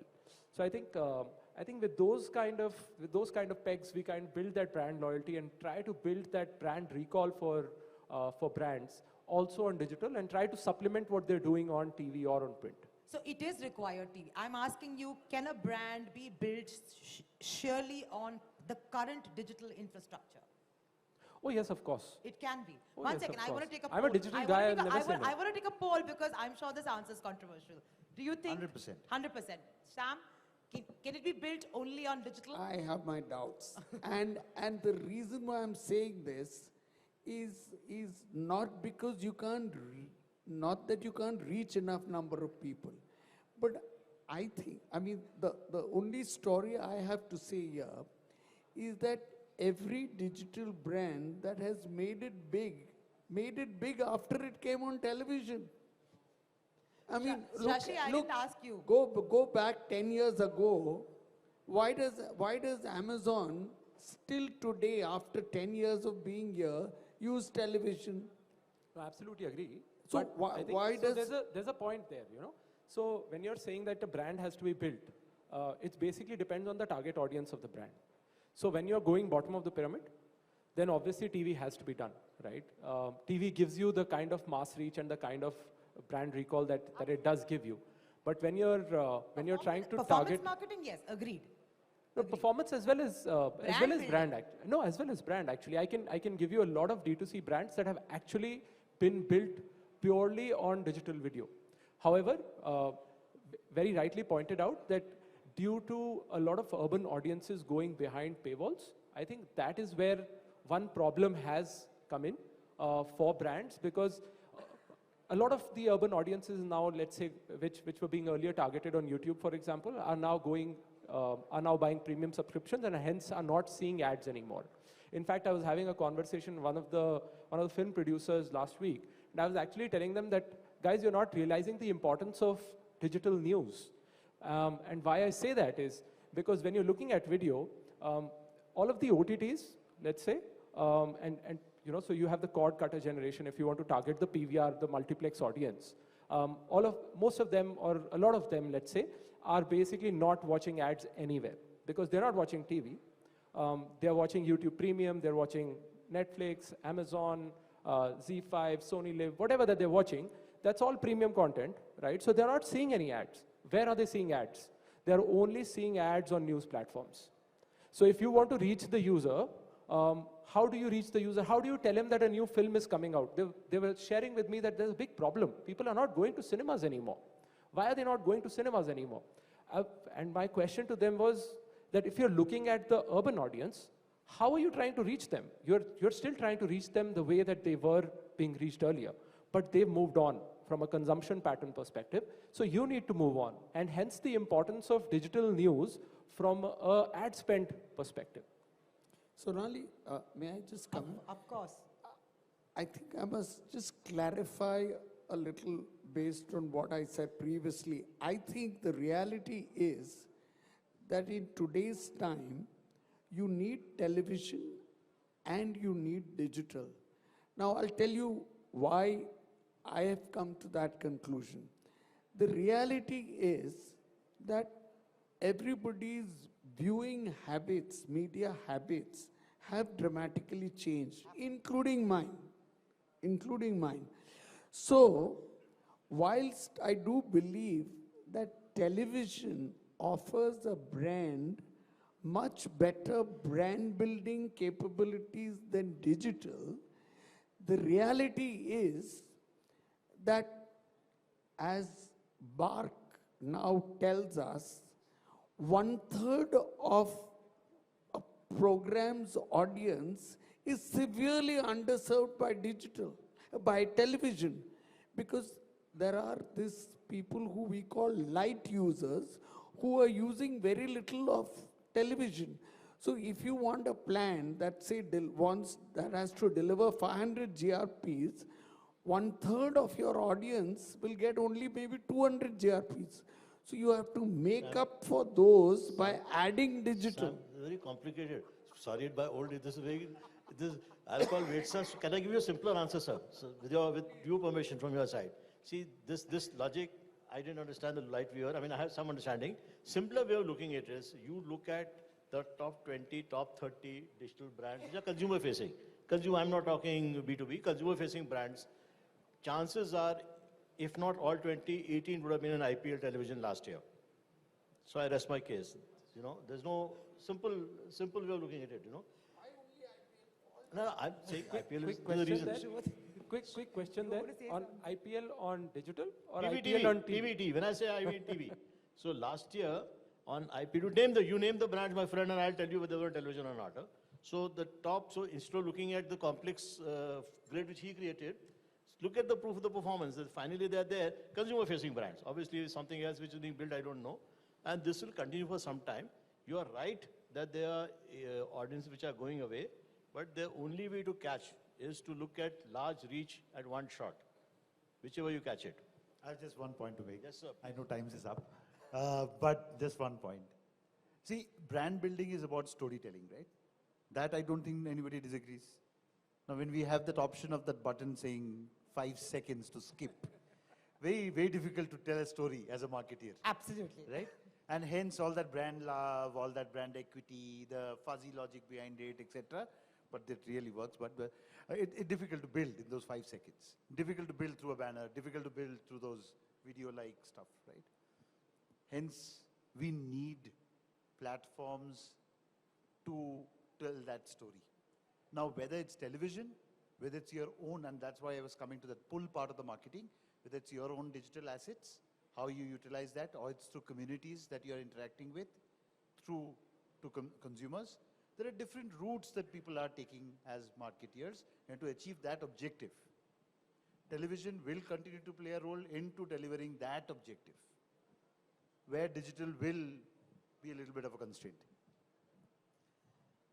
Actually, interestingly to that point, I think because of that, because of what he just said, actually we see marketers moving to, rather than cost per view, they're actually moving to cost per completed view because they want the story to be told. So hence, they're not just happy with the fact that you've shown the ad, they want the consumer to actually complete the ad, and that is when they'll pay you. Well, I think going forward, a lot is going to change.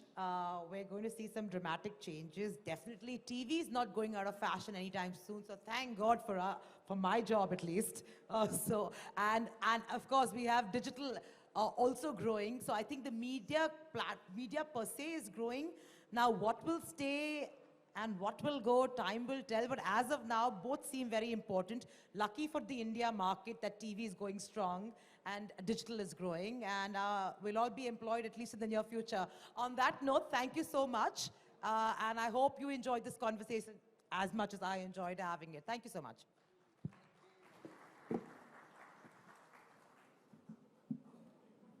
Thank you, gentlemen, and Sonali for presenting us with the industry perspective on proliferation of the Indian ad economy across the globe. Well, India is hoping to be the proud producer of the world's most compact flying electric taxi. Sumit, now that's a technology that can reconceive mobility in the country from replacing luxury cars and the current helicopter fleet to even replacing road taxis to enable the last mile and mid-mile transportation. The e-plane can potentially make flying ubiquitous. So, you know, earlier we were talking about when we saw Mr. Raghavendra Reddy and the jet suit, and we're like, maybe we'll use that for work, but maybe we'll use the e-plane. So, as part of our special showcase of Mission Innovation India's Crusaders, let me invite on stage the founder and CEO of the e-plane company, Mr. Satyanarayanan Chakravarti, to showcase to us his innovation, which is creating ripples in the world of tech, and he will be in conversation with Meghna Dekka, who's senior editor at Times Now. Can we Please have both of you on stage. Thank you.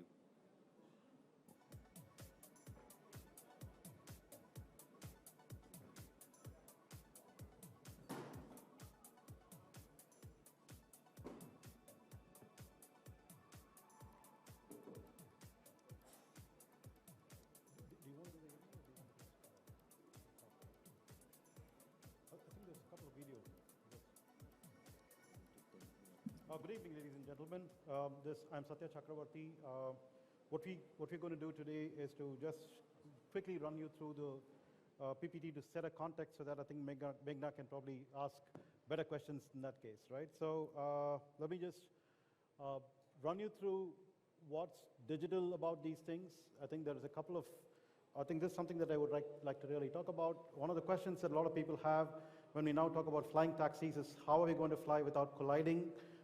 Without planes colliding. So we are actually working on a digital air routes, if you will, right? So these are imaginary roads in the sky, if you will. That's something, one of those things that I thought I'll talk about. This is the first time actually I'm talking about this in public because that's a question that people keep asking. And this actually talks about detecting and avoiding obstacles in the air. When each of these planes is going, they will actually be able to figure out where each one of them is. I think we can show a computer vision and deep learning algorithm based precision landing. So this is actually the software, and I think, let me see if I can get to the other video. Okay, let's just, I don't know if I can play this video. Can you just play this video from the...